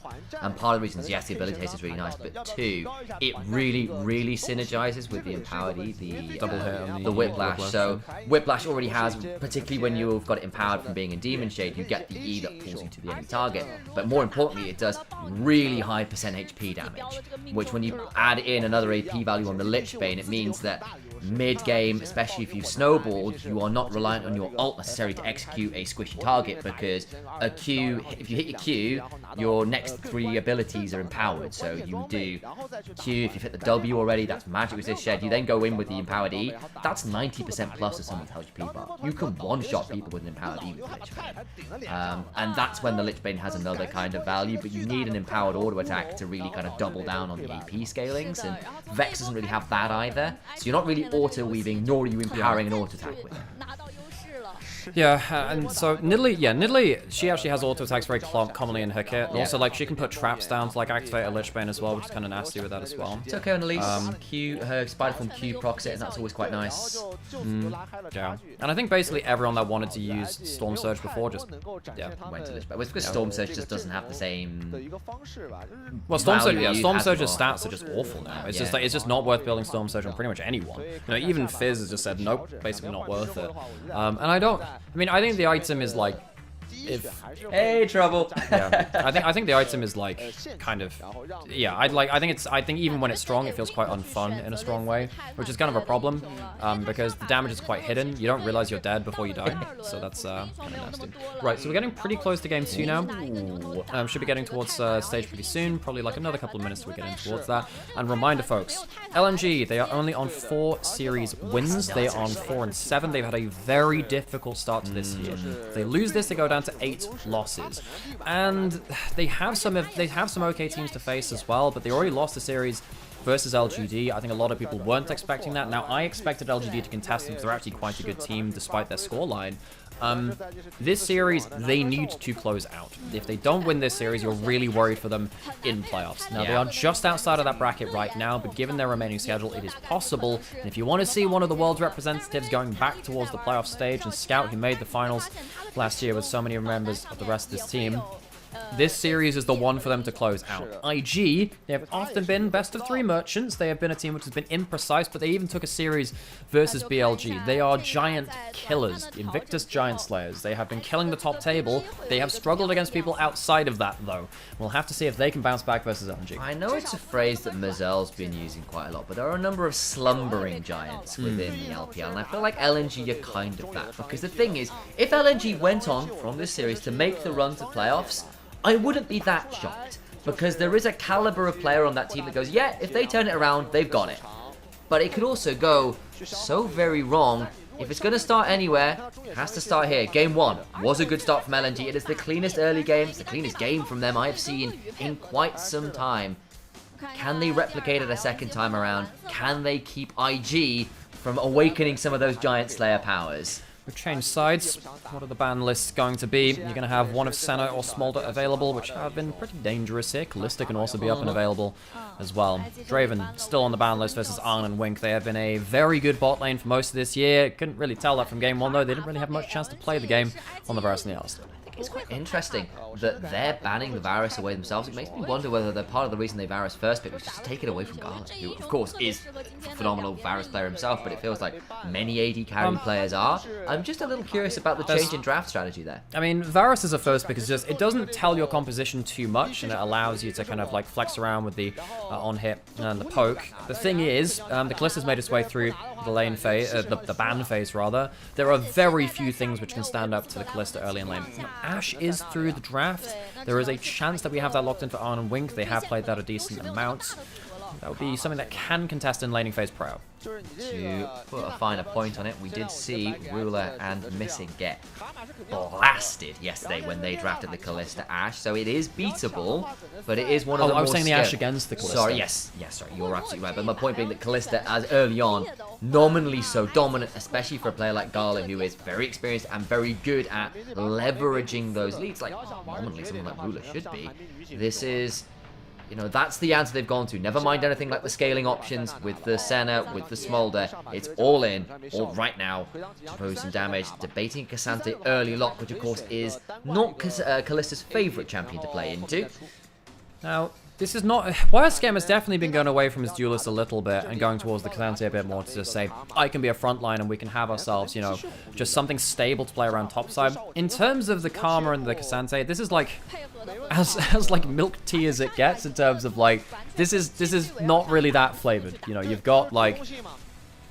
2 solo laners which can fit in most different compositions. You're not going to have that much split push threat. You're not going to have, you know, that much in terms of like teamfight potential from Crime on this Karma. It's enough, but they're there to be stable and hard to counter. Renata Tristana locked in though. Scout, I would say, was the best Tristana player in the whole damn LPL of last year. Yeah. He's going back towards it, and given how he was actually very impactful on the Ahri last game, if he's feeling it, he can start pushing up the early game tempo again. These are early game drafts from LNG. This is not what we've seen from them for most of this year. I think I am liking them with a bit more proactivity to their name. You've got double AD carries, double lane pressure AD carries, with a Renata to bail them out. That already feels pretty good. The Nidalee though for Leon, who of course is famously a Nidalee player. He came into the league known for the Graves, the Nidalee. He gets it in, he's ready to go. And this Nidalee has been very impactful in some games before. In fact, IG beat Top Esports in the game with that Nidalee as well. Yes. And what he ended up doing was comping on with Wink on the Blitzcrank. And it ended up being very, very dangerous because one hook lands, and then as long as one of them hits a skill shot, everything goes pretty pear-shaped after that point. You don't have any setup right now, though, for this Nidalee. Leon, fantastic individual Nidalee player, and he can get a lot done even without too much setup, but it is so hard to get value out of this pick without point-and-click CC. Does it come with a Twitch, though, this time? We did see that yesterday when the Nidalee was locked in. Is it time for that? Yeah. Is that the new LPL meta? It's not great versus Kalista Renata, and the whole... That's pretty awful, yeah, because you're sat there like, huh, what is Twitch bad at? Well, he's pretty pretty bad at early laning phase. What's really good in early laning phase? Well, Kalista Renata might be the best thing out there. Okay, let's maybe not pick that one. I mean, the other thing there is, like, imagine getting hostile takeover while your ult is running. Yeah, Just yeah. awful. Although there's a really fun thing you can do where if you build Collector versus Renata, and you kill them with the bailout, and then like it kills them again, you actually get double stack of the 25 gold off your passive, so you can kind of get like an extra 50 gold. Yeah, an extra 50 gold per bailout. Well, 25 I guess if you're already gonna get the kill. But just a weird extra thing that goes on beyond that point. Blitzcrank Ashe banned out two of the pick bot laners. Also interesting to note that over in, say, the LPL and LCK, Blitzcrank holds the community position that Yuumi does in the West. They hate Blitzcrank. Yeah. It is notorious how much they hate it. That is the champion they think is most unfair. I know in low elo in the West, I know the Blitzcrank's been banned a lot for years. This was always like the early season ban alongside Teemo as well. He was like the early season annoyance champion. Then last Yasuo release and everything kind of changed around that. So what's our bot lane play going to be? It looks like it's going to be the Xayah Rakan. Okay. Likely to be the last pick coming in from Wink from that one. Of course, you can't really take the Rakan away. The Ronaldo was already locked in on that front. It's actually the top side of the map, LNG, which has been let through so far. Zucker, I wonder what he's going to do to be kind of a top side kind of threat in his own right. He has to be safe. We get ourselves Weiwei's Ivern, one of the very few Ivern players in the LPL. He used this to great success at points on Weibo to back up stuff like the double AD carry combo, because you can be that enchanter from the jungle. You have the Renata as well to kind of allow you double safety in that front. However, you're against the Nidalee. Ivern's jungle pattern can be a bit weird. It's going to be under a lot of pressure from Nidalee. I think the Udyr is very important in that regards because it means that you will have a pushing lane for Ivern to play around safely in the top side. Arguably, you're going to have 3 winning lanes for the Ivern to leverage off of.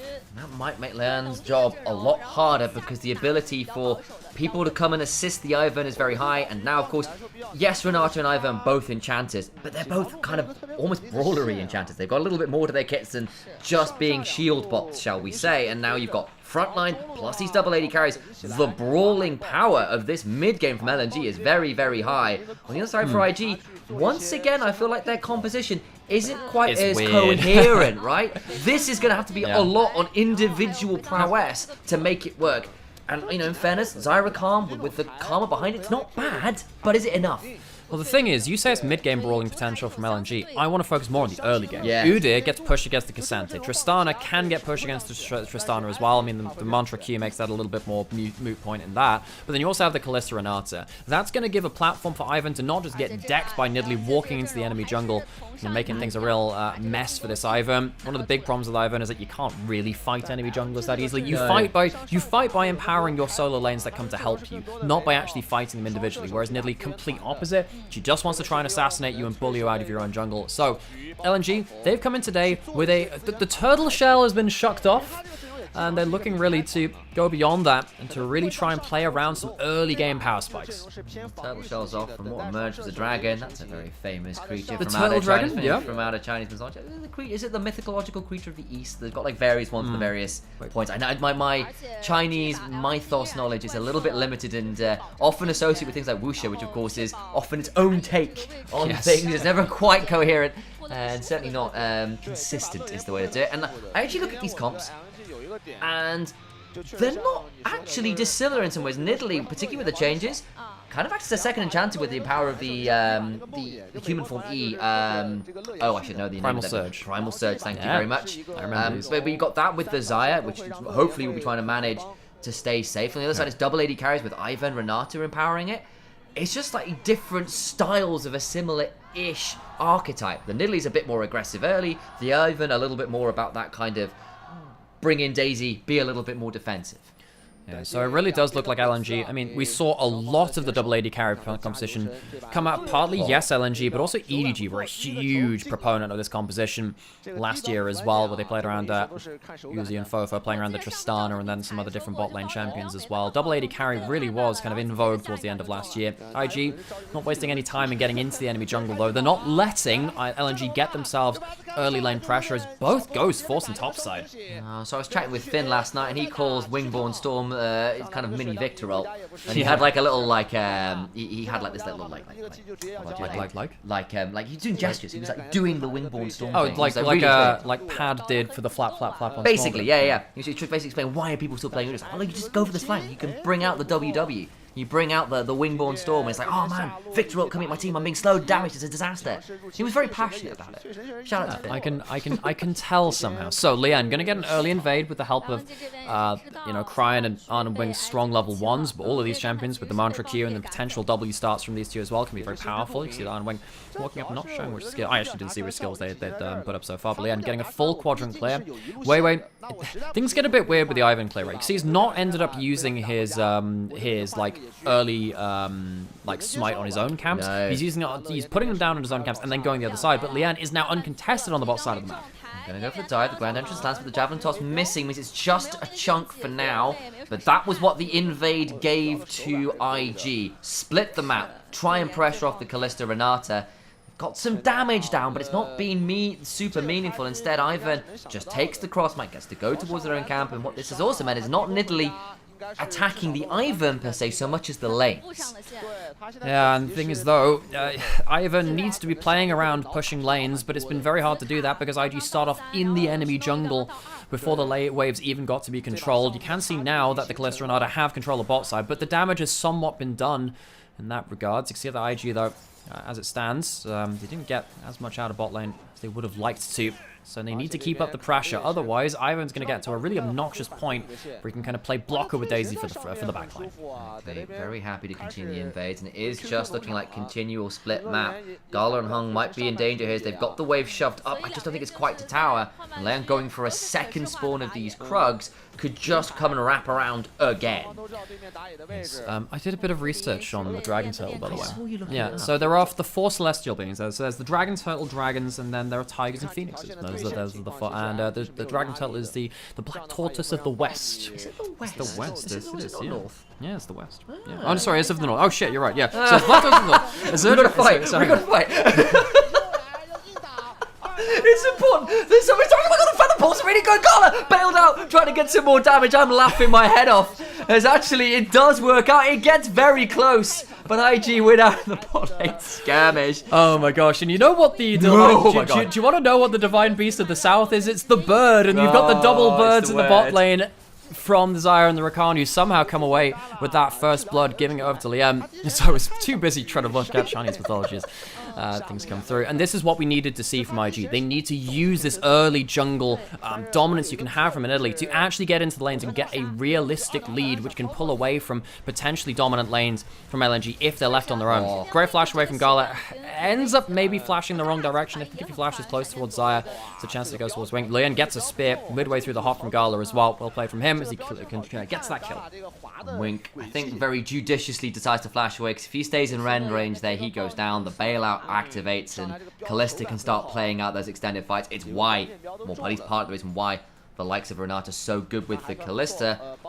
Pause on that conversation because Wink and Arn are actually somehow in the mid lane. Scout might just face check them. Does get to rocket jump away, and so is just fine. It's easy. So the rules of League of Legends, in terms of the way the game's code works, is the last displacement takes priority. So if you get knocked up and then the jump comes through, obviously the jump's going to go through. That's how the weird thing with Tristana buffer is that you press the button, it takes a while for the jump to start. So right there, you press it just before you get hit, you end up getting out of it as it goes after that point. It's where you can buffer out of things. Wait, walking up to Leon, uses the on-hit damage from the bush passive of Ivern. What's the interesting thing which people forget about is that if you are stood in a bush near Ivern, you get Ivern's W passive as well. It's very, very powerful for it. Very powerful for the 80 carries. Which means that those 80 carries can get themselves a large amount of value for it. Leon can have some value against the bushes because you can put down the bushwhack to get some extra vision for a brief second within that bush. See if you can use that in some of those bigger moments. He's gone back and got himself a Dark Seal and boots. He is running right across the map and looking to snowball. The handshake there stops Wink's easy engage. The heal comes on through to give the additional movement speed.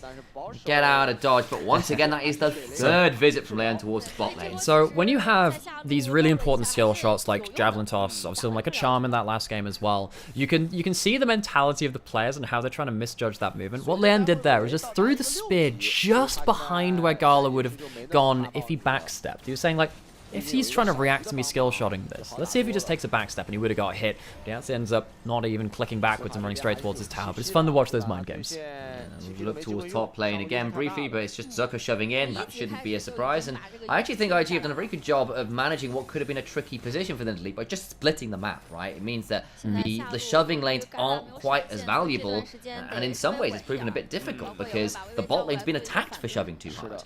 Yeah, and that's why, not to bring too much trauma out for LPL fans, but it's one of the reasons why T1 dealt with Weibo so heavily actually in those finals, because Weibo played towards pushing lanes in one of their games, and they just didn't have the tracking to keep their lanes safe, and you can see Zucker is pushing this top side, and he's getting ganked. Does have an Iron Mantle and a Blazing Stampede, immune some of the CC, and gets to run away.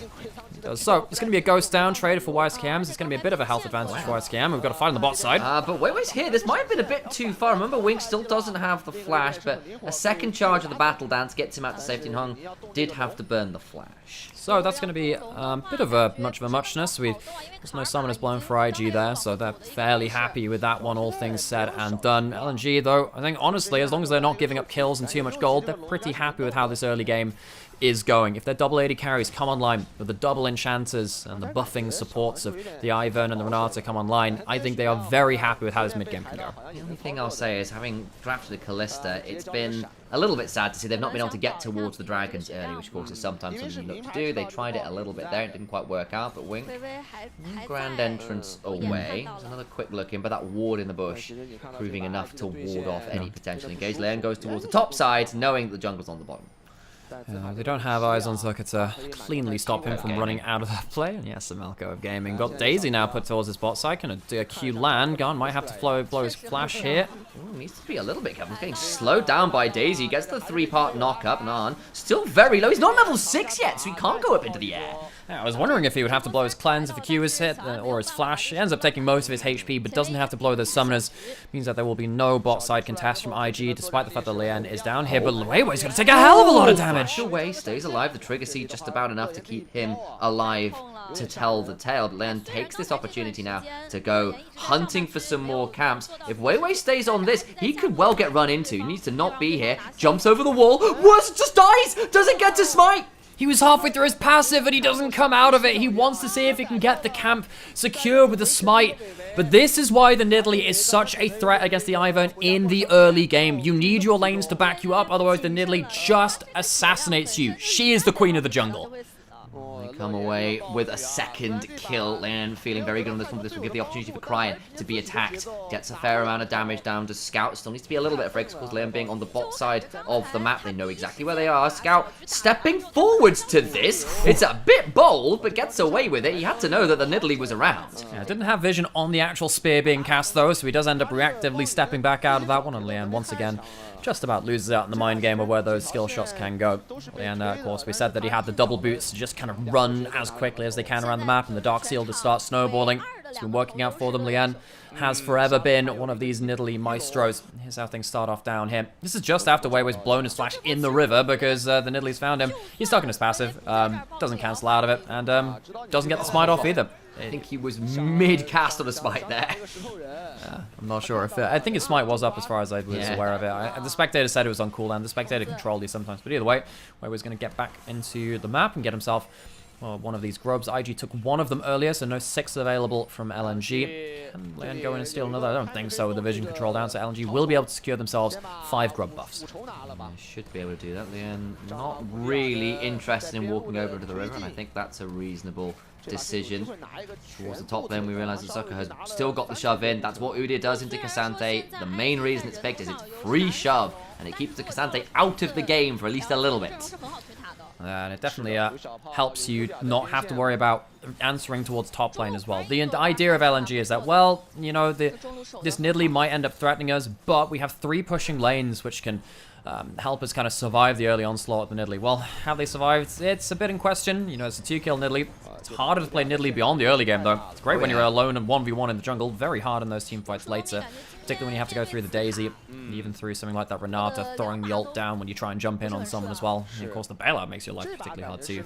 So Liam, wouldn't be surprised to see him go towards towards, you know, Lichbane first has been the big build. Wouldn't be surprised to see something like that. Zhonya's a little later on, though. And of course, with some of the changes to things like the Primal Surge, you can transition to being a buffer for Arn on the Xayah. But there's a lot of pressure on the Xayah to be your main source of carrying. Got a Karma, we'll have the Nidalee. You can try and manage it, but 1 empowered AD carry versus 2? Not necessarily the easiest of play patterns for IG. No, and yeah, even when you build full AP, you'll get some value out of the attack speed and the heal from the E, but it's just not really the same as when previous seasons you go for the Ardent Sensor and the Athene's and Holy Grail as well. Yeah. Come on, Gala, you need to be careful here. You don't have any vision. Oh boy, and he walks up way too close to that bush. If you know there's going to be someone there, you have to stay close to the wall on the other side. Immediately Eviscerator gets no chance to use any summoners at all. They get another kill onto this Nidalee, 3-0 now. And it's been a long time since Lian has returned home to Invictus Gaming. He was their jungler in 2019 and for a little bit of 2020 as well. Took a bit of a time away from the organization on Vici and Rare Atom. And his years have been mixed results, but as he's come back in, the first series that Lian comes in, he kills BLG, the undefeated team of the LPL, who seem to be our super team of this split and of this year. And now he's continuing on a good roll in IG, despite the fact we have some worries about them as a team and how they set up for objectives and XYZ. They've definitely had some good moments too, as the Hung now getting burned down by Arn. Did have to cleanse there though, was a bit afraid of what would happen if Gala came over to trade with him, so Hung will now back, but Arn down that additional summoner spell could prove a little problematic. Wink though, about to come on in. There's still a brush down here from Weiwei's earlier positioning down Gardening, there. you know, just planting some grass. Yep, taking some notes from Monty Python and the Holy Grail. They like shrubberies. Could you imagine like a Monty Python? I mean, you couldn't, but like in my world, I did make a Monty Python reference when X Maddie was playing. Oh, it's an X Maddie instead of the X Exactly. Parrot. That's great. That was genius. Yes. I remember. You know what? It's great. The fact that that team never took off and we didn't get to see as much of X Maddie, which I think is actually good AD carry. That's actually a real shame because the amount of puns I have as a caster for that, wonderful. Would have been great. Would have made our careers. We could have had ourselves a bit of an awkward moment here as Arn blows the flash and Rod the ult rather doesn't blow the flash himself. That's a bit of a freebie for LNG. Yeah, they didn't have to burn all that much to make it happen either. That's just an ignite and walking at them menacingly. Does enough though to put Arn in a difficult position, and LNG begin to turn the screws just a little bit towards the boss. And Hung is on the wrong end of a javelin toss though, so needs to be a little wary because his Nidalee can still do a lot of damage if she hits her skill shots. 4 Dark Seal stacks, Lichbane very, very strong at this point in the game for the amount of gold, and the amount of gold they've got is also pretty terrifying. Most gold in the game right now as an individual champion. Problem is, it's really hard to use this Nidalee beyond this point. You don't have the best setup in the game, you don't have something like a Renekton Nidalee, which was one of the biggest combos in earlier seasons. You don't TF right now. TF as well, great another point as well. But of course, that was banned away actually later into the draft as well. I think actually, weirdly, IG banned themselves away from LNG because I think that Zucker, as a lane dominant player, sometimes can get a leg over, especially if YSKM early picked that Cassante. But either way, this is all on LNG, as you said, very early into the draft coming into the game. This is about individual excellence from them, and they need to do that to keep themselves in this series and potentially secure themselves playoffs. Then turns up bot side again. Gala has flash and heal, may be required to use one or both here as everyone starts to roam on down. Hung now over, could maybe start to chump on Leon, who takes a lot of damage from a Pierce Rend combo. He gets out of completely fine. Zucker left alone on top side with 5 grubs. It's probably the idea. Don't really get to stop him from walking up to tower and taking that one. However, IG there cross-mapping. They're starting up on this. Wink looking for an engage. Hung flashes out. Gets the handshake afterwards. Wink, though, will get to battle dance away. The hostile takeover forces Arn to attack their lover. Scout onto the other side. Gets an explosive charge and chunk into Leon, who doesn't have that much mana. Here comes Wink, and trying to make this one happen. Zucker is here. The Fate's Call comes on through, trying to turn this one back around. YSKM needs to be a bit afraid as the ghost is popped. YSKM, though, being handshook on the other side. Scout doing vast quantities of damage. They do kill off YSKM. Weiwei's still alive. A buster shot gets another. Rocket jump away. Zucker Iron Mantles to heal, and Arn just cannot do enough. This was always the worry. What happens when we group up? What happens when your Nidalee doesn't get to 1v1 in the enemy jungle and has to deal with double AD carries with a front line and enchanters? Well, this happens. It's very hard to chunk through the targets you want to, and the damage profile from LNG is so nasty if their carries get to keep on firing. IG will get to walk away with a dragon. We'll get them towards that, the second dragon of the early game. But LNG already flexing their muscles in the pure 5v5. IG needs to be worried about that.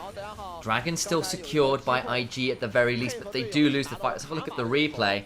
because you can see that Wink kind of looks for an engage, and then the teleports begin to fly, and LNG see the fight's on. And also the other thing is, you know, if you're engaging on someone like Hung, you've got the cholesterol, that's a bit of a problem, and you're the only real person who has engaged threat. It's very easy. You can see that because the cholesterol's pulled out early, they can't even go towards that Renata, and Wink is left in the middle of no man's land, not really able to contribute to the fight. And I've got to call it out as well. Scout just stood and delivered versus Leon towards the top side of the fight at the beginning. Forced a flash out of the Nidalee. Yeah. That's all of your goals. All of your kills are on this one person. That's the problem. One of the other problems when you start walking up to solo laners who, despite the fact they might not be able to fight you very early on, as soon as they get to one items like this, they definitely can. Liam, if he misses that spear, you are not winning those fights. And with the brush put into River as well, very hard to steal away objectives against the Ivan because he can deny you vision and drag you into it. Now with 5 grubs, plus Herald, plus double AD carry, plus a brush maker, the siege potential of this comp is so huge. They get to hit towers and they disappear. Herald going towards mid lane, 5 grub buff, and you can see they're just putting up the brushes and walking forwards with the front line. IG, they can't defend these towers. And immediately into the Herald goes Gala. They're trying to run towards his bot side and get out of danger. Herald back towards the mid lane, having extricated the AD carry. They've called the Herald Uber, and Shelly will quickly ferry them. 5-star rating. Well, actually, it's less like an Uber. It's actually more like a Miles car or like one of the rent-a-car car ones. You get a lap out. Now the thing is that assumes that you've got like you've got the background check on, you've got your license, and that's okay. I don't think that's true for all of the players, given the level of the driving that we've seen so far. But either way, rookie. Yeah, I think it was one of the bugged ones because the Herald snapped in a weird direction. There was a really funny play yesterday, and I've been waiting to see this for a while. If you're in a choke point versus a Herald actually does, I think it's something like 150 true damage and gets a sizable knockup on you. You can use Herald for an engaged play. So you just drive it through people, ram into a wall later, and start a team fight off. We saw that in the LEC yesterday from Niski. It's fun. Brilliant. Yeah. I also I want to see it with Yasuo. I feel like Yasuo Herald knockups are actually very entertaining. Yes, I agree with that too.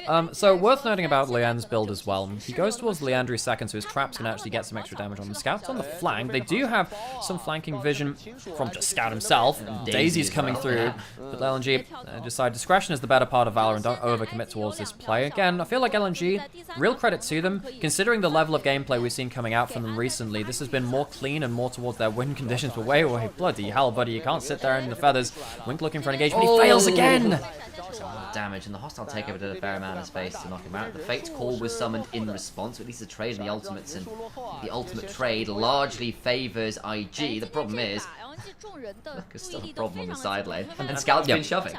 So I mentioned the Azir earlier into the day and saying that Scout is, his best champion is the Azir. He's fantastic at playing this, particularly at this point in the game. And the stuff like the Tristana allows him to use a transferable skill set. He is very good at getting into a side lane, responding to mid lane if he's needed to be there. But besides that, just breaking down mid lane, side lane turrets to make sure there are big plays to be made there. He's getting a lot of gold from side lanes, just like Zucker is on this Udyr versus the Cassante. The 5 grub buffs making it so hard to defend turrets, and in one fell swoop, LNG get all 3 out of turrets. This is LNG's bread and butter. This is something that we do know they do well. Hexgate's over. They might want to trade because there's no tower here. Is there another way to get down here?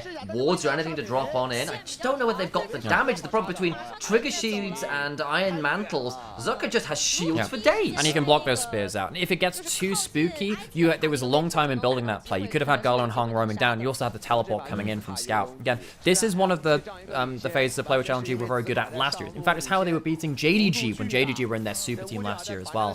When it came into mid games, they would just break down side lanes and stop you from approaching fights in the way that you wanted to. Now, is it the same kind of situation? No, it's not. I just want to put it out there so there's some extra context for it. As LNG are starting to achieve a bit of a gold lead, despite the fact that Lian was running the early game. And that's now become a little bit trickier to do, and we said, look, IG, spike a little bit earlier. They do have, the problem of you've got Tristana Kalista now with all the people there in front of them to really empower that death ball. IG, not the easiest ways to consistently get picks. It's really reliant on Wink to find the engages, or it's good skill shot accuracy. 20 seconds till Trill Dragon. Let's keep an eye on that one. We can see that IG, they forced their way into the enemy jungle. Crying caught up just a little bit with one of those Reese knocked up as well, but he'll get himself out safely. We've got Zucker on the side. He has Ghost. There's potential of a flight here. Caller goes wide, but Zucker's there, but again, just gets shielded. Damage immediately comes on through. The Kainic returns in as well, alongside the Glacial Shroud. So lots of auto slows actually against Italy, and also you've got the issue of all that magic resist. You just don't have the DPS right now. Arn does not have Lord Dominate's regards. It's an important point. Can Wink find the engage past the front line if it's about tanks? I think that IG lose. Taken low, gets to the backside, but not taken down. Gala trying to flash away, does not. Bailed out briefly, does get reset, but the feathers come flying. It's 2 kills to Arn. YSKM trying to scout into the Dragon Pit, but Scout hops back over and can begin to free fire. Still has shields, still has heals, gets one, cannot hop for another. The Hex Dragon's doing so much work at the back end of it all as well, and now the jungler and top laner just don't have the DPS, and IG make the fight work. The spear lands onto Gala at the start of the fight, and LNG cannot make the fight about the front line in the way that they wanted. IG, it's a hard team fight composition to play, but they show their team fighting chops in this one as they outplay LNG. They do lose their smite. It means that they can't get themselves cleanly to Soul Point, but still, that's a bit of a worry point from LNG. They should be winning these fights at this point in the game. Watch what happens from Leon here. Even though he's on vision, even though all of that happens, the CC comes through from YSKM, which means that there's a very clean spear onto Garlic. He does not get to have himself a clean fight. Even with the bailout coming through, he doesn't have the HP to keep rolling. Scout's taken care of by YSKM on the other side, so both of the double AD carries are really in an awkward spot. You can see that Scout doesn't quite get himself a clean kill there for a reset either. If he got that one auto earlier, if the killer came in a little sooner, maybe this fight could have been won for LNG. Got a little bit of healing, I think, from a Primal Surge just about. No, it was the Locket Shield, what it was. That's where it came from, and he kept him alive. Back again. It's time for a round 2. So we don't have all of the ultimates just yet, but Zucker is still just very, very tanky with his base stats. LNG, they need to make this about the front line, but spears are actually hitting onto the back line. One hit onto Scout just there. Daisy's gone again. This ultimate from Weiwei just not surviving. And we see that Scout trying to push up the mid lane. It's a bit awkward now not having that Daisy as the double front line. IG, they're starting to go on towards this dragon, trying to get themselves the Soul Point. Going forwards, beginning to cause some trouble. YSKM on the backside though, he's trying to be frustrating himself. The spears begin to fly through. That's a phenomenal hostile takeover, but Weiwei is dead. Weiwei goes down. Scout knocked up, knocked down. They get the Xayah, but everyone else is dead. What? Did everyone just miss what happened with the frickin' Xayah ultimate? Does 5,000 damage before he goes down. On shreds through LNG. They cannot fight for that dragon, and 2 5v5s back to back, which are meant to be in their favor, go the way of Invictus Gaming, who want to take this the distance. They'll go straight over towards the Baron at Soul Point. They'll get that on top of everything else, and what looked like it should have been difficult team fights, that's 2 phenomenal ones in a row. This should be the hardest point in the game in a lot of ways for IG. They get themselves a number of spears onto key targets. Once again, Gala can't walk up in the way that he wants to. They try and get Ren stacks up here, but look at what Arn does. He finds the pocket to walk forward as Gala is hitting the dragon instead of him, and he gets an absurd amount of damage. Despite the fact that the Xayah dies, the damage is done. And Arn, he's the hero of this fight. The Featherstorm came out before the hostile takeover kind of actually triggers on him, so he still autos his allies, but the feathers are already out, and he gets to pull them straight back and delete people a second or 2 later. Huge moment for Invictus Gaming. They've managed to reclaim themselves a gold lead, a sizable gold lead. Now, it's not game over. You've definitely got a difficult composition to deal with all the same. It's double AD carry with that Ivan, and you have at least managed to take yourself the Baron beyond this point. You'll be able to pin back LNG and stop them from getting the value out of their composition as you're throwing the spears forward and looking for vision control, which can stop LNG from successfully grouping up. Weiwei try and back over towards Scout, and of course now actually has the level 11, so the Daisy a little bit more HP to her name, which might be helpful because it feels like Leon's spears have just been taking it out of the fight before it's ever really had any value. Leon got 7 Dark Seal stacks, and he is very, very happy with how that one's chugging along with all of these team fights as well. I cannot stress enough how difficult it is to play Nidalee against these kind of compositions. You don't have easy targets to assassinate in the front line. You've got to weave those spears into the back line. Doesn't have any magic penetration yet to get through the Kainic Rukun of Zucker. So if he ends up blocking those spears, you feel very muted, very blunted on the other side. And it feels like maybe they've done the hard work in terms of the team fights. They've managed to get themselves towards an inner turret here as well. Can they kill it? I'm not entirely sure. But again, those spears, if you weave them past the front line, do so much goddamn damage. Zucker now kind of past the real power point of the Udyr as well. Not really having the same priority. How many slides did it have? Yeah. Do you reckon that PowerPoint had any slides in it? Probably. You know, it's just the problem is it's too short now. What do you do at the end presentation? Where's the meat of what you're selling? You know? Well, let's see if IG can stick around for refreshments afterwards, after this one lecture given out on the LNG. put together a powerful team composition. And problem is now, they don't have the best ways to start the fight. Their way to start the fight is to bully their way into River and try and just use their front line. It's been very hard for them to land the proper targets, though. As IG, they start the siege. He's a little shy on mana. I don't think he can throw any more spears right now. He's hanging around in the jungle to give his jungle item regen a little bit more option. That spear does land. You can see his mana waiting for it to go up. Throw another spear. Wait. Go another. By the way, that spear didn't look like it hurt. That went through a Guardian shield. That was actually a lot more than you think at that point. They're going to use the last bits of the Baron buff to get themselves a Prime reset, get themselves closer towards their third items. Third item picked up for Crime, Crypto Bloom, and the, well, I know it's Crypt Bloom. I know it is. It's just, dude, I'm just going to say it that way for the rest of my life now. And the Malignance and the Morellos, even when you've got the healing coming in from Redemption, you've got decent amount of burn damage coming through from Crime if you step into that Malignance as well, which will keep that Morello ticking just a little bit longer, try and deny some of the enchanter value. Exactly. Now Tristana heads towards the top lane and begins to shove on out, and they still do have very good side laning. Your scaling is still good from LNG. The problem is you're now doing it from down sell point, down 5,000 gold, from where before it was a lot more playable. And you're doing it also into the Lord Dominic's regards of this Desire. Now, before this point, we said, oh my god, how much damage is Arn doing? Now it is going to be absolutely blistering pace set from Desire if they can get into a good position. They have Cleanse, they have Flash, they have ult, very hard to stop Arn doing damage. Honestly, it's been hard from LNG in general to use much of their team fighting prowess anyway. They don't have great engage, especially through the Cleanse. Look at that damage!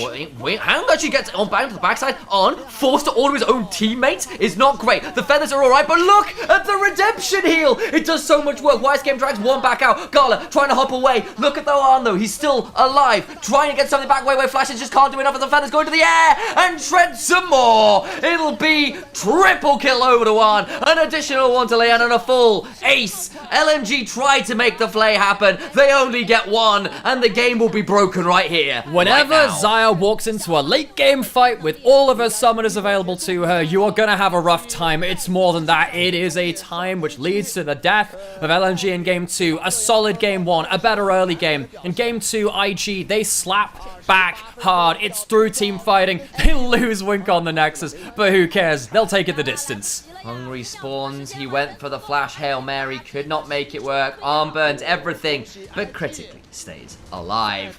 LNG 4, IG bring us back to an even state, and you called it out, their best of 3 merchants. It's now down to that final game to decide the winner of this series. I think that Leanne on the Nidalee, real hero plays in the early game, but honestly, Arn on this Xayah. We did say that Arn and Wink as a duo have done really well this year. Comparative to how we expected them from years previous, it felt like Arn and Wink have stepped up to another level, and with stuff like this Xayah and a team fight comp like that, it is pretty much on the Xayah's back. Particularly around those 2 items, you can't deal with the front line that well. He still found a way to get towards the back line, kill Weiwei, even though he's meant to be stood behind Daisy as well. Great moment from that Xayah, and now LNG, I think they have to return to a bit more early playmaking and give themselves some engage options. It felt like when they didn't have the option to pull the trigger there, they stalled out. Yeah, and not to put too fine a point at the Ivan, who was supposed to have this really frustrating front line to deal with, Daisy was dead at the beginning of every fight. Did not get the value out of that they were hoping for. That didn't work out as an engage. You couldn't use the Fate's Call. And, you know, even in that last fight, Gala just got taken absolutely to Narnia as Wires came just yeets the Callista to the other side of the wall and out from under the tower. And this is another story in the development of this player as well. Came over from the PCS, and he's done a really good job of expanding beyond just his small champion pool. His Cassante is becoming a notable threat now. You can see that he gets onto the backline, and he's using this champion as a real duelist. Doesn't matter that the Cassante has been nerfed on 14.4. He's making a real name for himself in this champion, as many LPL top laners do. And we do get ourselves a 3-game series. We'll be not locked to the 4-game day, and we get ourselves an extra one. Oh, that's a nice change. Yeah, we've actually had quite a lot of quick series so far. But look at the damage. Oh, Lord. Like, Xayah in late game versus frontline. What do? You don't have sufficient engage. You have that one. You have to get through the cleanse before the Renato has value. Besides that, you're just hoping for them to be out of position. There's no reason to be so. And on continuing, actually, another good year from him. And considering his last year, that's a big step up. Last year, I thought Arm was one of the weakest players in the LPL. I think this year he's been much more consistent, and you can see on that gold graph exactly where the double team fights happen to bring everything back in. You can see the damage per gold as well, 189 99%. Often actually as an AD carry, that's a little lower because you're often funneled loads of gold. So you often end up close to that 100% mark. Going up to those kind of numbers, despite being a very high resource carry, is very good news. Because not only are you getting resources, you're doing mad work with them. Well, folks, official stat. Daisy was on the Rift for a grand total of 0.75 5 seconds. Oh no, should have gone with Peach. So my favorite thing is when Silas is playing against Ivern. Oh, yeah? So you have Ivern, who has the ultimate of Daisy. Silas then steals Daisy and has his own ultimate of Peach. Your ultimate is in another castle. I love it. It just makes me smile every time. So we have ourselves a 1-1 series, and if LNG lose this series, it is pretty damn awful for them. I think if IG win this, I think they lock playoffs because they get to 9 wins. I think that is locked for them. I haven't done the official calculations on it, and of course we're doing a co-stream here. I haven't got all the shit in the background, but I would imagine that IG lock playoffs. If LNG lose here, again, it just opens up. I mean, they would have 2 losses back to back, which is just an awful situation for them. You know, last week they ended up week 6 with losing to LGD. I'm pretty sure it was. It was a 2-1 series. It's a really awkward moment for them. And when you look at the whole table now with them at 4 and 7, TT did drop a game today, so they're at 4 and 8. But you need to start catching up to Weibo on 5 and 6, OMG on 6 and 6. You cannot afford to be losing series here. Just look at this fight again. We missed it at the time. There was a Mantra Q that hit onto Hong and Scout, and they just like the Malignant's burn afterwards was like 2/3 of their HP, just disappeared. Hong had to bail himself out. When you're running a double AD carry comp, if you're ever bailing anyone out but an AD carry, what are you doing? So, we're going to rest our voices very briefly and chill out a little bit more. Hope you're enjoying the show. Drop a follow if you can. Drop a follow to him as well. Please do. Come follow my channel. I don't get to do this live. I can only be on other people's streams. You have to slum it with me. I'm Red Mask or whatever it is from the Marvel. I can lead other people to a treasure I cannot possess. Hugo. Wait, did they get Hugo Weaving? It is? Well, no, but for the Avengers Endgame. I'm trying to remember. You know what? I'm gonna expose myself here a little bit. I never watched Endgame. I just watched the wiki description of the plot and then watched like a load of clips for it. I didn't feel like watching it. I kind of fell off the Marvel hype train at that point. I liked Infinity War, but I just never watched the movie. I sat there and I'm like, you know what? I'm done with Marvel for now. I'm good. When I feel like it, they can earn back my cinema seat. Just like I'm going to see Dune 2 at some point. Yes, it's going to be great. Sam, I need to find the AMC Dune popcorn bucket. I think that with the little the Shai Hulud, yes. Yeah, I just think it would be funny to have, because I feel like that's one of those cultural touchstone points which people will ask about in the future. I've just really enjoyed the memes. Medic's been spamming him on Twitter like all across the LEC. It's like when Caps misses a combo but hits it in late game just as foretold. Good stuff. Oh, right. Do you need another drink? I would use some water at some point, but you go first.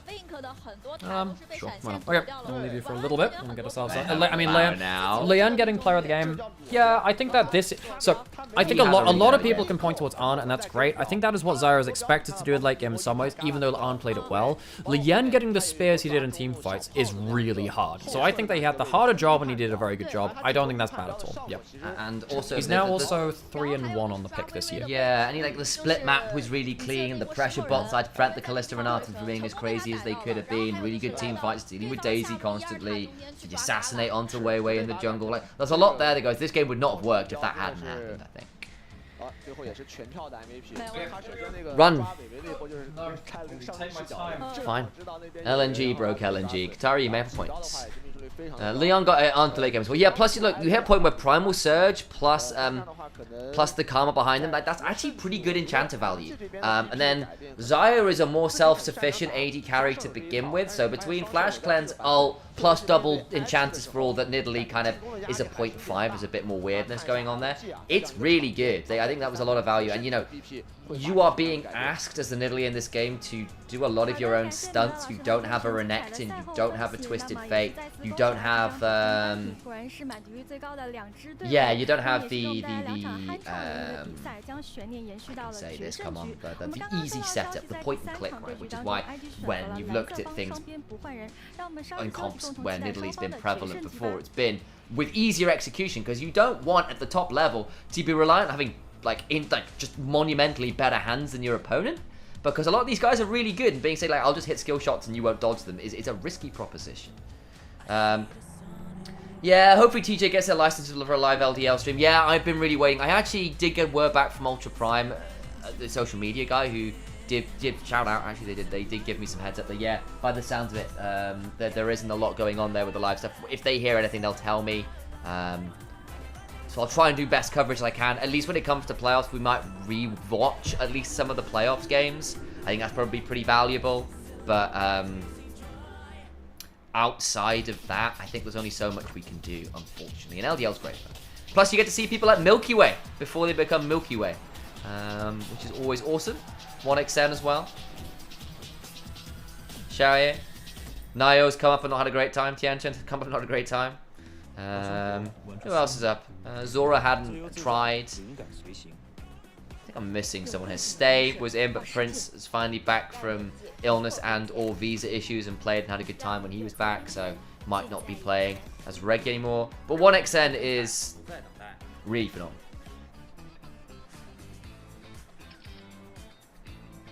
That's further back. Yeah, 1xN came last year, right? So, you know, I think he still counts. He only partway through last year as well. But he was really excellent. I really rate that guy.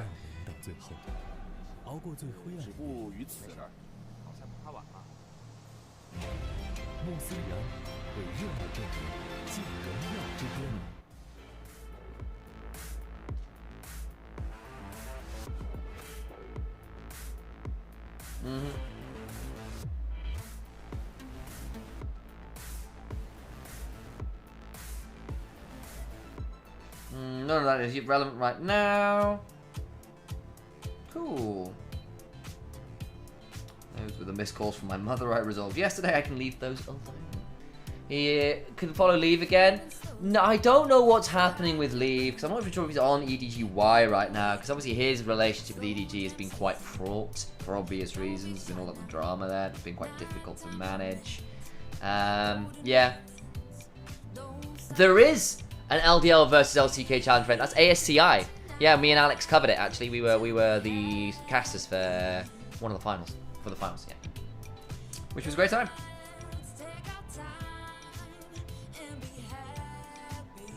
So that happens sort of just before Worlds, sort of September time normally.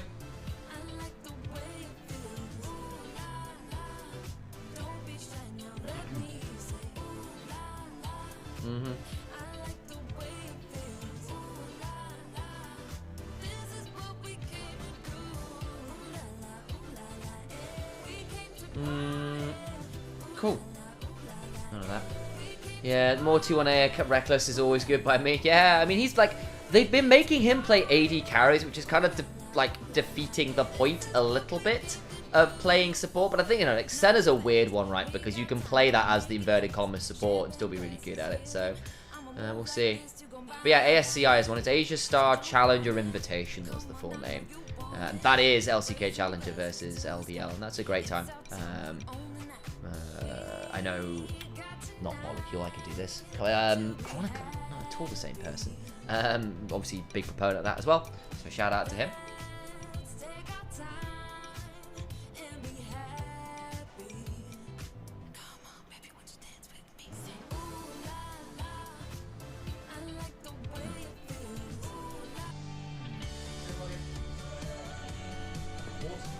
I did that yesterday as well. Oh, right. Well, I've also deadheaded the parsley. Because it was full of yellow dead things, and that's taking up resources. What's noting with those plant pots, they have like a little reservoir at the bottom. So like there's a little raising bit where you can kind of keep the water there with the... Are the dogs in it? What? Reservoir? Oh, right. Yeah, that's a thing. It's very clever. Reference. It's very clever. It was quite a good reference. I can't believe you've... Wait, bad stuff. Trouble. Stop. Bad stuff. Georgia, you know what? The thing is, if you want to know what Georgia at her best is like when she's casting, she has this like absolutely ridiculous streak of just throwing in these little comments that are just a little bit out of line that just do you in. I have to struggle not to laugh so much. How many times are you told not to say, "Oh, it's the horny orny," is the call the ornal? You literally have producers telling you cannot call it. That is my favourite thing. By the way, Trouble, like, I mean, if you want to come over and do the boys TriCast or something for one of these days, we can do that, by the way. And like, it might it will be scuffed. But yeah, Like, I don't know exactly how we'll do it, but we can give you like a, I don't know what other chair we have. We have like one from the kitchen. we have like a high chair which can sit I can here. sit on a I can sit on a beanbag there. Yeah, I reckon we can make that work. It'd be a great time. We can bring back the boys. Like we have. Oh no! There's gonna be fan art of this. Oh God Almighty! What do you mean? No one call Angie.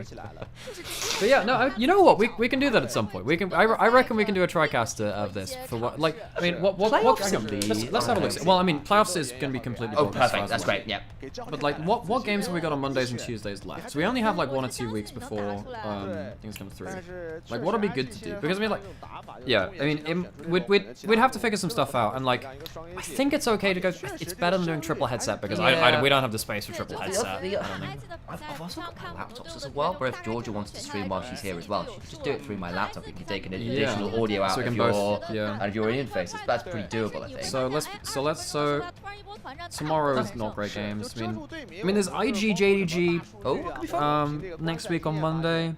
OMG BLG might be fun. What's on week 9? I mean, there's not like banger games, but I mean, there's a look. We can figure it out. We can figure it out, folks. You heard it here, folks. There's at least some. Like, there's willing. It might take some work, and it might be scuffed. But like So Trouble and us too. We've done a lot of casting together, like through here. Like we started in NLC, we've done Nymaera Masters. We've done more TriCasts than most other people will do, like ever. Yeah, no, we did a lot of it. We've probably done like 10 TriCasts between multiple Nymaera Masters casts and then everything else. So yeah, maybe we can do that. We'll try and figure it out. That'll be fun. Yeah. And right, we'll try and figure that out. So back on topic here, though. So I'm pretty. Does 9 wins lock you into playoffs? No, it doesn't. 9 wins doesn't exactly lock you in. I'm pretty sure that BLG are the only team that's technically locked in. Now, why is that the case? How many games have we got left? So we've got maximum 16 games. LNG, they're on 4 and 7 right now. So that means they've had 11 games total. They can get another 5 wins. So they can get to 9 wins. So if LNG lose today, then 9 wins locks you. So if IG win today, they lock playoffs, but also top JDG also lock playoffs. So if LNG lose today, top JDG and LNG top LNG and IG all lock playoffs because no one else can reach. Basically, at that point, there's no way you can be punted out from 10th place, even if everyone else like it. Are you doing the Final Fantasy exercise animation? That's great. Nymaera, name your price on Ari coaching. I'm an Ari main and you have to kill all my bad habits. P.S. I build dogs here. Well, that's already good. Honestly, it's more a case of like figuring out what would be useful for you and also time constraints on that as well. I think we're getting ourselves into game though. So, last game of today. So we get well into way of week 7 of the LPL. If IG were to win this series, win this game right here, 1 best of 1, it's not only them that would lock playoffs, it would be Top Esports and JD Gaming as well, because LNG are the only team that can reach 9 wins and potentially lock them all out of playoffs in one fell swoop if the worst possible situation came to bear. But I think as it happens right now, LNG after that game 2, they're going to have to start racking their brains. Great game 1, but game 2 they stalled out. They did, and actually credit to IG for a solid bounce back. They kind of threw that sucker punch and got us to this additional round. The bell hasn't rung yet. Both teams a little bit bloodied. They need a knockout blow. Difference slightly in the bans this time around. LNG back over on the red side are banning away the Callista themselves. So the last ban is going to be the Nidalee. They just said, look, we didn't deal with it very well. It's just got to go. And in fairness, as far as a pocket pick ban, you understand why. That is what we call a trauma ban. That one is not one you'll see in another series that often, but of course Leon plays an awful lot of Smolder. We've not seen that much of it today. In fact, it wasn't even banned last lobby. It feels like some teams just want to look towards not turtling out, but the thing is, LNG, game 1, they won by playing fast and pulling the trigger. Game 2, they tried to stall out, but things didn't really work. They're doing a bit of both here now, with the Ari being able to pull a trigger, but the Smolder also giving them late game win condition. Yeah, and like, the Smolder we've seen today was 1 win. It was one where it was just a scale up from in the first game, gets the kills, game's over, cool, that happens. And then we kind of came around to game 2, and 1xN felt like he was kind of isolated one against the world on the Smolder and didn't really get to play the game the way they were hoping. You've already locked in the Nautilus. You're looking at the Karma. This has often been the trades you've been willing to take against Smolder, saying, look, we've got two of the most powerful utility picks to back up our own AD carry. The thing is, if you go Senna now, the Karma doesn't really give you the most value to that Senna, because the Senna is great at buffing up other people, and then everyone's buffing each other, and everyone's realizing, well, who's driving the car then?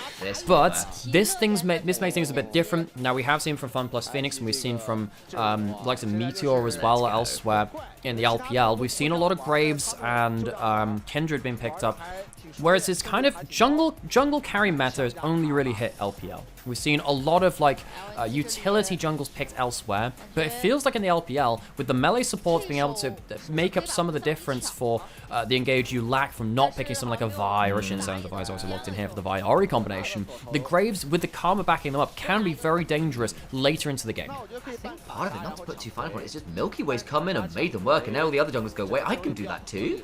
And it has sparked a little bit of a revolution. Well, there is that. I mean, I'm going to push back on that a little bit, because Meteor was doing that anyway. True. And there are a couple of other junglers that were doing that anyway. We have got the Kanavis and the Meteors. Kanavi, Meteor. Now, the thing is, Milky Way has really popularized it even more. I'm not saying there wasn't a factor of that, because once you have to practice that against one team, you have the skill set already locked in, because you practice it. It's a takeaway. You practice it because you want to fight fire with fire. And it means that everyone starts kind of pulling towards one point. Now, with Weiwei going on to the Vi and Scout going on towards the Ahri, again, it's a blend between game 1 and 2 of them. The first target they hit might end up getting a bit more shielding than they want, but they're already going to be against, we assume, 3 squishies, because you're going to have the Graves, the Karma, and then an AD carry to be left in there. There is a lot of people that you can get the full combo through. With the smaller ult going on top as well, you're going to have a really big triple wombo combo to burst the first target. You read my mind, because I was about to say it's not quite the range of a Senna ultimate, but Smolder's ult range is so long, and actually the amount of damage it does, particularly later on to the game,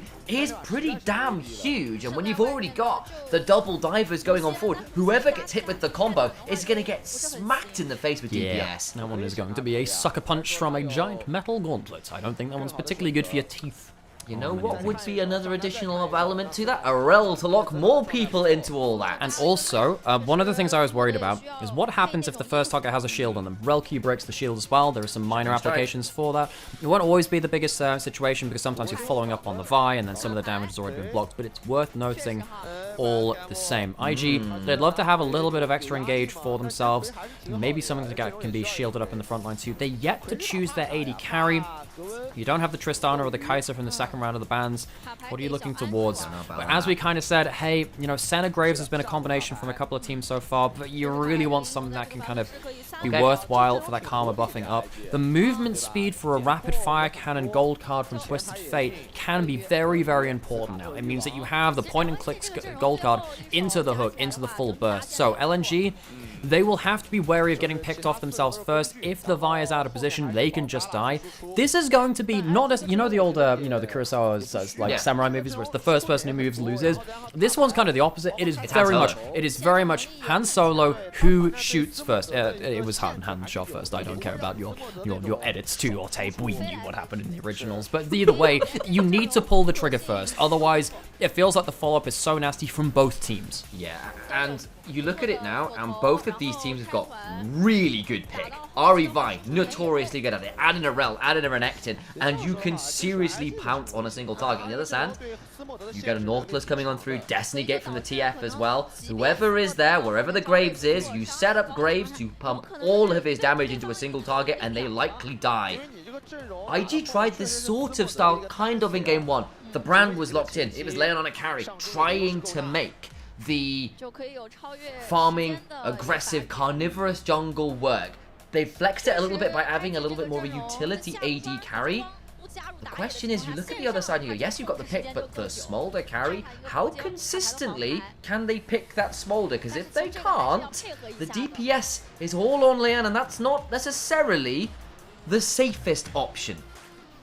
the Karma can help you enable either of those carries, but those carries have to be relevant. Karma, of course, can add in a little bit of damage to the equation, and in a game like this, there's no hyper tank. Those Mantra Qs with the Malignance on top of it can very much be a big factor. In the last game as well, we saw Cryan land some really big combos himself. Cryan himself, not always something that we talk about. This guy's an MSI winner, by the way. He has himself an international title. Scout, of course, a world champion as well. International titles on both sides of that mid-lane matchup.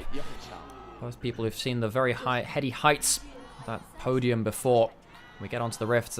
Scout's taking the Dematerialize for early lane pressure. Really just wants to get ahead of the game that way. Won't have as much early damage. And Wei, he might have to start Q, which is a bit of a pain for him. Immediately body blocked. Got to interrupt as well. Nicely done by Leon, who's going to continue being so aggressive. Remember that last game he did basically, they're flashing for the additional hook. First blood to the graves. Living up to his namesake. It's 6 foot deep.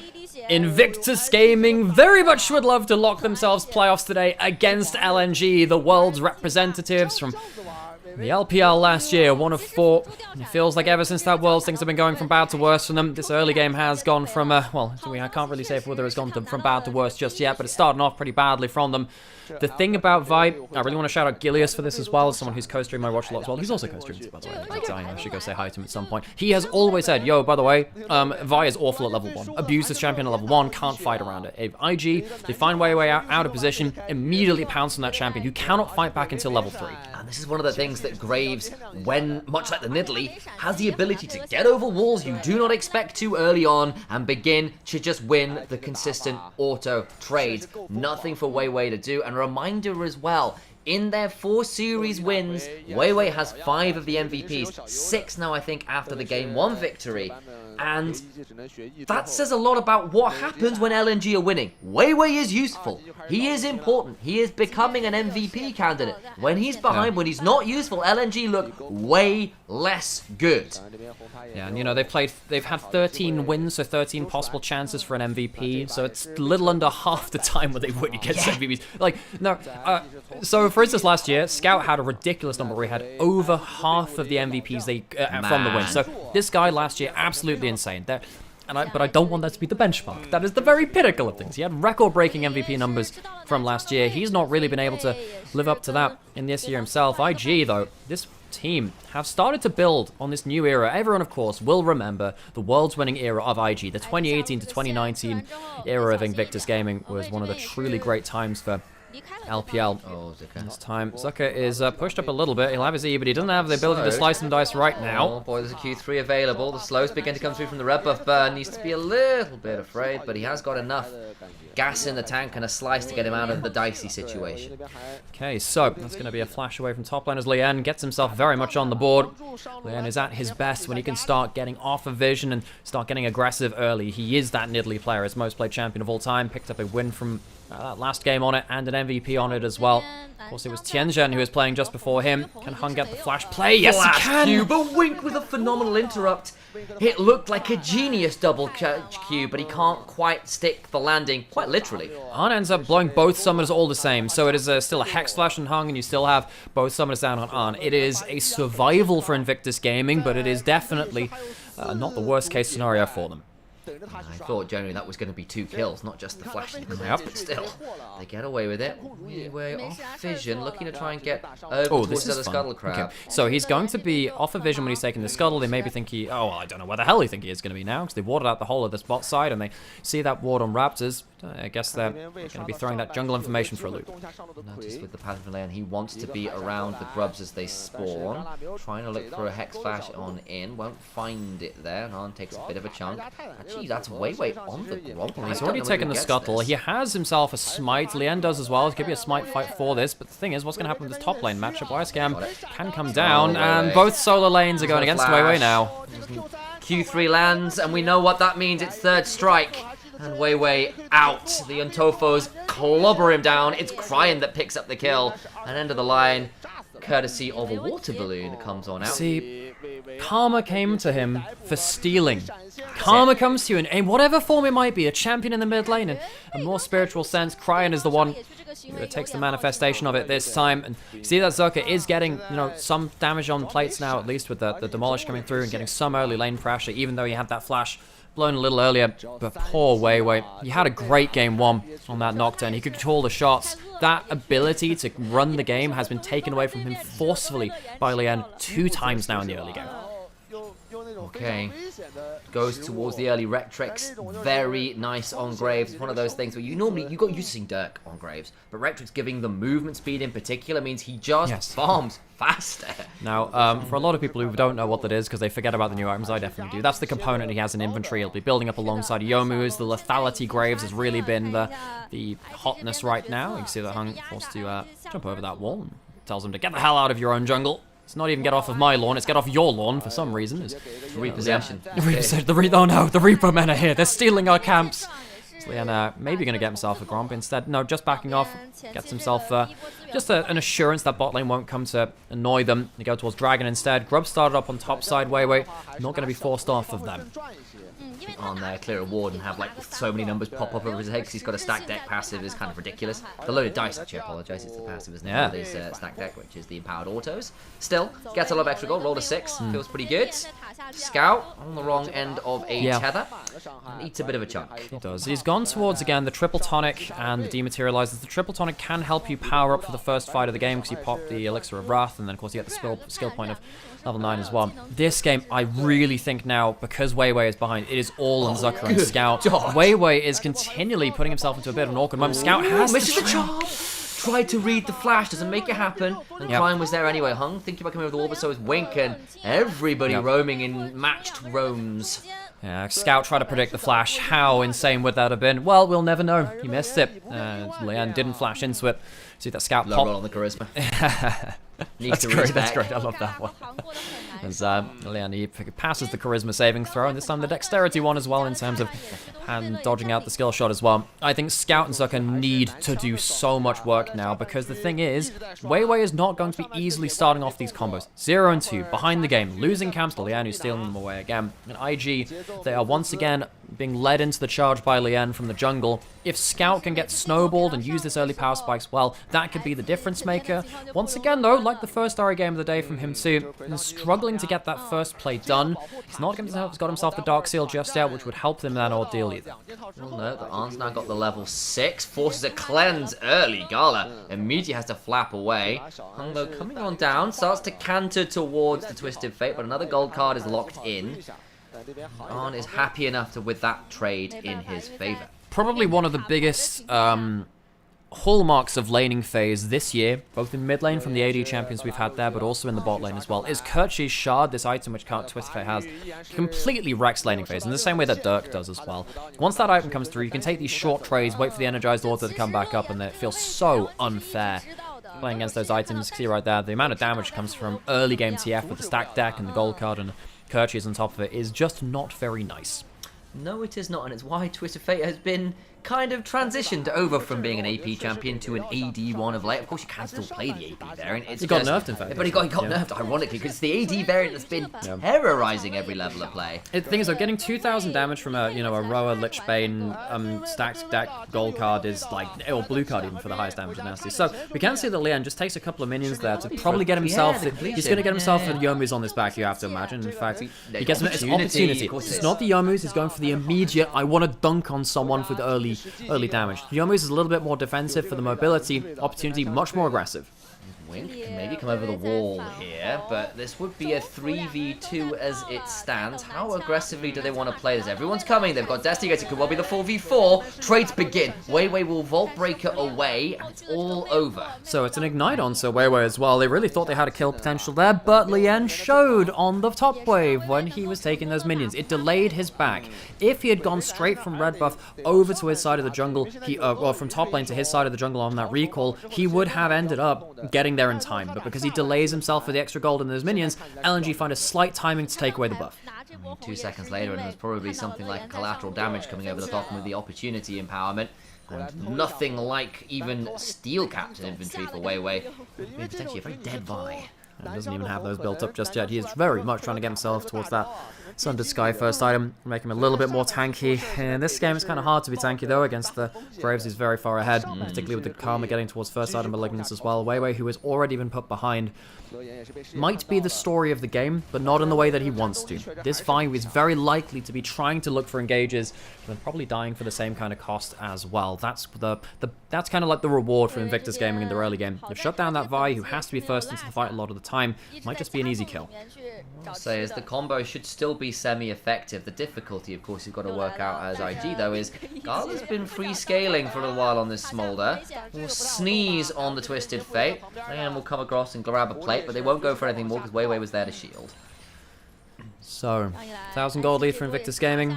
Some laning leads coming through, particularly in top lane, really. Or a laning lead, really. Mid lane's kind of even, bot lane's kind of even too. But particularly Zucker did well on this Renekton. We've seen this pick come back and forth. It's come back into meta somewhat now. Zucker always was a very comfortable player of that Renekton. He was last year in spring, he was like the Renekton Jax 2 trick for a little while. And it felt like those were his best champions by far. Okay. Again, he has Flash. Can he get the charm after? Yes, they can. Did. That range of follow-up so huge. Scout gets a reset on the ultimate and just gets to run away to safety. LNG, for so much of this iteration, have struggled to play around mid-jungle. That one is as easy as you like, though. Vi and Ahri, they both just push all their buttons onto the same target. Scout ults early to make sure he can get in range, and they get one kill back. Importantly so, Weiwei getting an assist gold as well. Leon thought he was going to be able to get out there with just the ARP, but just cannot get far enough away. And there was still flashes available as well, so if he flashes, he just won't get far enough. You know what would have been great if Scout had had in his inventory because he got that kill? Do you know what would have been great? Yeah, I think a Morellonomicon. Or a Putrefier, though. I don't think you can build that anymore. No, Putrefier's gone, isn't it? It is. You know what would have been great? Dark Seal. I don't think so. No one builds that. He tries to get himself out of dodge. He doesn't. Scout, using the full breadth of his mana bar, actually that's very important there. Sometimes you can run out of mana very early game. Scout goes back, uses that gold to get himself a Malignance and not a Dark Seal. Again, it's another amped home for 400 gold. Got himself a Dark Seal for that one. Snowballed the game, because this game is very much about Scout and Zucker, as we said before. Kind of teaming up with Weiwei how they can. It's a good start, but it needs to go further than this. You know what that means, Alex? Yeah? I think he might be... Is he going for a Horizon Focus? Alex. I can live in hope. I can close my eyes and see a wonderful world of Magi's and Lichbanes on Ahri, their 2 best items. Scout is on vision, has Flash, he doesn't have ult. He's probably going to have to blow it now. I don't think it gets him out. Where on earth would he flash to safety? Leon gets vengeance for the catch over by the Raptors. So, Wink gets onto the board again. One of his best champions this split has been the Nautilus, and it leads to an important pick before the Dragon. So IG, they're going to try and stack up these 2 early Dragons. Scout, it does have a teleport, but his death time is too long to come into this play. Still collateral damage, they're going to come and try and play this one anyway. The teleport is here, this will be a 5v4. Gold card can start to fly. Zucker thinking about coming over the wall. The Smolder ultimate comes flying. Zucker still here, still charging, still got full fury to try and find someone. Flashes on in, does get one, but the turnaround is monstrous. It's why SKM punished them for over-engaging. Yeah, they get one, but Smolder's gone. The teleport comes in from Scout, who's got the ultimate but running, but it's still a 3v3. Gold card lands on a Scout, cannot get far enough away. Flashes and still dies. Zucker still trying, but cannot cull anything but his own health bar. He is the meek this time around. Oh, and Scout would have maybe preferred to be playing a cat girl in the mid lane, because at least then he'd have 9 lives. He has only 2 here, and he dies twice in as many minutes.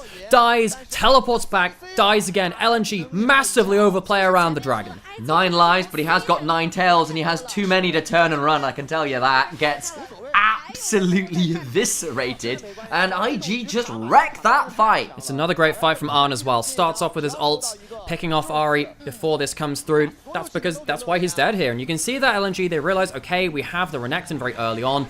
Pop the ult early so you can stack up the rage and get an empowered W onto an important target. But the problem is, it's not just Lien who is a dangerous target here. You still have YSKM who has the all-out, who pulls Hung out and gets a massive assassination onto him, immediately taxes onto Gala alongside Arn as well. And by the time Scout's here, the fight is gone. You should have just gone home. Go somewhere else. It's a very, very risky fight for LNG to take from a 5v4 at the start of it, and they all pile in like lambs to the slaughter. And Scout even charms Arn before he can throw the gold card, but there's a cleanse, so it's not for long enough. They can try again, of course. The combo is what they have to work with. They've still got a Smolder. It's not like the game is completely out of hand yet, but that was a bad fight. Now IG, they have themselves a very comfortable gold lead now, and when you've got second items coming up for the Twisted Fate, that means the Fire Cannon is on the way. Now, what did we say from draft? Okay, what is the Karma going to be buffing up? What's the importance of this Karma? What are you going to do? The Fire Cannon gold card alongside the speed up is going to be nasty. See if there's another red buff from Weiwei and Hung coming through. It's a little bit of something. It's not really enough, though. This team composition for LNG, they have one of the most snowbally dominant early game top sides in League of Legends. Renekton, Vi, Ahri. That should sting early. It's really just been barely more than a stiff breeze, really, particularly since Lien shut it down so masterfully early. Of course, if you're looking at LNG, there is still that lurking beast in its cave. The fortune slowly building, and once it gets big enough, a horde of stacks on Smolder might be enough to turn the game around. Nice driving there, gets the hairpin down. Once again, a Herald that spawned in a slightly awkward direction, but make it work. Oh, it's the Suzhou Drifters. We're in LNG's home arena here. And, maybe they can make a...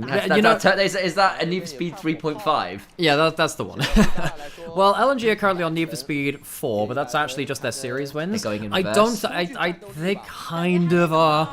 It feels like this game, even though they are in front of their home crowd, which can be it can be a benefit for a lot of teams. I think a lot of people don't realize how much a home crowd benefit can actually can work out. You know, we grew up watching a lot of games in the Millennium Stadium in Wales for a lot of rugby. The crowd is absolutely monstrous there sometimes, and despite the fact that these are smaller arenas on the park, just that extra emotional benefit can really help you, especially when it gets to more emotive games like this. But as it feels right now, I don't know exactly how much that crowd is going to be with LNG, as they've really struggled this split.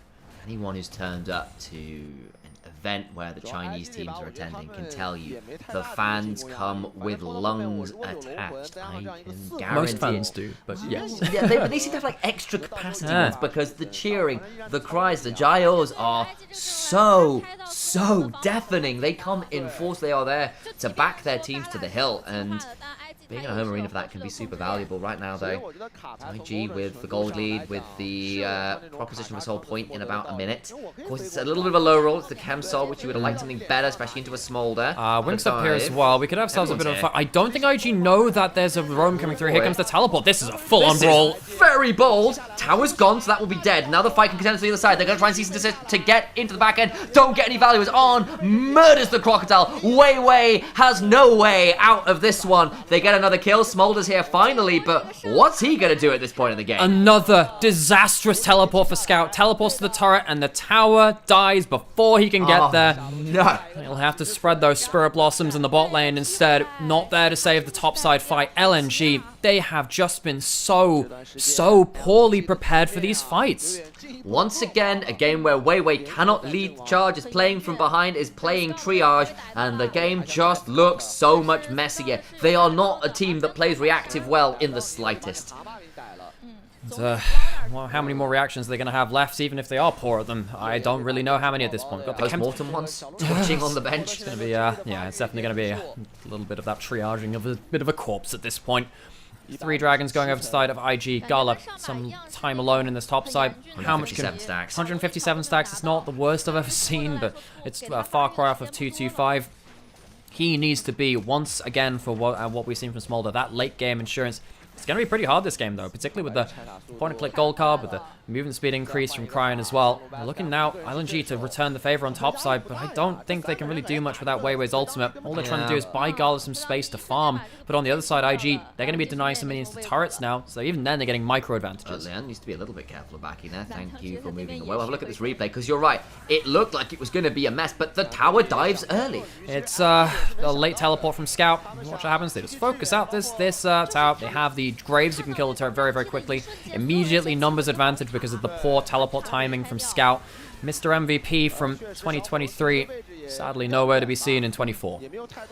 This time around, and the game begins to look increasingly challenging from LNG's side. On the other side, Invictus Gaming, it was a bit of a rude awakening after game 1 where they got put to the sword. It was not a pleasant experience. Brand, Varus, both continually deleted by a very straightforward comp, and LNG have drafted 2 comps afterwards which have been a little bit more unfocused in their identity, a little bit more unfocused in terms of how they want to play. It should have been a bit simpler again. You've got Rel, Ahri, Vi, all very easy champions to match kind of the identity with, but Gala's still not online, still not quite there. So Invictus Gaming gets some very low, very deep jungle vision in. They're going, in fact, to steal even the vision plant as well. Important itemization point I want to bring through as well. We're not getting something like a Storm Razor and an energized item from Arn as third item. I love this in this game. He's going towards a Zhonya's third because he says, I can be Messiah. I can be an ADTF, but I can also have that stopwatch value. We have so much damage right now. If he ends up porting into the backline and getting a gold card onto Gala, just the damage from that will be enough for Lien to potentially finish up a kill as well. I actually like this. We don't see this that often, TF, because if you're going for the AD variant, you often end up dropping damage if you start going for the hybrid build instead. But the utility of it in this game, just the one stopwatch here, could be so deadly. Indeed, especially when you're trying to index the power you have now. Good attempt at the engage, but they do not get onto Wink, who flashes in time. That's the Magnet Storm down from Hung. Flash for Magnet Storm, probably worth it, I suppose, right now, and getting whatever you can, wherever you can. And a Baron all the way, just getting shoved in. And already at Soul Point, they've got themselves 2 minutes 30 until that one's summoned. Armed with the rapid fire and the ability to lock in empowered autos courtesy of a card, means that that particular business meeting is a dangerous one somewhere out there. There's what's this, American Psycho reference to be made. The tasteful off-white colouring, I suppose gold in this case. And he has been very much all gold across the board in this series. Well, our first game was a little bit rough for him, but game 2, that Xayah performance was something pretty magnificent. His whole year, honestly, Arn has been one of my most improved players from 2023. He's been around for a little while. It wasn't like he's, you know, playing out of a rookie split and then growing into a player, but still, definitely shows that players can go through their form and find growth anew.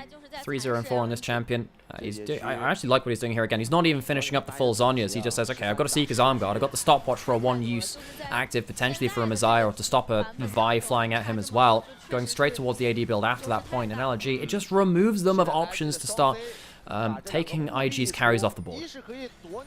So, you look at the game state, it becomes pretty self-evident where the game is at, frankly. A lot of gold, a lot of dragons, a lot of kills, all generally speaking, over towards Invictus Gaming. A lot of map control as well.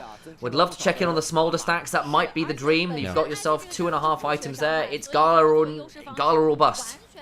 And reminder, folks, if you're a fan of top esports, if you're a fan of, well, obviously Invictus Gaming, and of course JDG as well, you want them to win this game, because if they win, it guarantees you playoffs, because that means that LNG cannot reach 9 wins and potentially be the one team to push you out of that playoffs berth. You can see that Lien getting some good damage underneath that turret as well with the lethality build. LNG, for themselves, would love to keep things open and questioned for a little longer.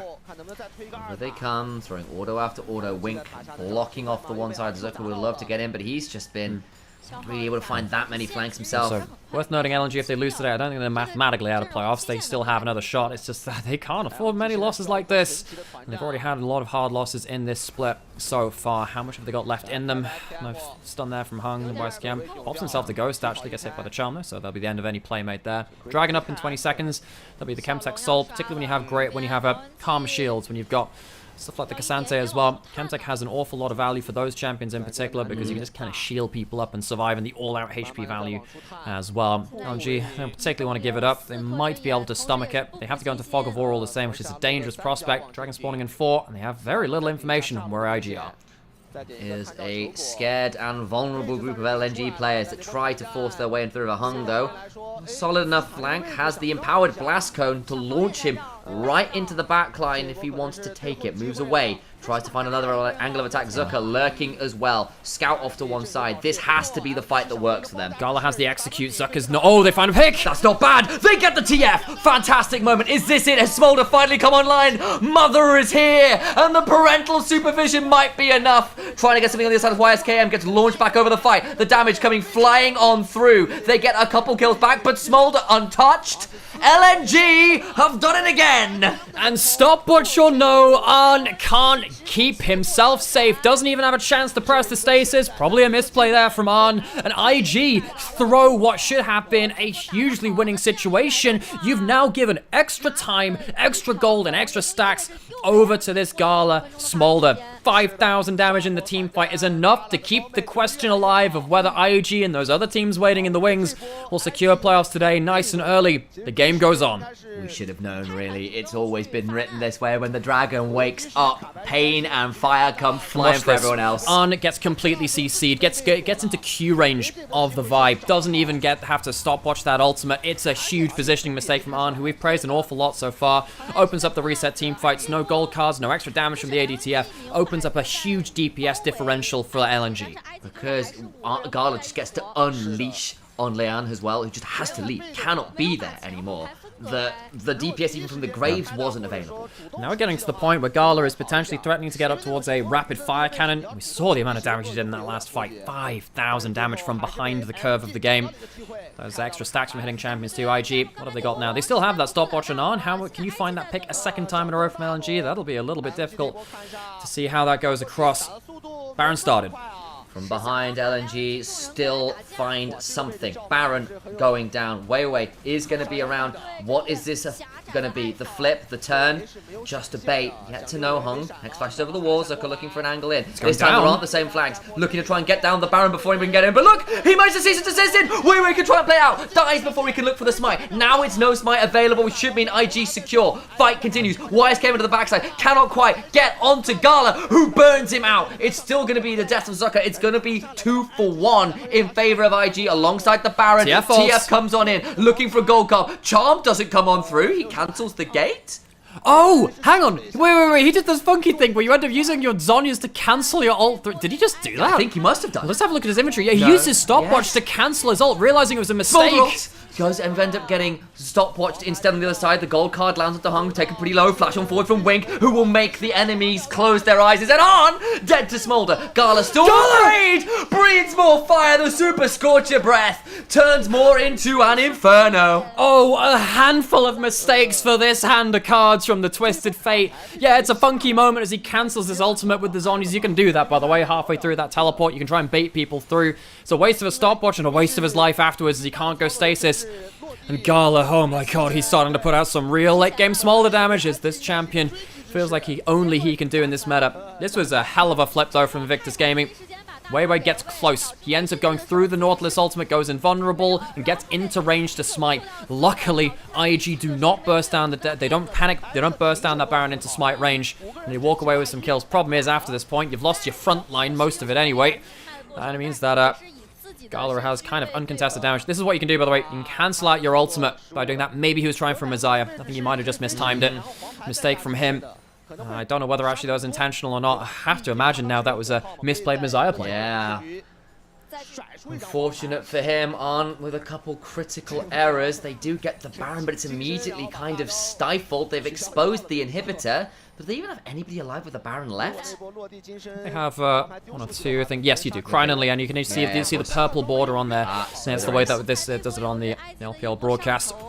Help with that one. So, LNG, they do give up that Baron, but they do get themselves some side lane pressure from Zucker on the other side. There's no teleport ward for him to start off a fight in his own right. Zucker has actually had some okay Renekton team fights. The first one around Dragon, it felt like he was in position at least to kill Liam. He's not had the easiest series so far, but this one's been alright. Just about it. Gala, importantly, rapid fire cannon. He's got a Vamp Scepter as well to make sure that he can maybe shrug off some damage from Graves and Karma halfway through it as well. Gala, feels like everything's on him again, mate. You've done this a couple of times in your late game career, but this one feels like it's in a bit of a different scenario. It's not an MSI Finals. It's not at the top of the LPL. This one's to keep yourself on the track to try and keep yourself into just playoffs itself. If they lose this series, they're not mathematically out, but it feels like it is a much harder road. Oh yes, it is. And of course, look at Nico Leon. Now got a hubris and inventory godlike arrogance for the Graves, who has been tasked with doing a lot of the DPS. Picked up an Elixir of Wrath. It's in the inventory alongside a Dirk. They know how valuable this fight will be. Graves has gone all in on the damage. Yeah, IG, they are done playing around. They know this is the fight they need to win. Zonya's also built up fully on Arn, so he has stasis back. Again, not the most AD carry damage now. However, on the other side, no real true frontline to threaten them, but that gold card and stasis, they might just be utility enough. LNG, they're trying to group up, play blocker for Gala. It is all about this AD carry. It has always been about this AD carry. Gala with the Achu coming on through. It's the hydrogen baby, that amalgamation of the various memes. Now they're going to try and play this one out. Vision, gold card. Onto Hung, turning around, but that means Gala untouched for now. Damage onto Winkish, with the shields, keep him alive. Down goes Hung, overcomes the Smolder ultimate to little avail. Destiny Gate pulled away, Wink low, but come back away. So that's going to be Chemtech Soul over LNG. They try and approach the river. They get vision control. You can't hide from the Twisted Fate ultimate, though. Just pulled out to make sure that IG had full information of that brush. Soul claimed it's going to be traded for an objective bounty in the mid lane. Elder Dragon now on the table as well for the next spawn of the dragon in 6 minutes time. It is still a delay for LNG. They are still in this. They are still behind, but it feels like gold can lie to you. Sometimes it's fool's gold, a bit of a pyrite gold lead. As those items are coming through from LNG, you must be aware of the damage they can do. Eyes on the likes of Lian. Flame Horizon in the jungle. The most common thing these days, but the Graves does what Graves does. And takes farm after farm. Well, he's been digging a few of them this game. 2-2 and 11, been doing a lot of work. Tasked with being so much of the DPS this game. Can he match up to the might of a Smolder as the game gets later and later and later? The 225 stacks been reached a while ago. Bloodthirstily completed. Gala must beat the LNG win condition. And no, wait, he is down 3 levels. He is down an absurd amount of CS, and he's only at 1.5 items, 30 minutes into the game. He has been dealt with in this game, and as you rightly say, it's ticked over to 4 levels now. But he can still press ult on someone. He can still combo up to lock someone down in front of Ari, who's getting towards those 3 to 4 items. Zonya's built up for Scout now. It means that he can avoid a gold card if he looks for an aggressive play. How much can he outplay in this situation? Of course, that's Smolder too. How much can we talk about him? LNG, they have reached the late game. They have dragon turtled their way up towards this mythological late game, which they've so often found themselves in. A lot of teams have ridiculed them for it, say this is the slow team. They are the turtles of the LPL. They do have to definitely know how to make teams sweat for it at the same right. And they do it once more to seal out the series. And they live up to that old Aesop's fable. They'd love to be the slow and steady one that wins the race.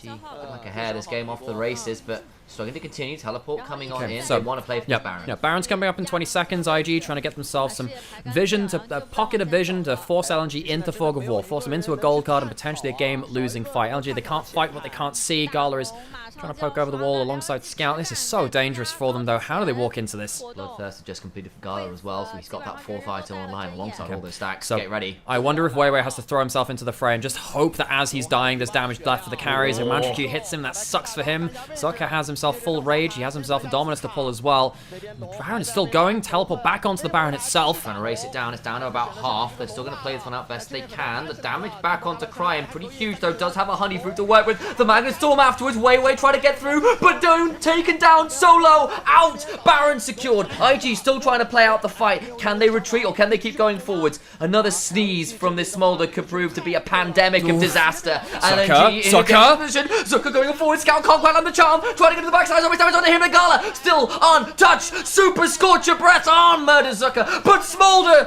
roars to life again. It might just be another pentakill. He's got the triple. He's got the quadra. Say it with me. Pentakill. It's another pentakill for Smolder, the fastest champion to reach the 25th pentakill in their career of all time. What can't this champion do? You can take your 200 years of game design. Smolder is a mythical beast from the Legends of Aeons, and LNG will finally close out the series. Invictus Gaming, JD Gaming, and Top Esports will have to wait another day to lock playoffs. How many times have we seen LPL teams go in Gala? We trust. How many times has this man picked up a pentakill? He has a propensity for them. The game looked doomed. He hits 4 items. He hits the stack mark, and he brings them all down to earth. There is no knight alive that can slay this dragon. Oh my gosh, LNG. This has not been their year, but this series is just about theirs. Game 1, dominant. Game 2, they stalled out. They couldn't make it work. In Game 3, they went back into the turtle shell and said, all right, we'll play for the late game. Gala, the Iceman himself, he never smiles at pentakills. This guy is just absolutely emotionless. When you have them as regularly as he does, they lose a little bit of their shine, perhaps. This guy, he was asked to do so much this game after it went so wrong. This is competitive play pentakill number 25 for Smolder in so few games. This patch? This is not his first patch. He's been out a little while, but this is, in so few games, this champion has absolutely destroyed professional play in regards to how much he can do in the late game. Zeri used to be the pentakill machine. Before that, we saw a bit of the Aphelios with the, you know, the craziness of the Jinx, and the Jinx as well has been around for years. We've had so many of these champions do it time and time again, but Smolder is just absolutely absurd with this, and they might have a Chillin on the flag, but the Dragon on the Rift is the one which saved them today. Yes, it did. My days. Well, everyone, a pleasure to have you all in here for what was a fun day of games, despite some of the errors I think we saw on all sides of the Rift. There were some slightly sloppy moments, but there were some very exciting ones, and you can still see the pedigree of some of these players. There's a reason why people were excited for Gala to join LNG. Did it work out for much of this split? Not yet, but the dream's still alive, the run's still on, and sometimes when the chips are down, Gala has your back. I think Game 1 is more important to LNG in a lot of ways than Game 3. We've seen them turtle before, and it is good that they could do it again, and they had the discipline to not end up throwing the throw back, because there were a couple of times where we were worried about that. This was a game which started with Lien totaling Weiwei in this game. I think there's some credit to Weiwei for sticking in this game. But really, Game 1 was the one which I felt like actually LNG had learned something, and they started to be more coherent. They had that go button, they had the ability to go forward aggressively. There's a lot to still be fixed. Is this team playoffs caliber? We'll see. We'll see. We'll have to see whether they can close out another series. Remember, this is the first series without their old head coach, Crescent. They moved on to a new head coach after Crescent he's had very mixed stories within the LPL community. Of course, he had a very awkward year on top esports last year, and this year in LNG, it felt like this team, I can understand why some people will reach the conclusion, what the hell's happening with the coaches, because they looked very incoherent. Now, get themselves at least onto that 5-win mark, and it keeps the conversation alive a little longer about whether they can cinch that playoffs berth. It's between them. Let's look at the other teams which they're kind of competing against right now. They're now even in wins with Weibo, who are at 5 and 6, and now we see that LNG, they're a game ahead of Weibo. They're now at 5 and 7. OMG at 6 and 6. And a couple of the other teams at 7 wins. You've got Anyone's Legend at 7-5, and they've had some really awkward moments too. It feels like when you've got a couple of these teams like LNG starting to climb their way up. Sadly, TT couldn't close out themselves a series today. This conversation is still alive for playoffs. It's not a done deal, that's for certain, but I think... Gala! Oh, God! Just gonna throw up off screen or something like that. Oh my god. Oh! There we go. So Sam, on our little LPL co-stream, you have now cast the first ever competitive Rel Pentakill from Tien, and then also Pentakill number 25 from Gala's Smolder. So how are you feeling, buddy? I'm feeling alright. I think we had an okay little call there. Thank you for joining me on the Pentakill shout as well. I appreciate that. I enjoy joining you for that. For folks, once again, just to kind of do a bit of keeping up shop here, thank you so much for tuning in today. You going to go stream yourself now? You go do that now. I'll come raid you after that point. Perfect. For everyone that is enjoying our content here, please drop, if you're on YouTube, please drop a like, drop a subscribe, and of course on Twitch as well. If you could drop a follow as well. It means a lot to us. It helps us to know whether we're doing good. If you're enjoying what we're doing, let us know that we're enjoying that you're enjoying it as well. If you're not enjoying stuff, I mean, as long as you're not rude about it, let us know as well. And thank you so much for supporting us. We're brothers. We've cast for years. You've seen us on LEC. You've seen us on LPL as well now too.